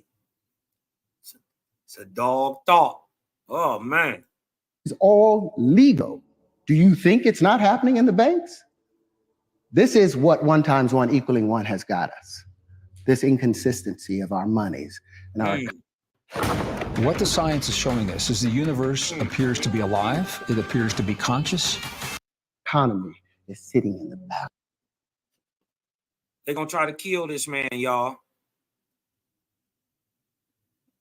Terrance, man. Holla at the gang, bro. Need some people around you, bro. I thought it was odd or interesting that they threw up a picture of Jesus on the cross while you was talking. That's because they're going to try to crucify you, son. And I just called my brother son because he shined like one. You dig what I'm talking about? They're going to try to kill this man. Bro, I pray that you hear this. I pray that this reach out to you. Is this going to be so beneficial? They ain't going to be able to stop you. You can't do it by yourself, bro. And you got to have some people who, first of all, overstand where you going. Huh?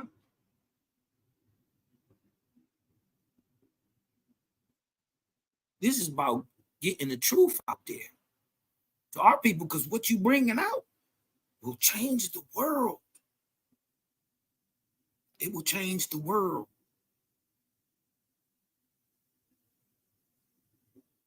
Bro, holla at us. And the rest of our future is sitting in the balance because our science has been stunted as a result of the problems in mathematics, because math asks for the basic laws of physics to break down in order for 1 times 1 to equal 1. In order 1 times 0 to equal nothing, laws of conservation of energy has to disappear. And math is the foundating laws of math is supposed to support the laws of physics. They are arm in arm. Facts. They cannot be in controversy with each other. So we need an audit on the Platonic solids. We need an audit on the square root of 2. And we need an audit on action and reaction. Or we either got to get rid of, we say 1 times 1 equals 1, and there's no action and reaction. One or the other. You can't have both.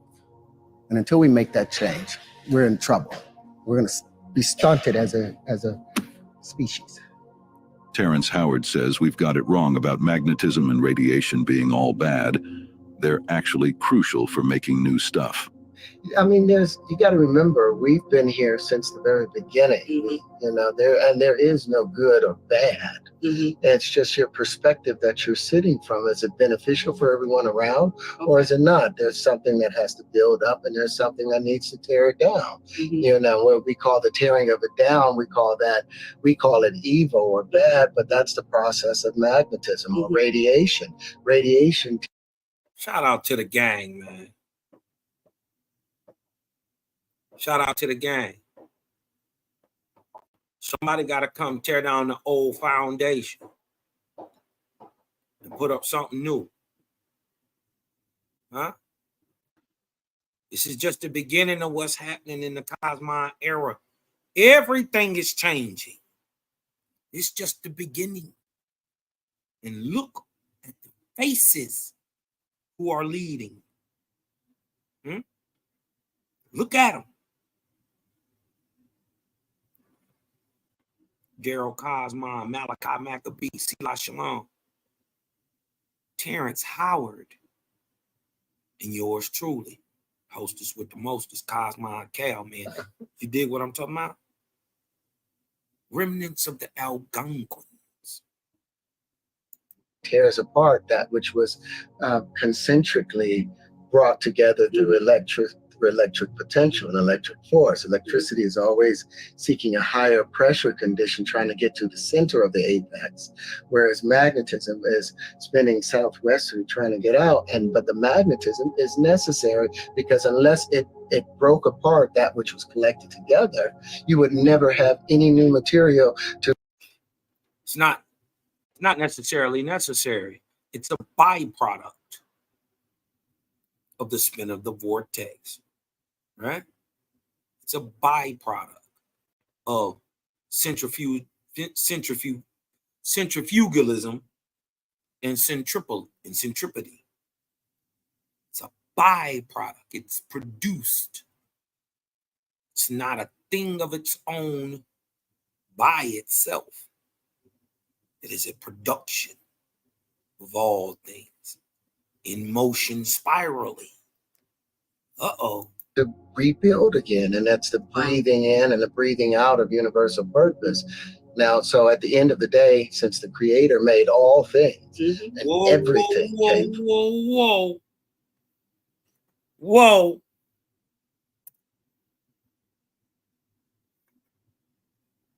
Again, and that's the breathing in and the breathing out of universal purpose. Now, so at the end of the day, since now we know what they say about condensing and contracting, right? You know, we know how that go, right? As faith is. But what this brother say? You would never have any new material to rebuild again, and that's the breathing in and the breathing out of universal purpose. Now, so at the end of the day, since the Creator made all things. Yah said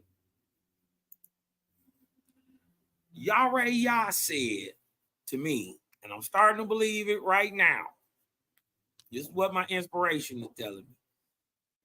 That he know. He just can't say. But it's some things, you know, when you know, it's hard to, your lingo is going to change, right? And for those in the know, they're like password, keywords, dog whistles. So you perk up when you hear, since the Creator made all, Who made all things raggy? Who made all things raggy? Hold on, let's get back. Hold on, I got to get one more. Come on now, who you said did it? And everything came from the Creator. Right. Terrance. What? Wait. He got this wig. Listen, he got the bitch where my money at perm in that month. He got that 70s black exploitation fro. He got that pompadour. You dig what I'm talking about? He got that pressing curl. You dig what I'm talking about? You can't tell me he ain't no Indian.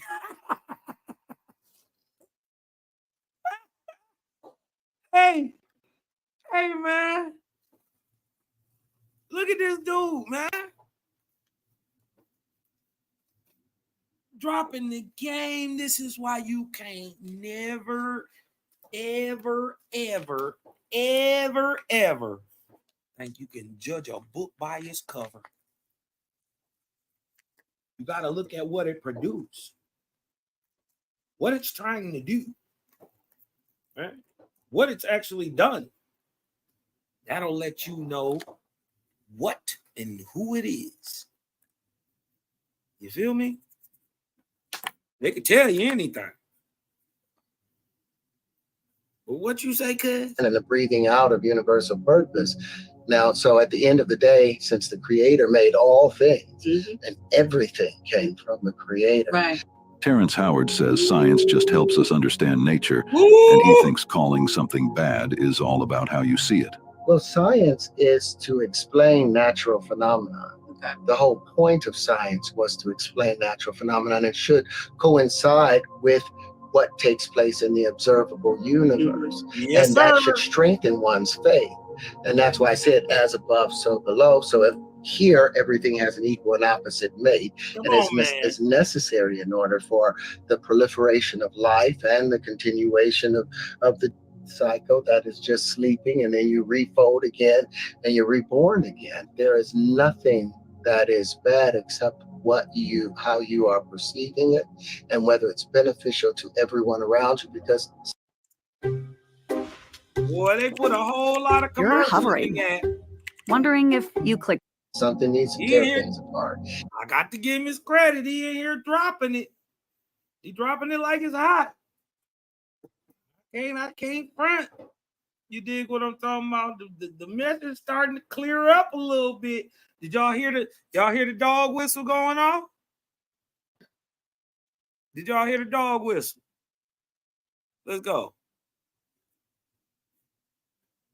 He said some things. The proliferation of life and the continuation of the cycle that is just sleeping, and then you refold again and you're reborn again. There is sleep, right? That's why they say the sleep is the cousin of death, right? Sleep rejuvenates the body. So he's right about that. It's a small death. They also say so is an orgasm. There's nothing that is bad except how you are perceiving it and whether it's beneficial to everyone around you, because something needs to tear things apart. The FDA had 6 different grand juries to try and indict this man, and every time they did that, he had his patients that came in there, patients that were supposed to be dead 25 years ago, that are sitting there with their entire families, saying that I am here as a result of this man's work. But if I followed my course, my mother would still be here. But again, that's like the time traveler, he developed the time machine so he can go back and get his wife, but it was his wife that led him to build the time machine. So no matter what, he was always going to be repeating that. And I had to recognize. That's another thing you're going to learn. Rocking with the faithers. You don't get in a machine and go to time. It's not how time travel works. Notice I didn't say time travel didn't exist. I said you don't know how to make it work, right? Because you looking outside of yourself to make this thing happen, right? Remember, we are getting a lot of these visuals from people who are, in a sense, soulless. You dig what I'm talking about? Pointless as to their direction in life, right? Not fully in declension or in ascension. Starting to learn it's a lot of middle ground everywhere. It's a lot of gray area. You know? Let me see. Hold on.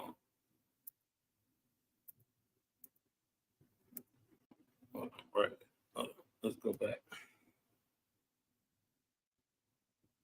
Let's go back. Born again, there is nothing that is bad except how you are perceiving it and whether it's beneficial to everyone around you, because something needs to tear things apart. The FDA had 6 different grand juries to try and indict this man. And every time they did that, he had his patients that came in there, patients that were supposed to be dead 25 years ago, that are sitting there with their entire families, saying that I am here as a result of this man's work. But if I followed my course, my mother would still be here. But again, that's like the time traveler, he developed the time machine so he can go back and get his wife. But it was again, you don't get in a machine and go anywhere. You go into self, and time comes to you. It is literally replayed like a movie, but from the actual living men and women of the time you are trying to go back to. So not only do you see what they are perceiving in that time, you feel the emotion. If it was cold that day, you'll feel the cold, right? You don't get in a machine and go through time. You go into self, and time comes to you. His wife that led him to build the time machine. So no matter what, he was always going to be repeating that. And I had to recognize that the universe doesn't make any mistakes. My mother was here long enough to do what she needed to do, but her passing reminded me that Shopify has impacted our business heavily. It gives us a platform.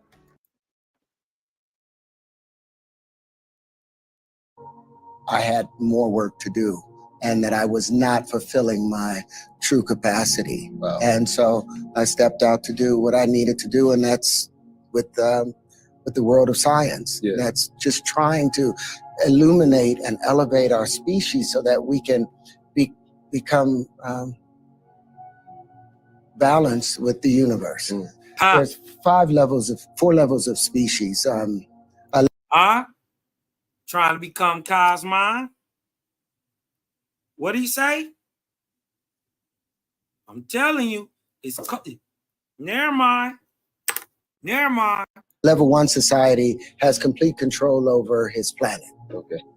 And the resources, and they're able to balance with it. Level 2 society would have complete control over their sun and the solar system.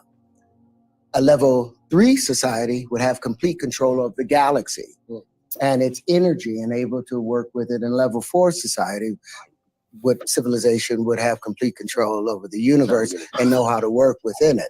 Well, that's not possible when you have imaginary straight lines in a world in the universe where if all energy in the universe is expressed in motion, and all motion is expressed in waves, and all waves are curved. So it's like, where did they get the straight lines to make the platonic solids? If every action in the universe has an equal and opposite reaction, which we know it does, and therefore the greater the action, the greater the reaction, the greater the reaction, the greater the resistance, the greater the resistance, the greater the curvature. Therefore, everything has curvature. So where did they get the straight lines to make the platonic solids? When I was examining the human body and, you know, the digits of fingers, they have the same nerves that run into our teeth. The same exact nerves. Our teeth would be fingers. They're an example. That's why you don't go and let them take your teeth out to put somebody else's pretend smile on you. But also with the human mind, over 60% of our mind is geared towards our digits, our hands. So if you're only writing with one hand, you're losing half of your brain's potential. And if our legs behave the way our hands behave, where only one leg was dominant, then we would be crippled. And so I started writing when I was a teenager. I started writing backwards first I started writing with my left hand. Then I was like, why am I only writing in one direction? And what I found when I switched from a right hand to my left hand, that it was a different personality. It was a different kind of writing. It was like my brain had reversed itself. But then when I started writing backwards, it polarized. And I was able to understand a lot of this stuff. And so I dug real deep into it, and I got to the understanding that we're living in a multi-dimensional universe, and there's at least 11 dimensions. Otherwise, the universe would collapse.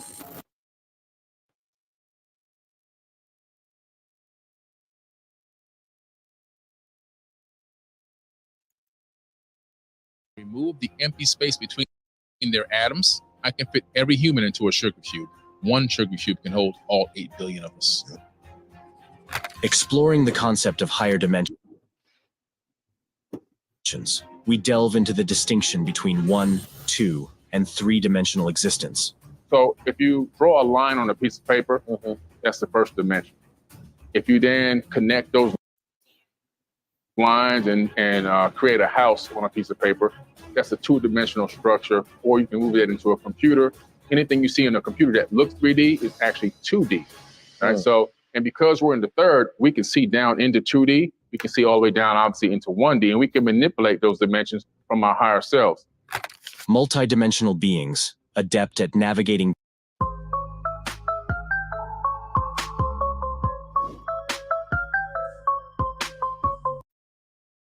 different frequencies, may coexist alongside us, hidden from our perception. I think we have under the ocean that there's people living here that have been here for a very long time. I believe that they have their own breakaway civilization. The oceans are pretty much mostly undisturbed, and they're there. I think you also have multidimensionals, beings that are in higher dimensions or other dimensions that know how to match their subatomic frequency to our particular dimension, and they can walk right in or fly right in or come right in some type of way. Now, now there are beings in 4th, 5th, and 6th dimensions. There's people above us.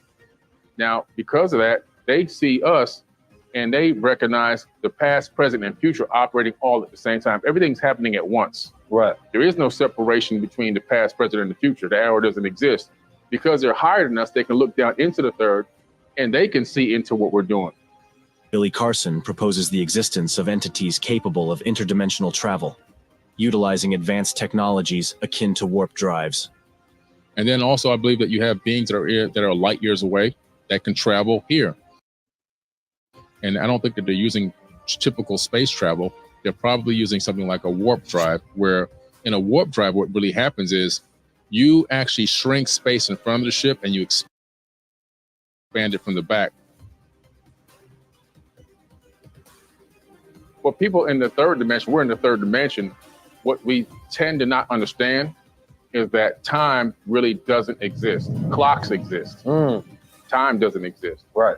And like you said, we've been given this functional arrow of time, which puts us in one specific direction. so that we can organize our thoughts and our days and our years and weeks and what we're going to do and where we're going to meet up with somebody and everything else.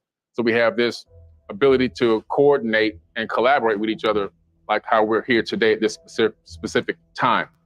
However, if you understand that time is also an illusion, it's something that you can use as a tool, but if you also understand that it's an illusion, then you can actually master time and you can maximize what you do. Time is an illusion. I guarantee you that is spoken by a man who has never done a year in prison. Time ain't no illusion. It's real. And you can lose it, right? Time is the measure of the creation of a thing to its dissolution.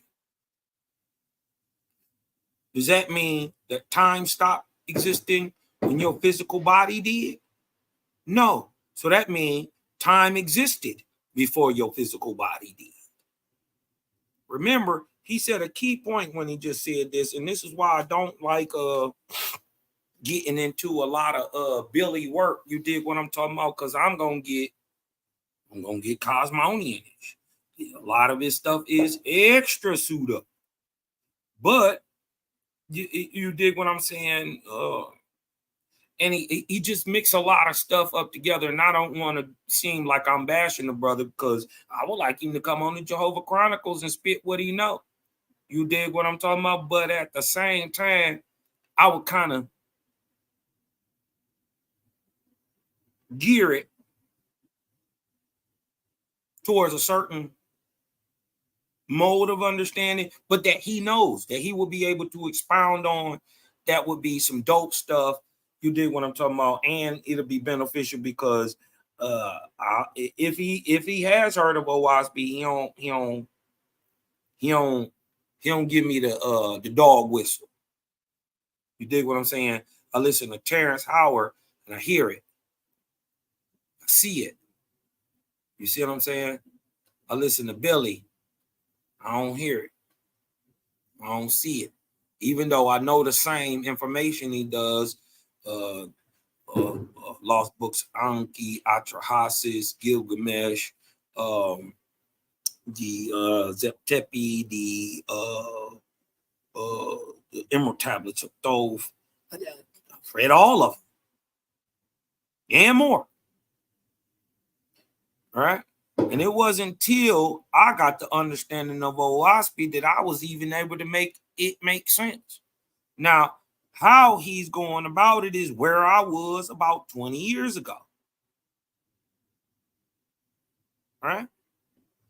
But remember, I already knew I didn't know, but I know I was wrong now.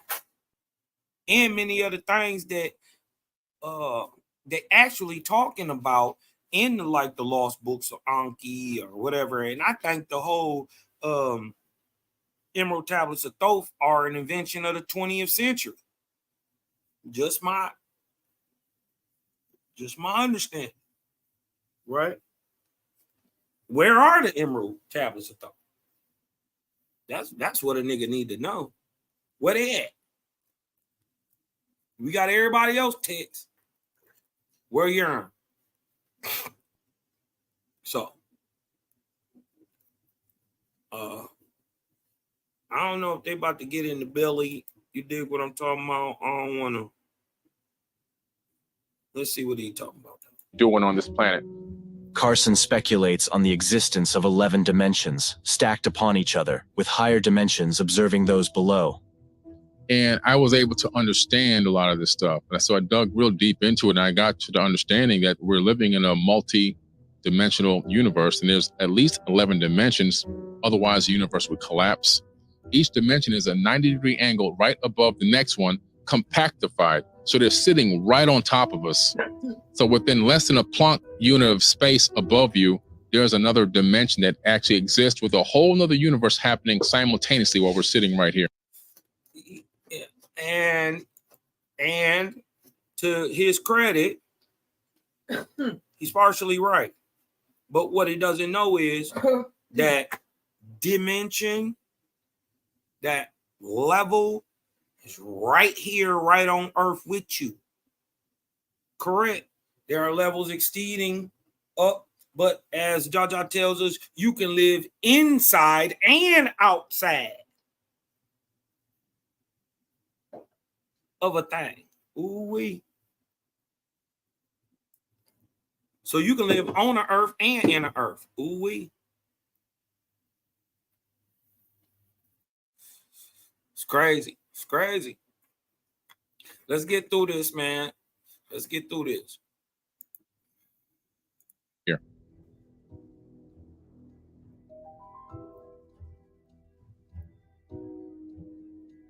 The fourth dimension is something. I finally found it. I've been searching for the perfect head shaver for over a decade now. The grooming Baldy Pro. Something called a tesseract. I don't believe there's any dimensions other than the one we're in. Right? Everything is all one thing. Right? Just like you can't see outside of 700 nanometers of the electromagnetic spectrum, don't mean that that gamma ray ain't there. Well, what roams around in gamma rays? How you know? You dig what I'm saying? What rolls around in that spectrum? Higher etherian angels, angelic beings. Huh? Well, then, what's below 400? The low demonic beings, more earth-like, huh? What's in the middle? Man.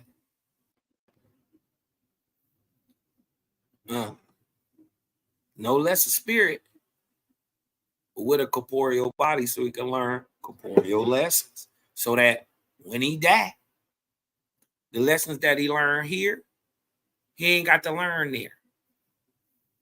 He go to a place situated right for his grade or his level of spiritual comprehension.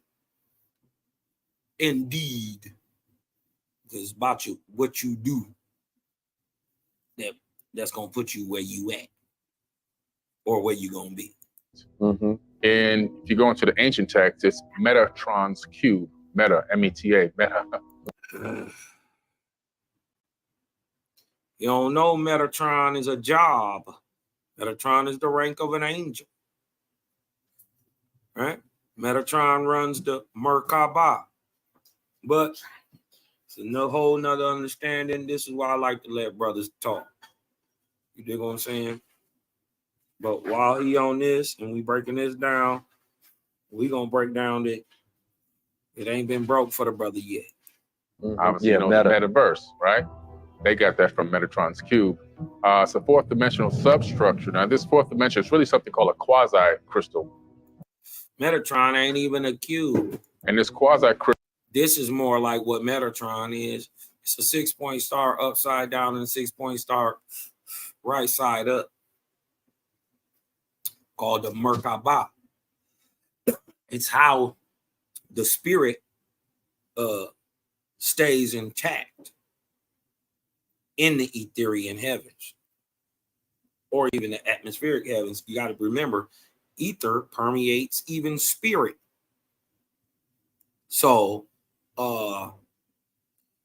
you know, and because as above, so below, the same thing ether does on earth, it does in the heavens. It sublimates everything. It tears it apart. Think a glass of water, right? And you got a teaspoon, a big old teaspoon of sugar, right? You pour that sugar in there, you dig what I'm talking about? You might be able to see it reach the bottom. As soon as you put a vortexian motion or a spin on it, what happens? The water, acting like the ether, sublimates the material and makes it transparent. What I'm telling you is there's still the same amount of sugar in that water. It's just now see-through. And if we evaporate the fluid, we can still pull the sugar out.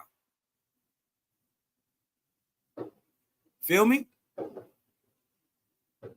That's the same thing space does to corporeal or physical material. It rams it together or sublimates it, tears it apart. This is why from day one after your birth, you start dying. Or what on Earth is called aging. Crystal in the fourth dimension, it casts a shadow, and the shadow that it casts, it creates the realm that we're living in here. We're living in a shadow of a higher dimension. That shadow creates a third dimension. It actually creates a fractal of it, creates this fractal holographic matrix that we're actually maneuvering in the third dimension right now.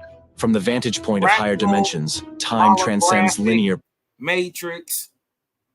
Yeah, right. If you don't believe none of this shit real, go and get you a nice little knife. I mean, a nice little good steak knife. Right? Go on, sit on the couch. You dig what I'm talking about? I want you to take that knife. I want you to raise it up above your head. I want you to jab that thing into your thigh. Go on now. Now, you shouldn't make any noise. Shouldn't hurt at all. Nothing. Why? Because you think we live in a hologram or a matrix, a simulation, or something not real. If it's not real, that pain ain't gonna be real neither. And you shouldn't feel nothing. progression, Stick yourself, Tony. existing as an interconnected tapestry of past, present, and future. And from higher dimensions, they experience time differently. Time really doesn't exist. The past, present, and the future happen all at once. Facts. So somebody, for example, from the fifth dimension would look at us and they'd be able to see us. Imagine us in this building here, but imagine when I first walked in, and imagine us in here, and imagine me like in the bathroom or something. They'd be able to see us in all the different rooms. The different rooms represent different time frames of existence within this structure. So they could see the past, present, and future at the same time. So it's pretty cool. Weird stuff starts happening the higher the dimensions you go. That You mustache can address was a fourth crazy. dimension of time, like Albert Einstein was saying, if you're just looking at a third plus a fourth being the arrow. But when you actually move up into another dimension, we now know in quantum physics that there is actually a fourth dimension. So all dimensions are in 90-degree angles of each other. And according to quantum theory right now, we're really anticipating that there's at least 11 dimensions, or otherwise the universe would collapse. Listen, it couldn't just be 11. It would have to be infinite. Right? Because if you think they all laying on top of each other, well, then it got to extend to the edge of the known of whatever.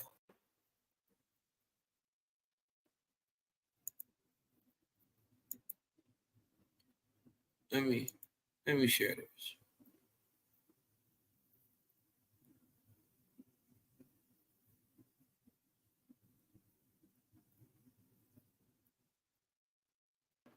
That's about solar wind. You dig what I'm talking about?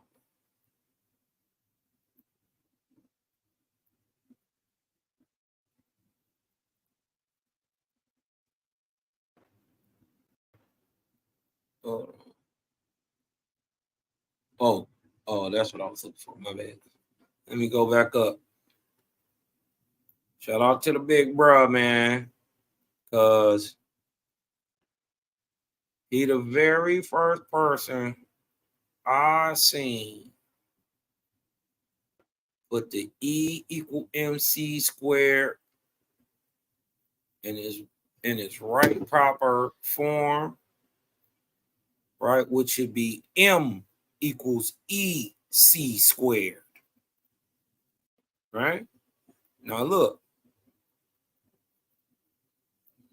right? Now, the emblem of corporeal mass of corporeal dissolution or mass dissolution and of the escape or release of the potent power or energy within. Here we have the statement of the equivalence of mass and energy, or Einstein's E equal MC squared. Shout out to Daryl Cosmon, because what this brother just is showing here in the study of WASPI is the how Einstein's equation should actually be written, right? But Daryl Cosmon took it a step further and actually debunked it, showed it with work. That's way back in the 60s or something on my channel. Y'all go back to the 60s and something and watch Daryl Cosmon demolish Einstein and the theory of relativity. But here go another fight, this brother kicking some more butt. Showing, he just showing it. Watch. The statement of the equivalence of mass and energy, or Einstein's E equals MC squared, from his special theory of relativity, it was in WASPI in statement form long before Einstein formulated his famous equation in 1905. When did WASPI come out? 1882. Catch up, mustard. To illustrate what WASPI refers to as the potent power within, 1 kilogram of radium is converted into the equivalence of 400 tons of TNT, or 1 kilogram of radium mass times C squared equals 400 tons of TNT or energy, equals multiplication equals E equals MC squared, or 2 times 2 times 2 equals 8. 400 tons of TNT or energy is compressed into 1 kilogram of radium, right?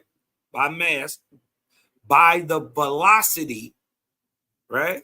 Didn't I show you, which is the mass, by the velocity or the frequency or rate of spin of motion, which creates pressure,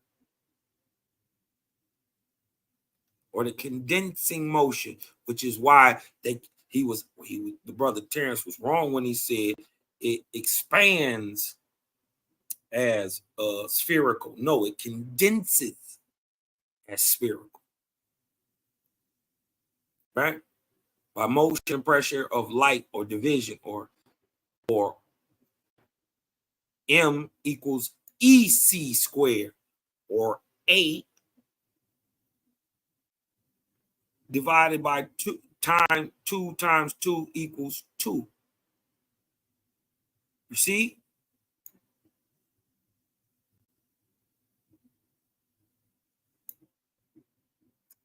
E equal MC squared in simplest fundamental numerical form equals the lowest number you can square and get a larger number. You cannot square 1 because 1 times 1 equals 1. This is what Terrance is busting up, right? So C squared, or C2, is 2 times 2, or 4. And C2xm equals the E. The smallest number M can be also is 2, because 4 times 1 equals 4, but 4 times 2 equals 8.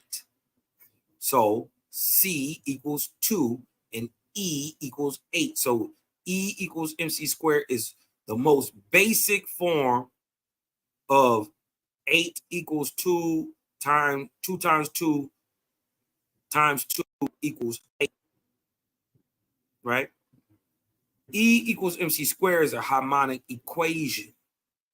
8 is the number of harmony, and 4 and 2 are harmonic divisions of 8. Y'all see that? So energy has a 4-to-1 relationship with matter, or 8 divisible what by 2 is 4. Now see that? As Owaspi says, let E stand at 1, corpore as 4, from the book of Cosmogony and Prophecy 7 and 1. Let's go look at the book of Cosmogony. Hold on. I got it up here somewhere. What's that? 7 and 1? Book of Cosmogony, 7 and 1.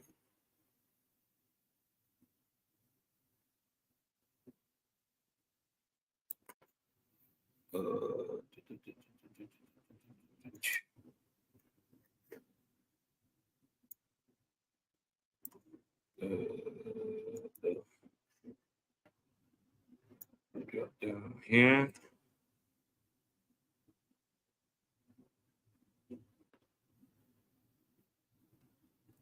Seven and 1.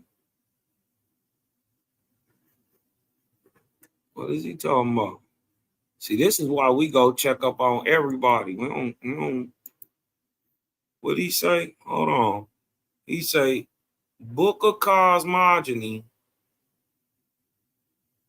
chapter 7. Hold on. Am I tripping? Hold on.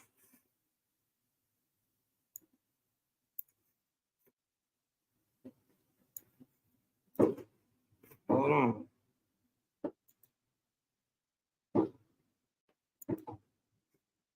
Okay, hold on 1 second, y'all. Book of Cosmogony.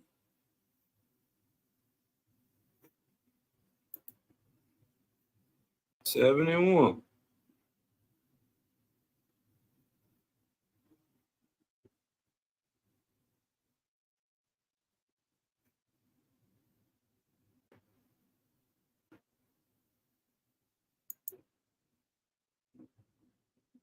All right, he's saying what right here? Let Eve stand as 1, corpore as 4.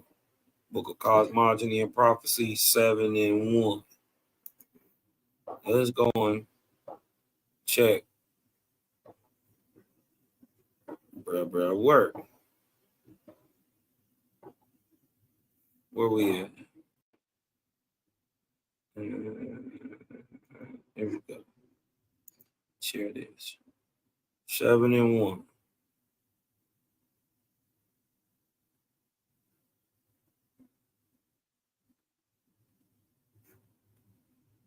Having shown the impossibility of philosophy based on corporeal knowledge to demonstrate truth in regard to unseen things, and in regard to planets distant from the earth, it now becomes the part of these revelations to put the student in a position to learn from the unseen forces which govern all corporeal things, man included, as a general and important part.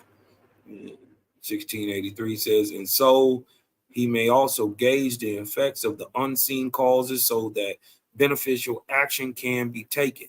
Note regarding unseen causes that the beneficial action taken by man may be augmentative, preventative, or palliative, depending upon the nature of the cause and the existing expertise of man. For, of course, some unseen actions, including periodic actions, are deleterious, while some are beneficial. Deleterious means it can be negative. It can have a negative effect, and some can be beneficial.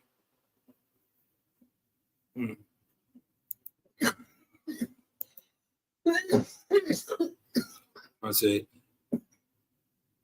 all right, E equals MC squared equals nuclear explosion. equals does not create energy. Release or expansion is equal to the release or expansion of energy. This is what E equals MC squared. It equals explosions. And this is what they went and used this for. They turned this understanding into bombs. This is where you get Fat Boy and Lil Man and Fat Boy, the bombs they dropped on Hiroshima and Nagasaki from this understanding of E equals MC squared. And if, right, it does not create energy, it releases, or is the expansion of energy equals MC squared equals a lot of energy is released from little mass or multiplication, right? M equals EC squared is a lot of energy is compressed into little mass. See how the math hit different?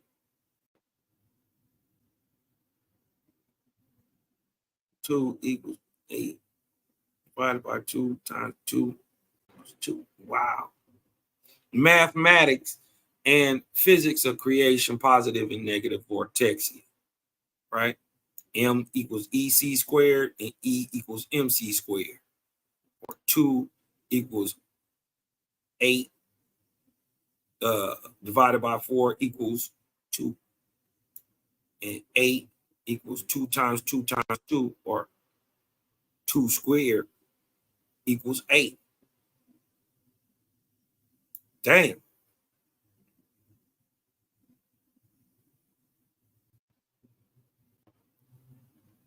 All right. Let's get back to this video. And we're going to go ahead and close it out, man. I've been rocking for a minute. So there really is truly a 4th, 5th, 6th, 7th, all the way up. Not just the arrow of time. That's just something extra. They try to make it make sense back then by saying the 4th dimension is time, but time is actually not a dimension at all. In the vast emptiness of atomic structure lies the revelation that our reality is but a manifestation of slowed down light waves, illuminating the ephemeral nature of existence. So is the idea that when you're in a higher dimension, you can see below lower dimensions, but you can't see dimensions above you? Exactly, unless you have the capability of matching. First, you have to obtain the frequency of a higher dimension and then match that frequency to be able to walk in. So match the frequency. Yes. Same way we explained how to get out of Shinva, right? Or how to get out of the atmosphere. This is how you know they lying about going into space. You dig what I'm saying? So, for example, okay, my hand is stopped now by this table, right? Why is it stopped? I'm not really touching the table. There's repulsion going on. Electromagnetic repulsion between the electrons in my hand is repelling the electrons in the table. You don't really touch anything. Now, if I can match the subatomic frequency of the atoms in this chunk of wood here on this table, with my hand, I'd be able to pass my hand right through this table unscathed. Why? Because atoms are 99.999% empty space. Nothing is really here. Everything is only a light wave slowed down to a particular frequency. And so if you can match frequencies, you can merge with things. You can walk through walls and all that kind of stuff. The things that seem paranormal could be advanced beings have tapped into some type of understanding of how to match different frequencies in our dimension and appear apparitional or paranormal. But in true reality, they could just be taking a peek in. I believe personally, just based off of my research, and I've gone through now over 1,000 scriptures, texts, papyruses, cuneiform tablets from all over the world. They all have a very similar story. And all these ancient civilizations talk about beings, not just beings who came here from other planets, people that look like us and we look like them. In other words, not identical, but very similar. In other words, a bilateral, bipedal hominid of some type that can maneuver around, that has appendages that can manipulate the environment, because without that, you can't move out into space and other places. And they also talk about multidimensional. You get into like the Nag Hammadi, stuff like that, talking about multidimensional beings. And so in physics, in quantum physics in particular, they started theorizing on these dimensions and were able to even analyze and discover some that they actually do exist. And on top of that, they realized that the dimensions are packed so tight on top of one another that if you can phase shift your atomic structure, your subatomic frequency, you can walk right into another dimension. And so they started postulating, what if beings from higher dimensions or some of these apparitions and these paranormal phenomena that we're seeing, are they able to maybe take a glimpse or a peek? Are they phasing through into our universe? And so from higher dimensions. And so they started really theorizing it. It seemed to be, and based on my research, that there's people living. I am afraid you are forbidden from boarding without permission. My own ship. If there is something you need. Well, there is, yes. My pistols and my men. Keep asking to see them. Your men were brought to Terrance. Everywhere. Not just, and I'm talking about little green men with antenna. I think that there's people living all throughout this universe in the third dimension. And I think there's people living all throughout even higher multiple dimensions, maybe at a certain level, a certain height in those dimensions. Maybe they don't have a real corporeal body. Right. Non-physical. Non-physical, you know what I'm saying? But I believe that the consciousness is there. Quantum physics proves it. See, when we look into the quantum world, everything changed. In standard physics is where we are right now, in the large side of physics. But the smaller you go, the more weird things get.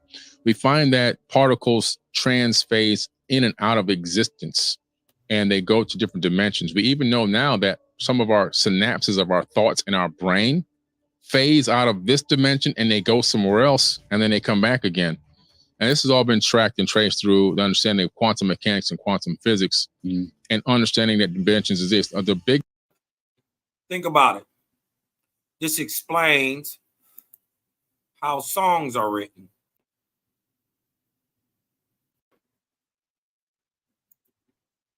You did?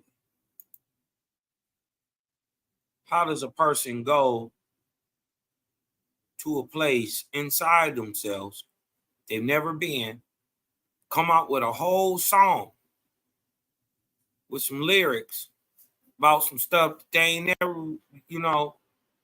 or even if they did do it, they ain't put it to no rhythm and no rhyme and beat. So this would explain, freestyling, pulling it off the top of the dome. Where does that come from? Think that's your brain doing that? I don't think so. Biggest way that we made a model of this is we figured out how to create something called quasi-crystals. Now, these quasi-crystals are these multi-dimensional crystals. We actually created an 8th dimensional quasi-crystal. We created this. Yes, we created it. How did we create it? We created in a laboratory using different technologies. And then from that 8th dimensional quasi-crystal, it casts a shadow of itself down to a 4th dimensional quasi-crystal, which then casts down a shadow which creates a sphere. So we know that the universe is most likely the shadow of a higher dimension. It's crazy stuff. Well, one thing people don't understand is that we are all made of actual light. Well, everything in the third dimension is made of light. And so we are light and light is us. We know that the illusion of this avatar body and this chair I'm sitting on. I mean, for those who didn't know, your physical body right now is giving off visible light. It's very, very faint, right? I mean, it may be 400 nanometers. You get what I'm talking about, the beginning of the spectrum of light. But it is, in fact, visible, right? Whether you knew that or not, all you got to do is Google, does your body emit visible light? Key, visible.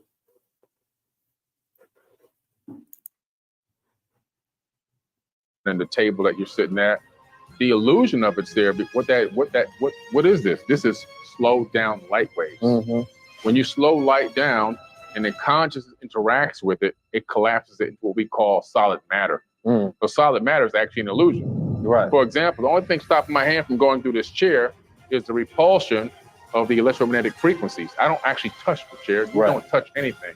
Yeah. And so if I can phase shift the atomic frequency of my hand to match the same frequency of the atoms in this chair, I pass my hand right through it because atoms are 99.999% empty space. Right, like pouring liquid into liquid. Exactly, you know? That's why when galaxies merge together, like we're merging with a galaxy right now called Sagittarius, you don't see any real collisions happening or anything around us. My Sagittarius. Yeah, because, you know, galaxies are mostly empty space, just like atoms. Everything's a fractal.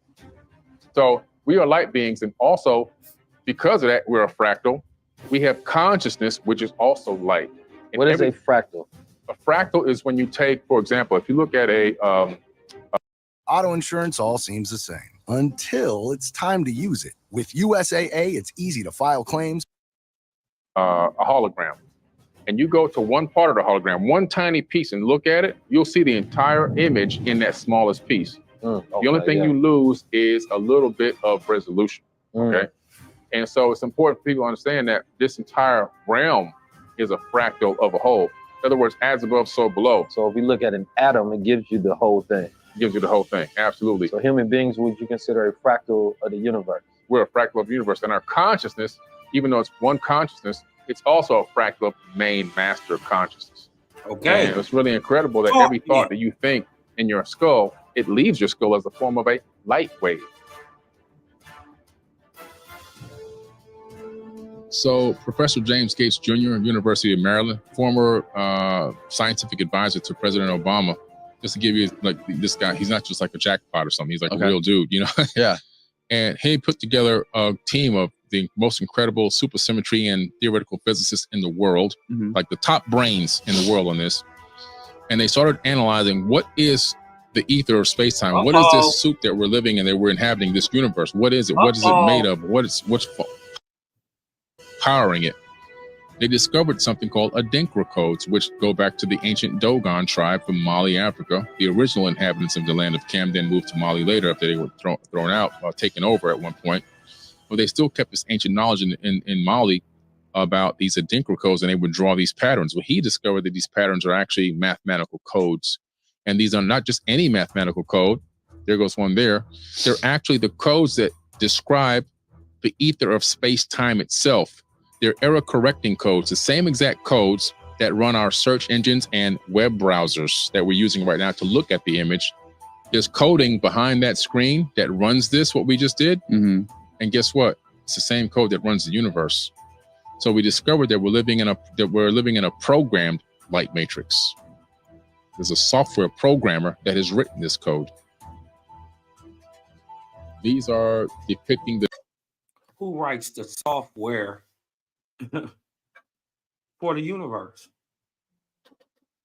Huh? Talk to me. Who writes the code for DNA? Only a creator with a mind unfathomable could ever even attempt.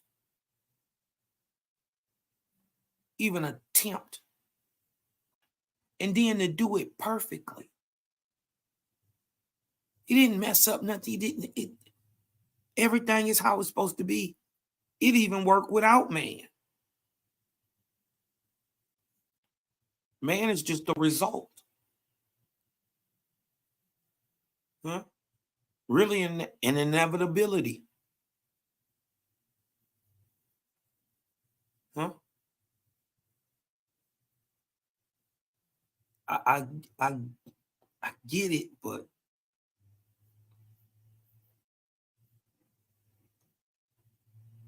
he must understand that there is a creator. He already admitted it. Right? He might be a little slicker with Terrance with the words. You dig what I'm talking about? But he already admitted it. Shout out Billy Carson, man. The nature of reality. Wow. And they actually are mathematical programming codes. They're a special type of code, though. They're error correcting codes. The same type that Google browser is running on is the same thing that runs the universe. Error correcting codes. Yeah. And what do we gain from all of this knowledge? Like, what does this tell us, and where do we take this? Like, what is the, obviously this is like foundational knowledge for us, but like, where do you see it going? Well, if you understand that we're living in a fractal holographic light matrix, it doesn't mean we're not real. It just means that there is a creator or creators. And we're living in something that was created, just like the ancient texts and all the scribes and biblical texts and everything else says. But it tells us, wow, this is the method of the creation. Now we're getting closer to understanding what we really are. We understand now that consciousness isn't made inside this avatar body, that the avatar body doesn't even exist. That consciousness is a stream of something, coming from somewhere else, and is being picked up in this matrix with this coding. If you took all the humans on Earth, there's 8 billion humans on Earth. If I took all 8 billion humans and removed the empty space between their atoms, I can fit every human into a sugar cube. One sugar cube can hold all 8 billion of us.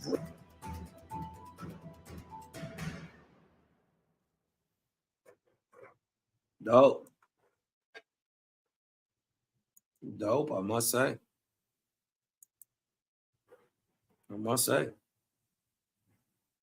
Man, y'all got a little something up out of this today.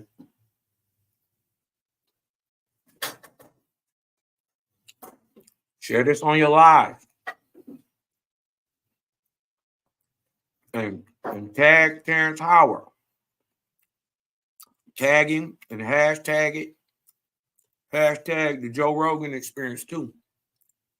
Before you get up out of here, make sure you wipe your feet.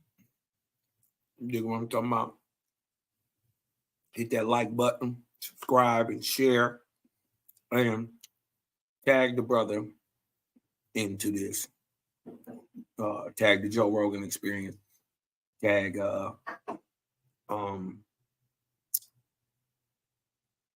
Terrance Howard also. And tag Billy Carson too. Billy understands that there's a creator. We can have a conversation. All right? Because I think I got some things I can help Billy with too.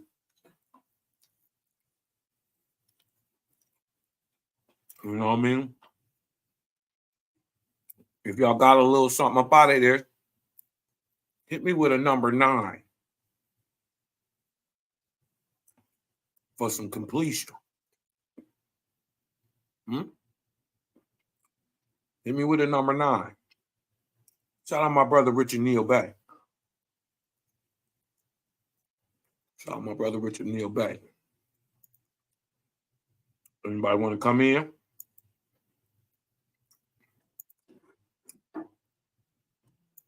Anybody want to come in and chat up in there? Y'all learned a little something new today. You know what I mean? We've seen where we can help the brother Terrance, man. They're going to try to do something to this brother. Believe it or not.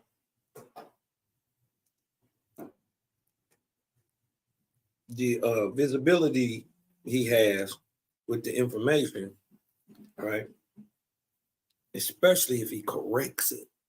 Oh my. Well,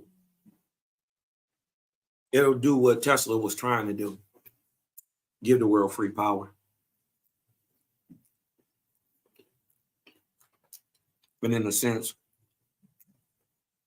a time for leisure and a time to think. Huh? How many of us would make better decisions if you knew you ain't had that light bill, that water bill, that gas bill? Huh? With no car payment no more.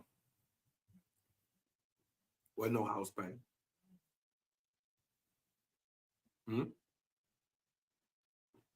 You would have a whole lot of time to focus on you.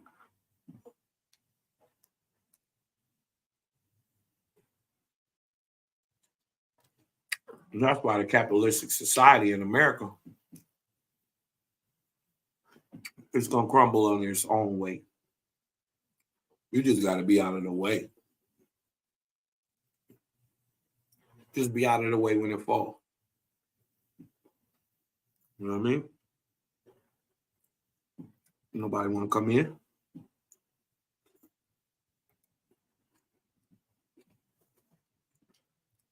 I see the 9s in the chat. Man, let me get some shout outs before I get up out of here. We got up in here. We got up in here. Let's go back. We got up in here tonight.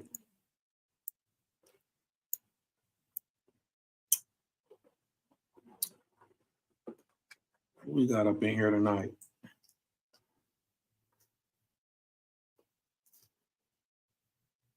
We got up in here tonight. Now what up in this thing? Just me, Bishop X. Peace, peace, peace, man. That's right.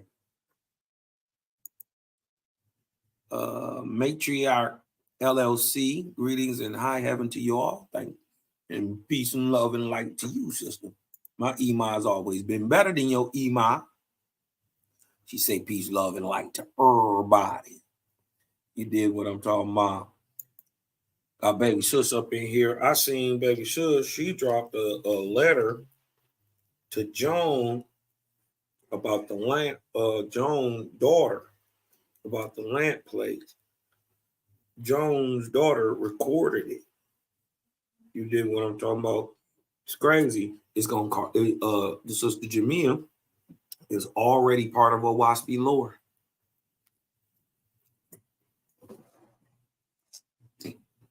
Dope. Jaway.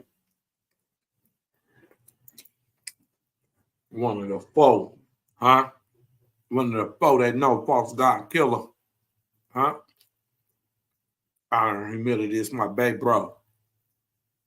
Malachi Maccabee, man. Y'all go over there to Iron Humility FTL.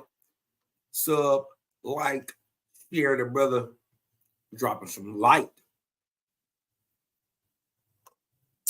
Call him Mally Megaton Light Bomb. You dig what I'm talking about?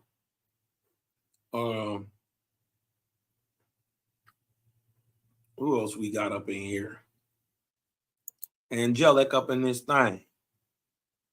Say peace and balance, family. That's right. Mahalia Naturals. My Ema has always been better than your Ema.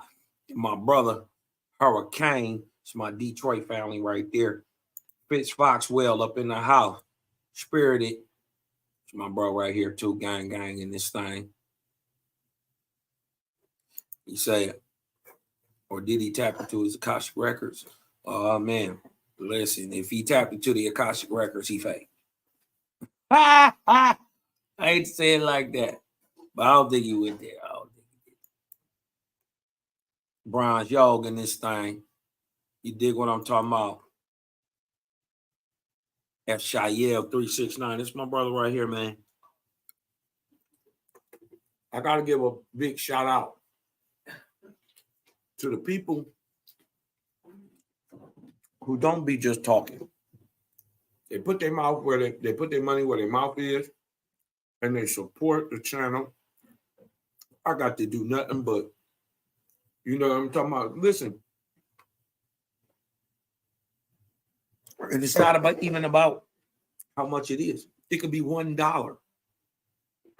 I appreciate it. I truly do. So I always gotta. I know they don't like to, you know, people to shed light on them like that, but I feel that the real recognize the real.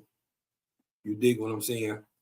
And shout out to everybody who supports the channel, and this brother right here and his family also supports the channel, man. F. Shayel 369. Look like you know something, huh? Look like you know a little something. You know about that 369. You're gonna got to come on to the show, break it down for the family. One of the artists of Yah. Peace, shalom to you, big bro. Yeshaya. Peace and blessings, gang in this thing. That's right. Who else up in here? Just me up in this thing. Uh-oh. I keep telling y'all, my iman is always better than your iman. I keep telling you, Shana, y'all got to excuse me. Keep telling you, my iman has always been better than your iman. Michael Sykes in this thing. You know what I'm talking about? Shout out to everybody for coming through, man. Tone, the lonely one up in this thing, man. Shout out my brother. He always on the road. I keep telling you, my OG's always been better than your OGs. Nakamaya, Makabara. Listen. Peace and blessings to you, big bro. You dig what I'm talking about for an elder so entrenched in his lifestyle so long, you dig what I'm talking about, to be able to perceive the higher light at your age and then make the switch. It's gotta be applauded. It's gotta be applauded. And it leave all the young people no excuse. Leave you no excuse to look. At least look. What would make this man die hard Israelite all his life? Right? All his life.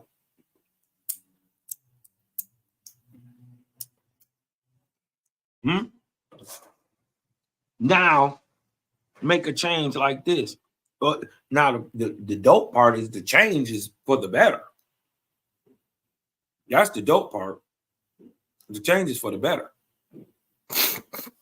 So, but what would make him do that? What did he see? What did he hear? Y'all better get y'all in no waspy.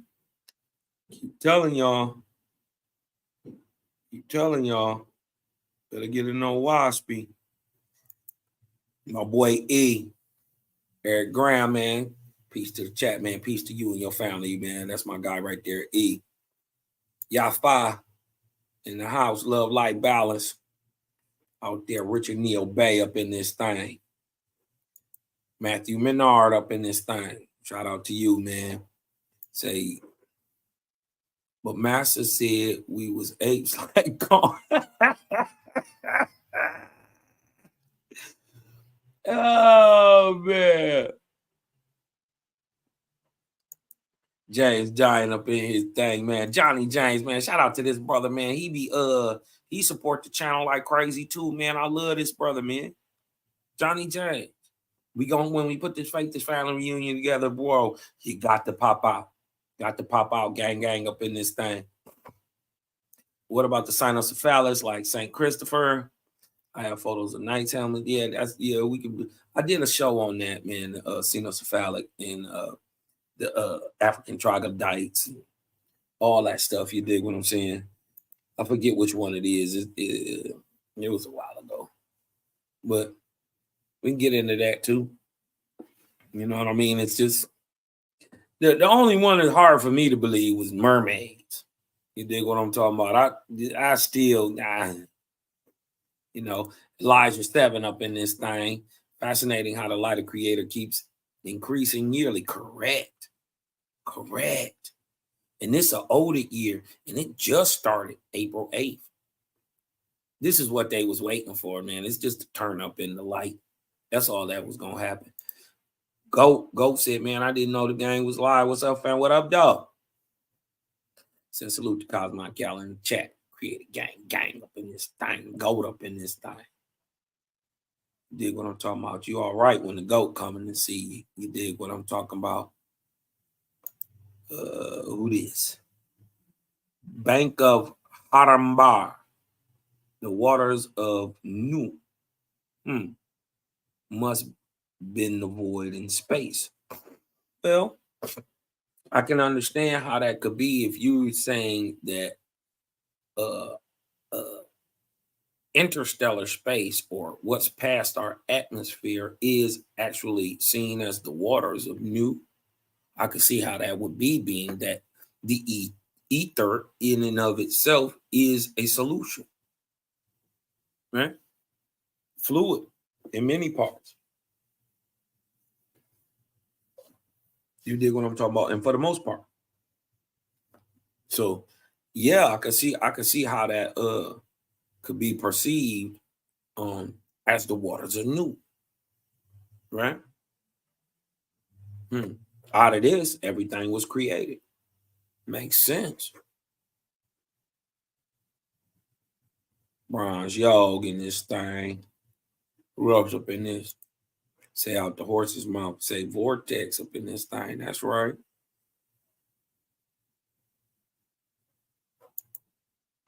Say the aurora lights reflecting off the ice crystal formations. Yes. But it is also just magnetized ionic material leaving the planet. It's negative, right? But being magnetized leaving the planet, it gives off a color because of the juxtaposition that it has against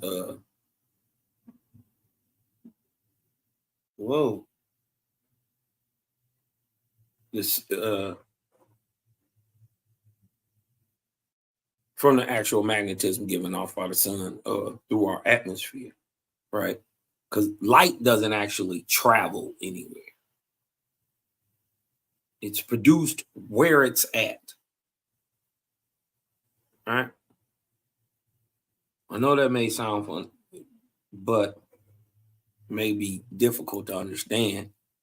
But light, the light of the earth isn't produced on the sun.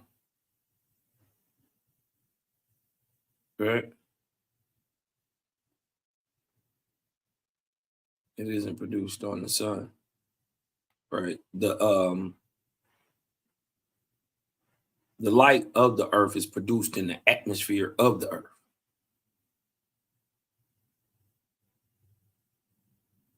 Let me see.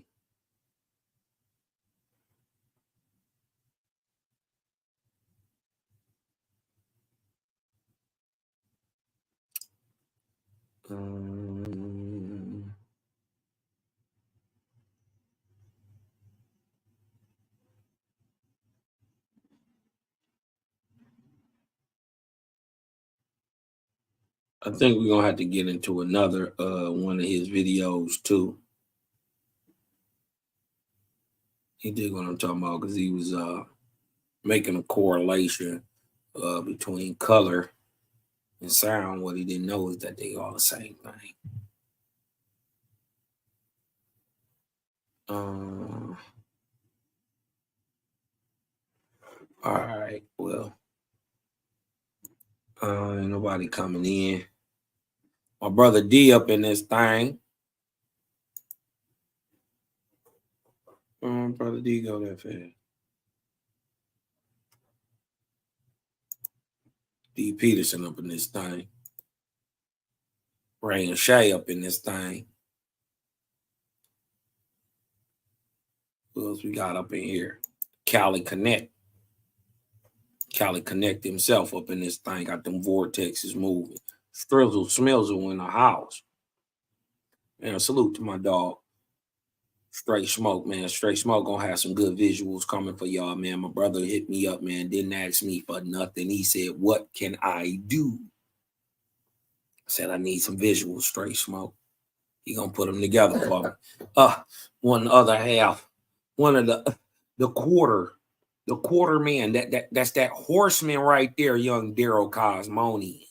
You dig what I'm talking about? Y'all go to Daryl Cosmon, Creator Gang TV, man. Sub, like, share over there on Facebook too. Black Nino Macalini. You dig what I'm talking about? Peace and blessings, man. Out there to you and your family. Ray up in the house. Peace to the sister Ray. I love the fact that, what'd she say? I love the fact that all information shared during this broadcast has been proven. Listen, Cosmon ain't even gonna say it if I can't prove it. If I can't prove it, I ain't even gonna say it.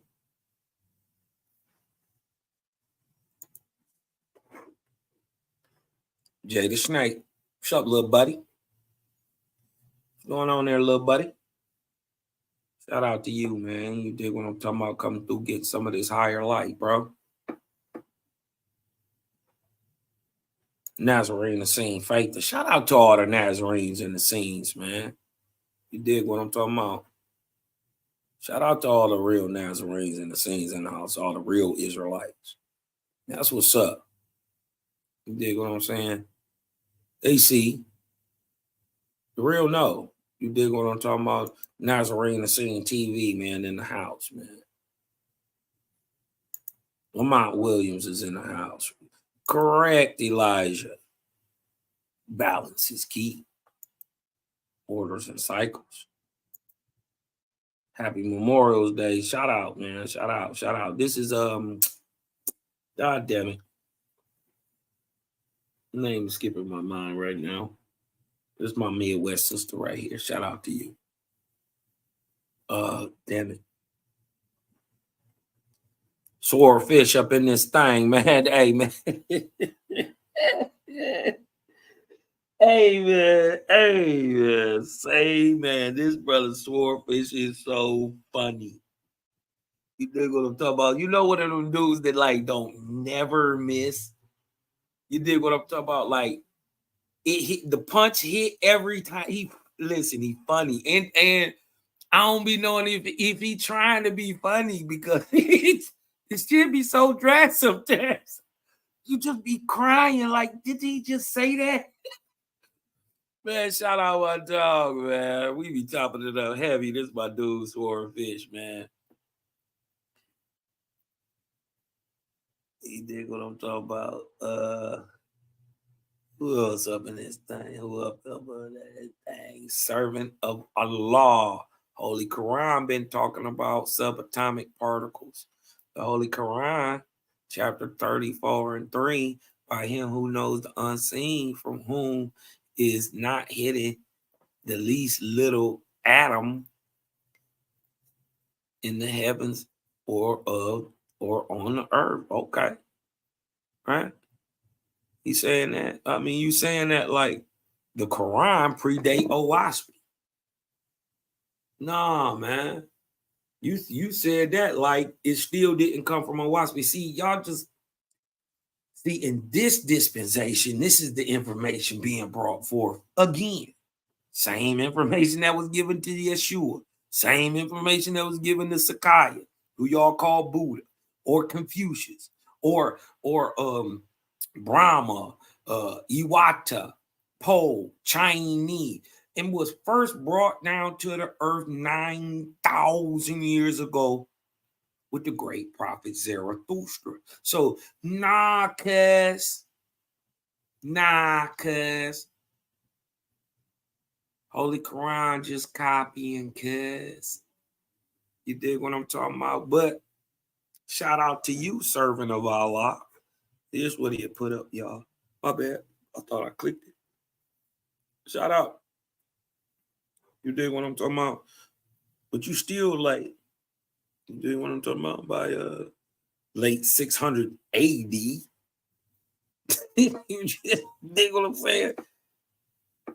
We talking 7053 BC. Different. Yeah. Hey, I got that. I'm about to go watch that, Lamont Williams. I just got that. I'm about to watch that. We're in the age of the cube. Nah, we in the age of the vortex.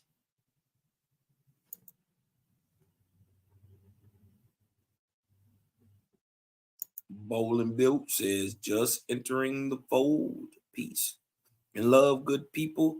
I hoped the gang will tackle this topic. Yeah, of course. We'll get into some more too. Shout out Matriarch LLC. This is how you enter this conversation of ourselves. Our crown is open to receive the message. Correct. This is right. Crown is open to receive messages through meditation on all levels based on frequency and charge. Correct.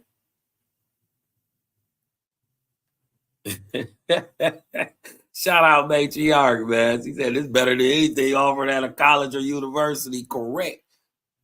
At least it'll apply in real life. You can get a job from it and not $100,000 in debt, and you got a couple pieces of paper with PhD and bachelor on it.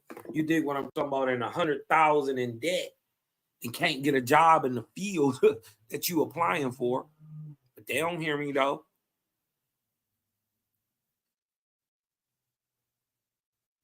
You right, Browns. They do call written rhymes freestyles now.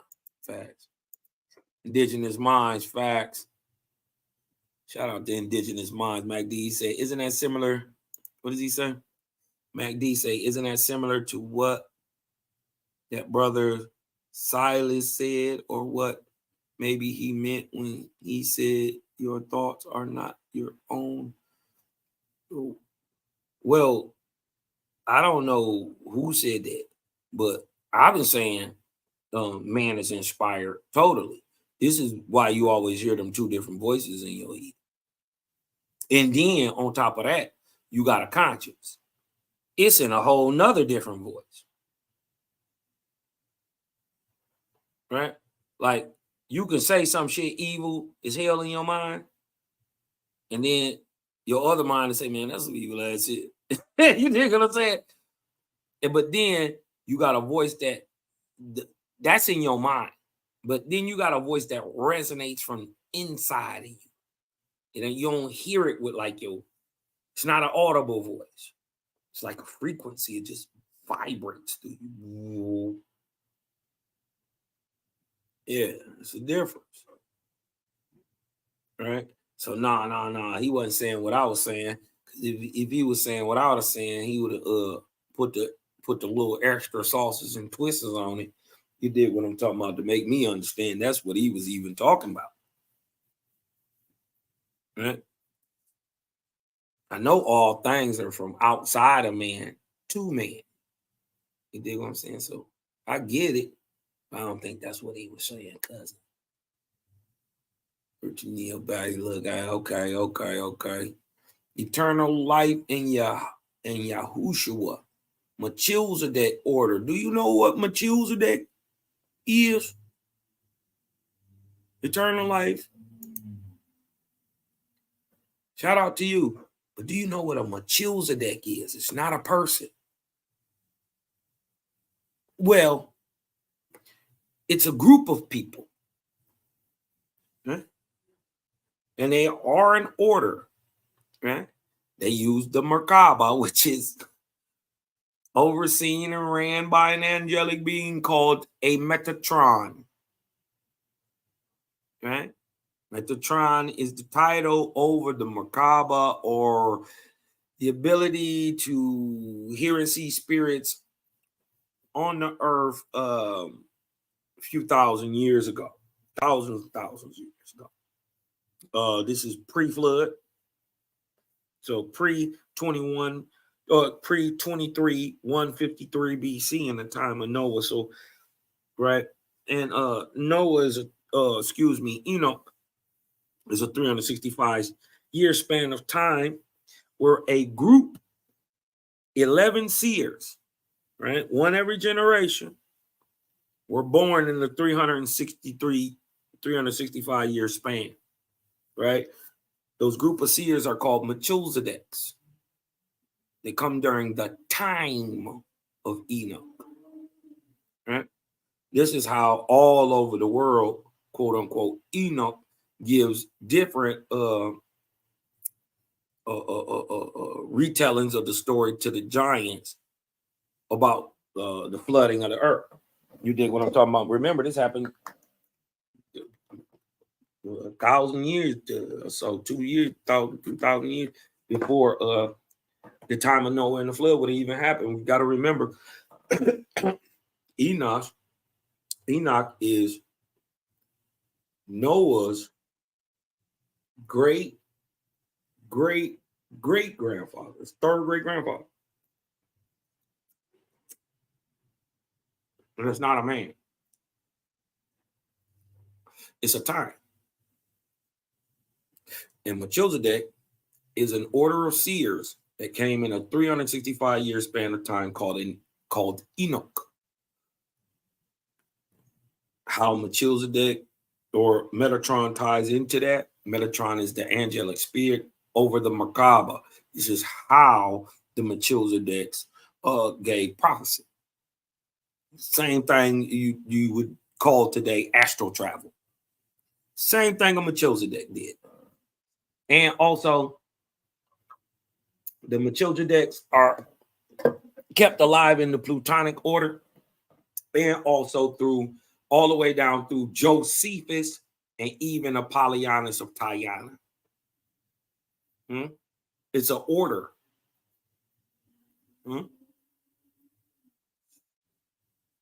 Yep. Shayap is peace to the gods, man. Peace to the righteous gods, man. And Nirvanian goddesses, man. Ain't nobody want to come in so far. So I'm just going to need y'all to do one thing for me, man. All I need y'all to do is one thing, dang. Thumb up the video, right? Thumb up the video. Share it out there on your lives.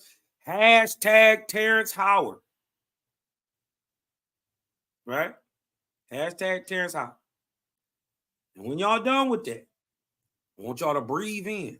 Let that light in, because I'm Cosmine, and I'm out.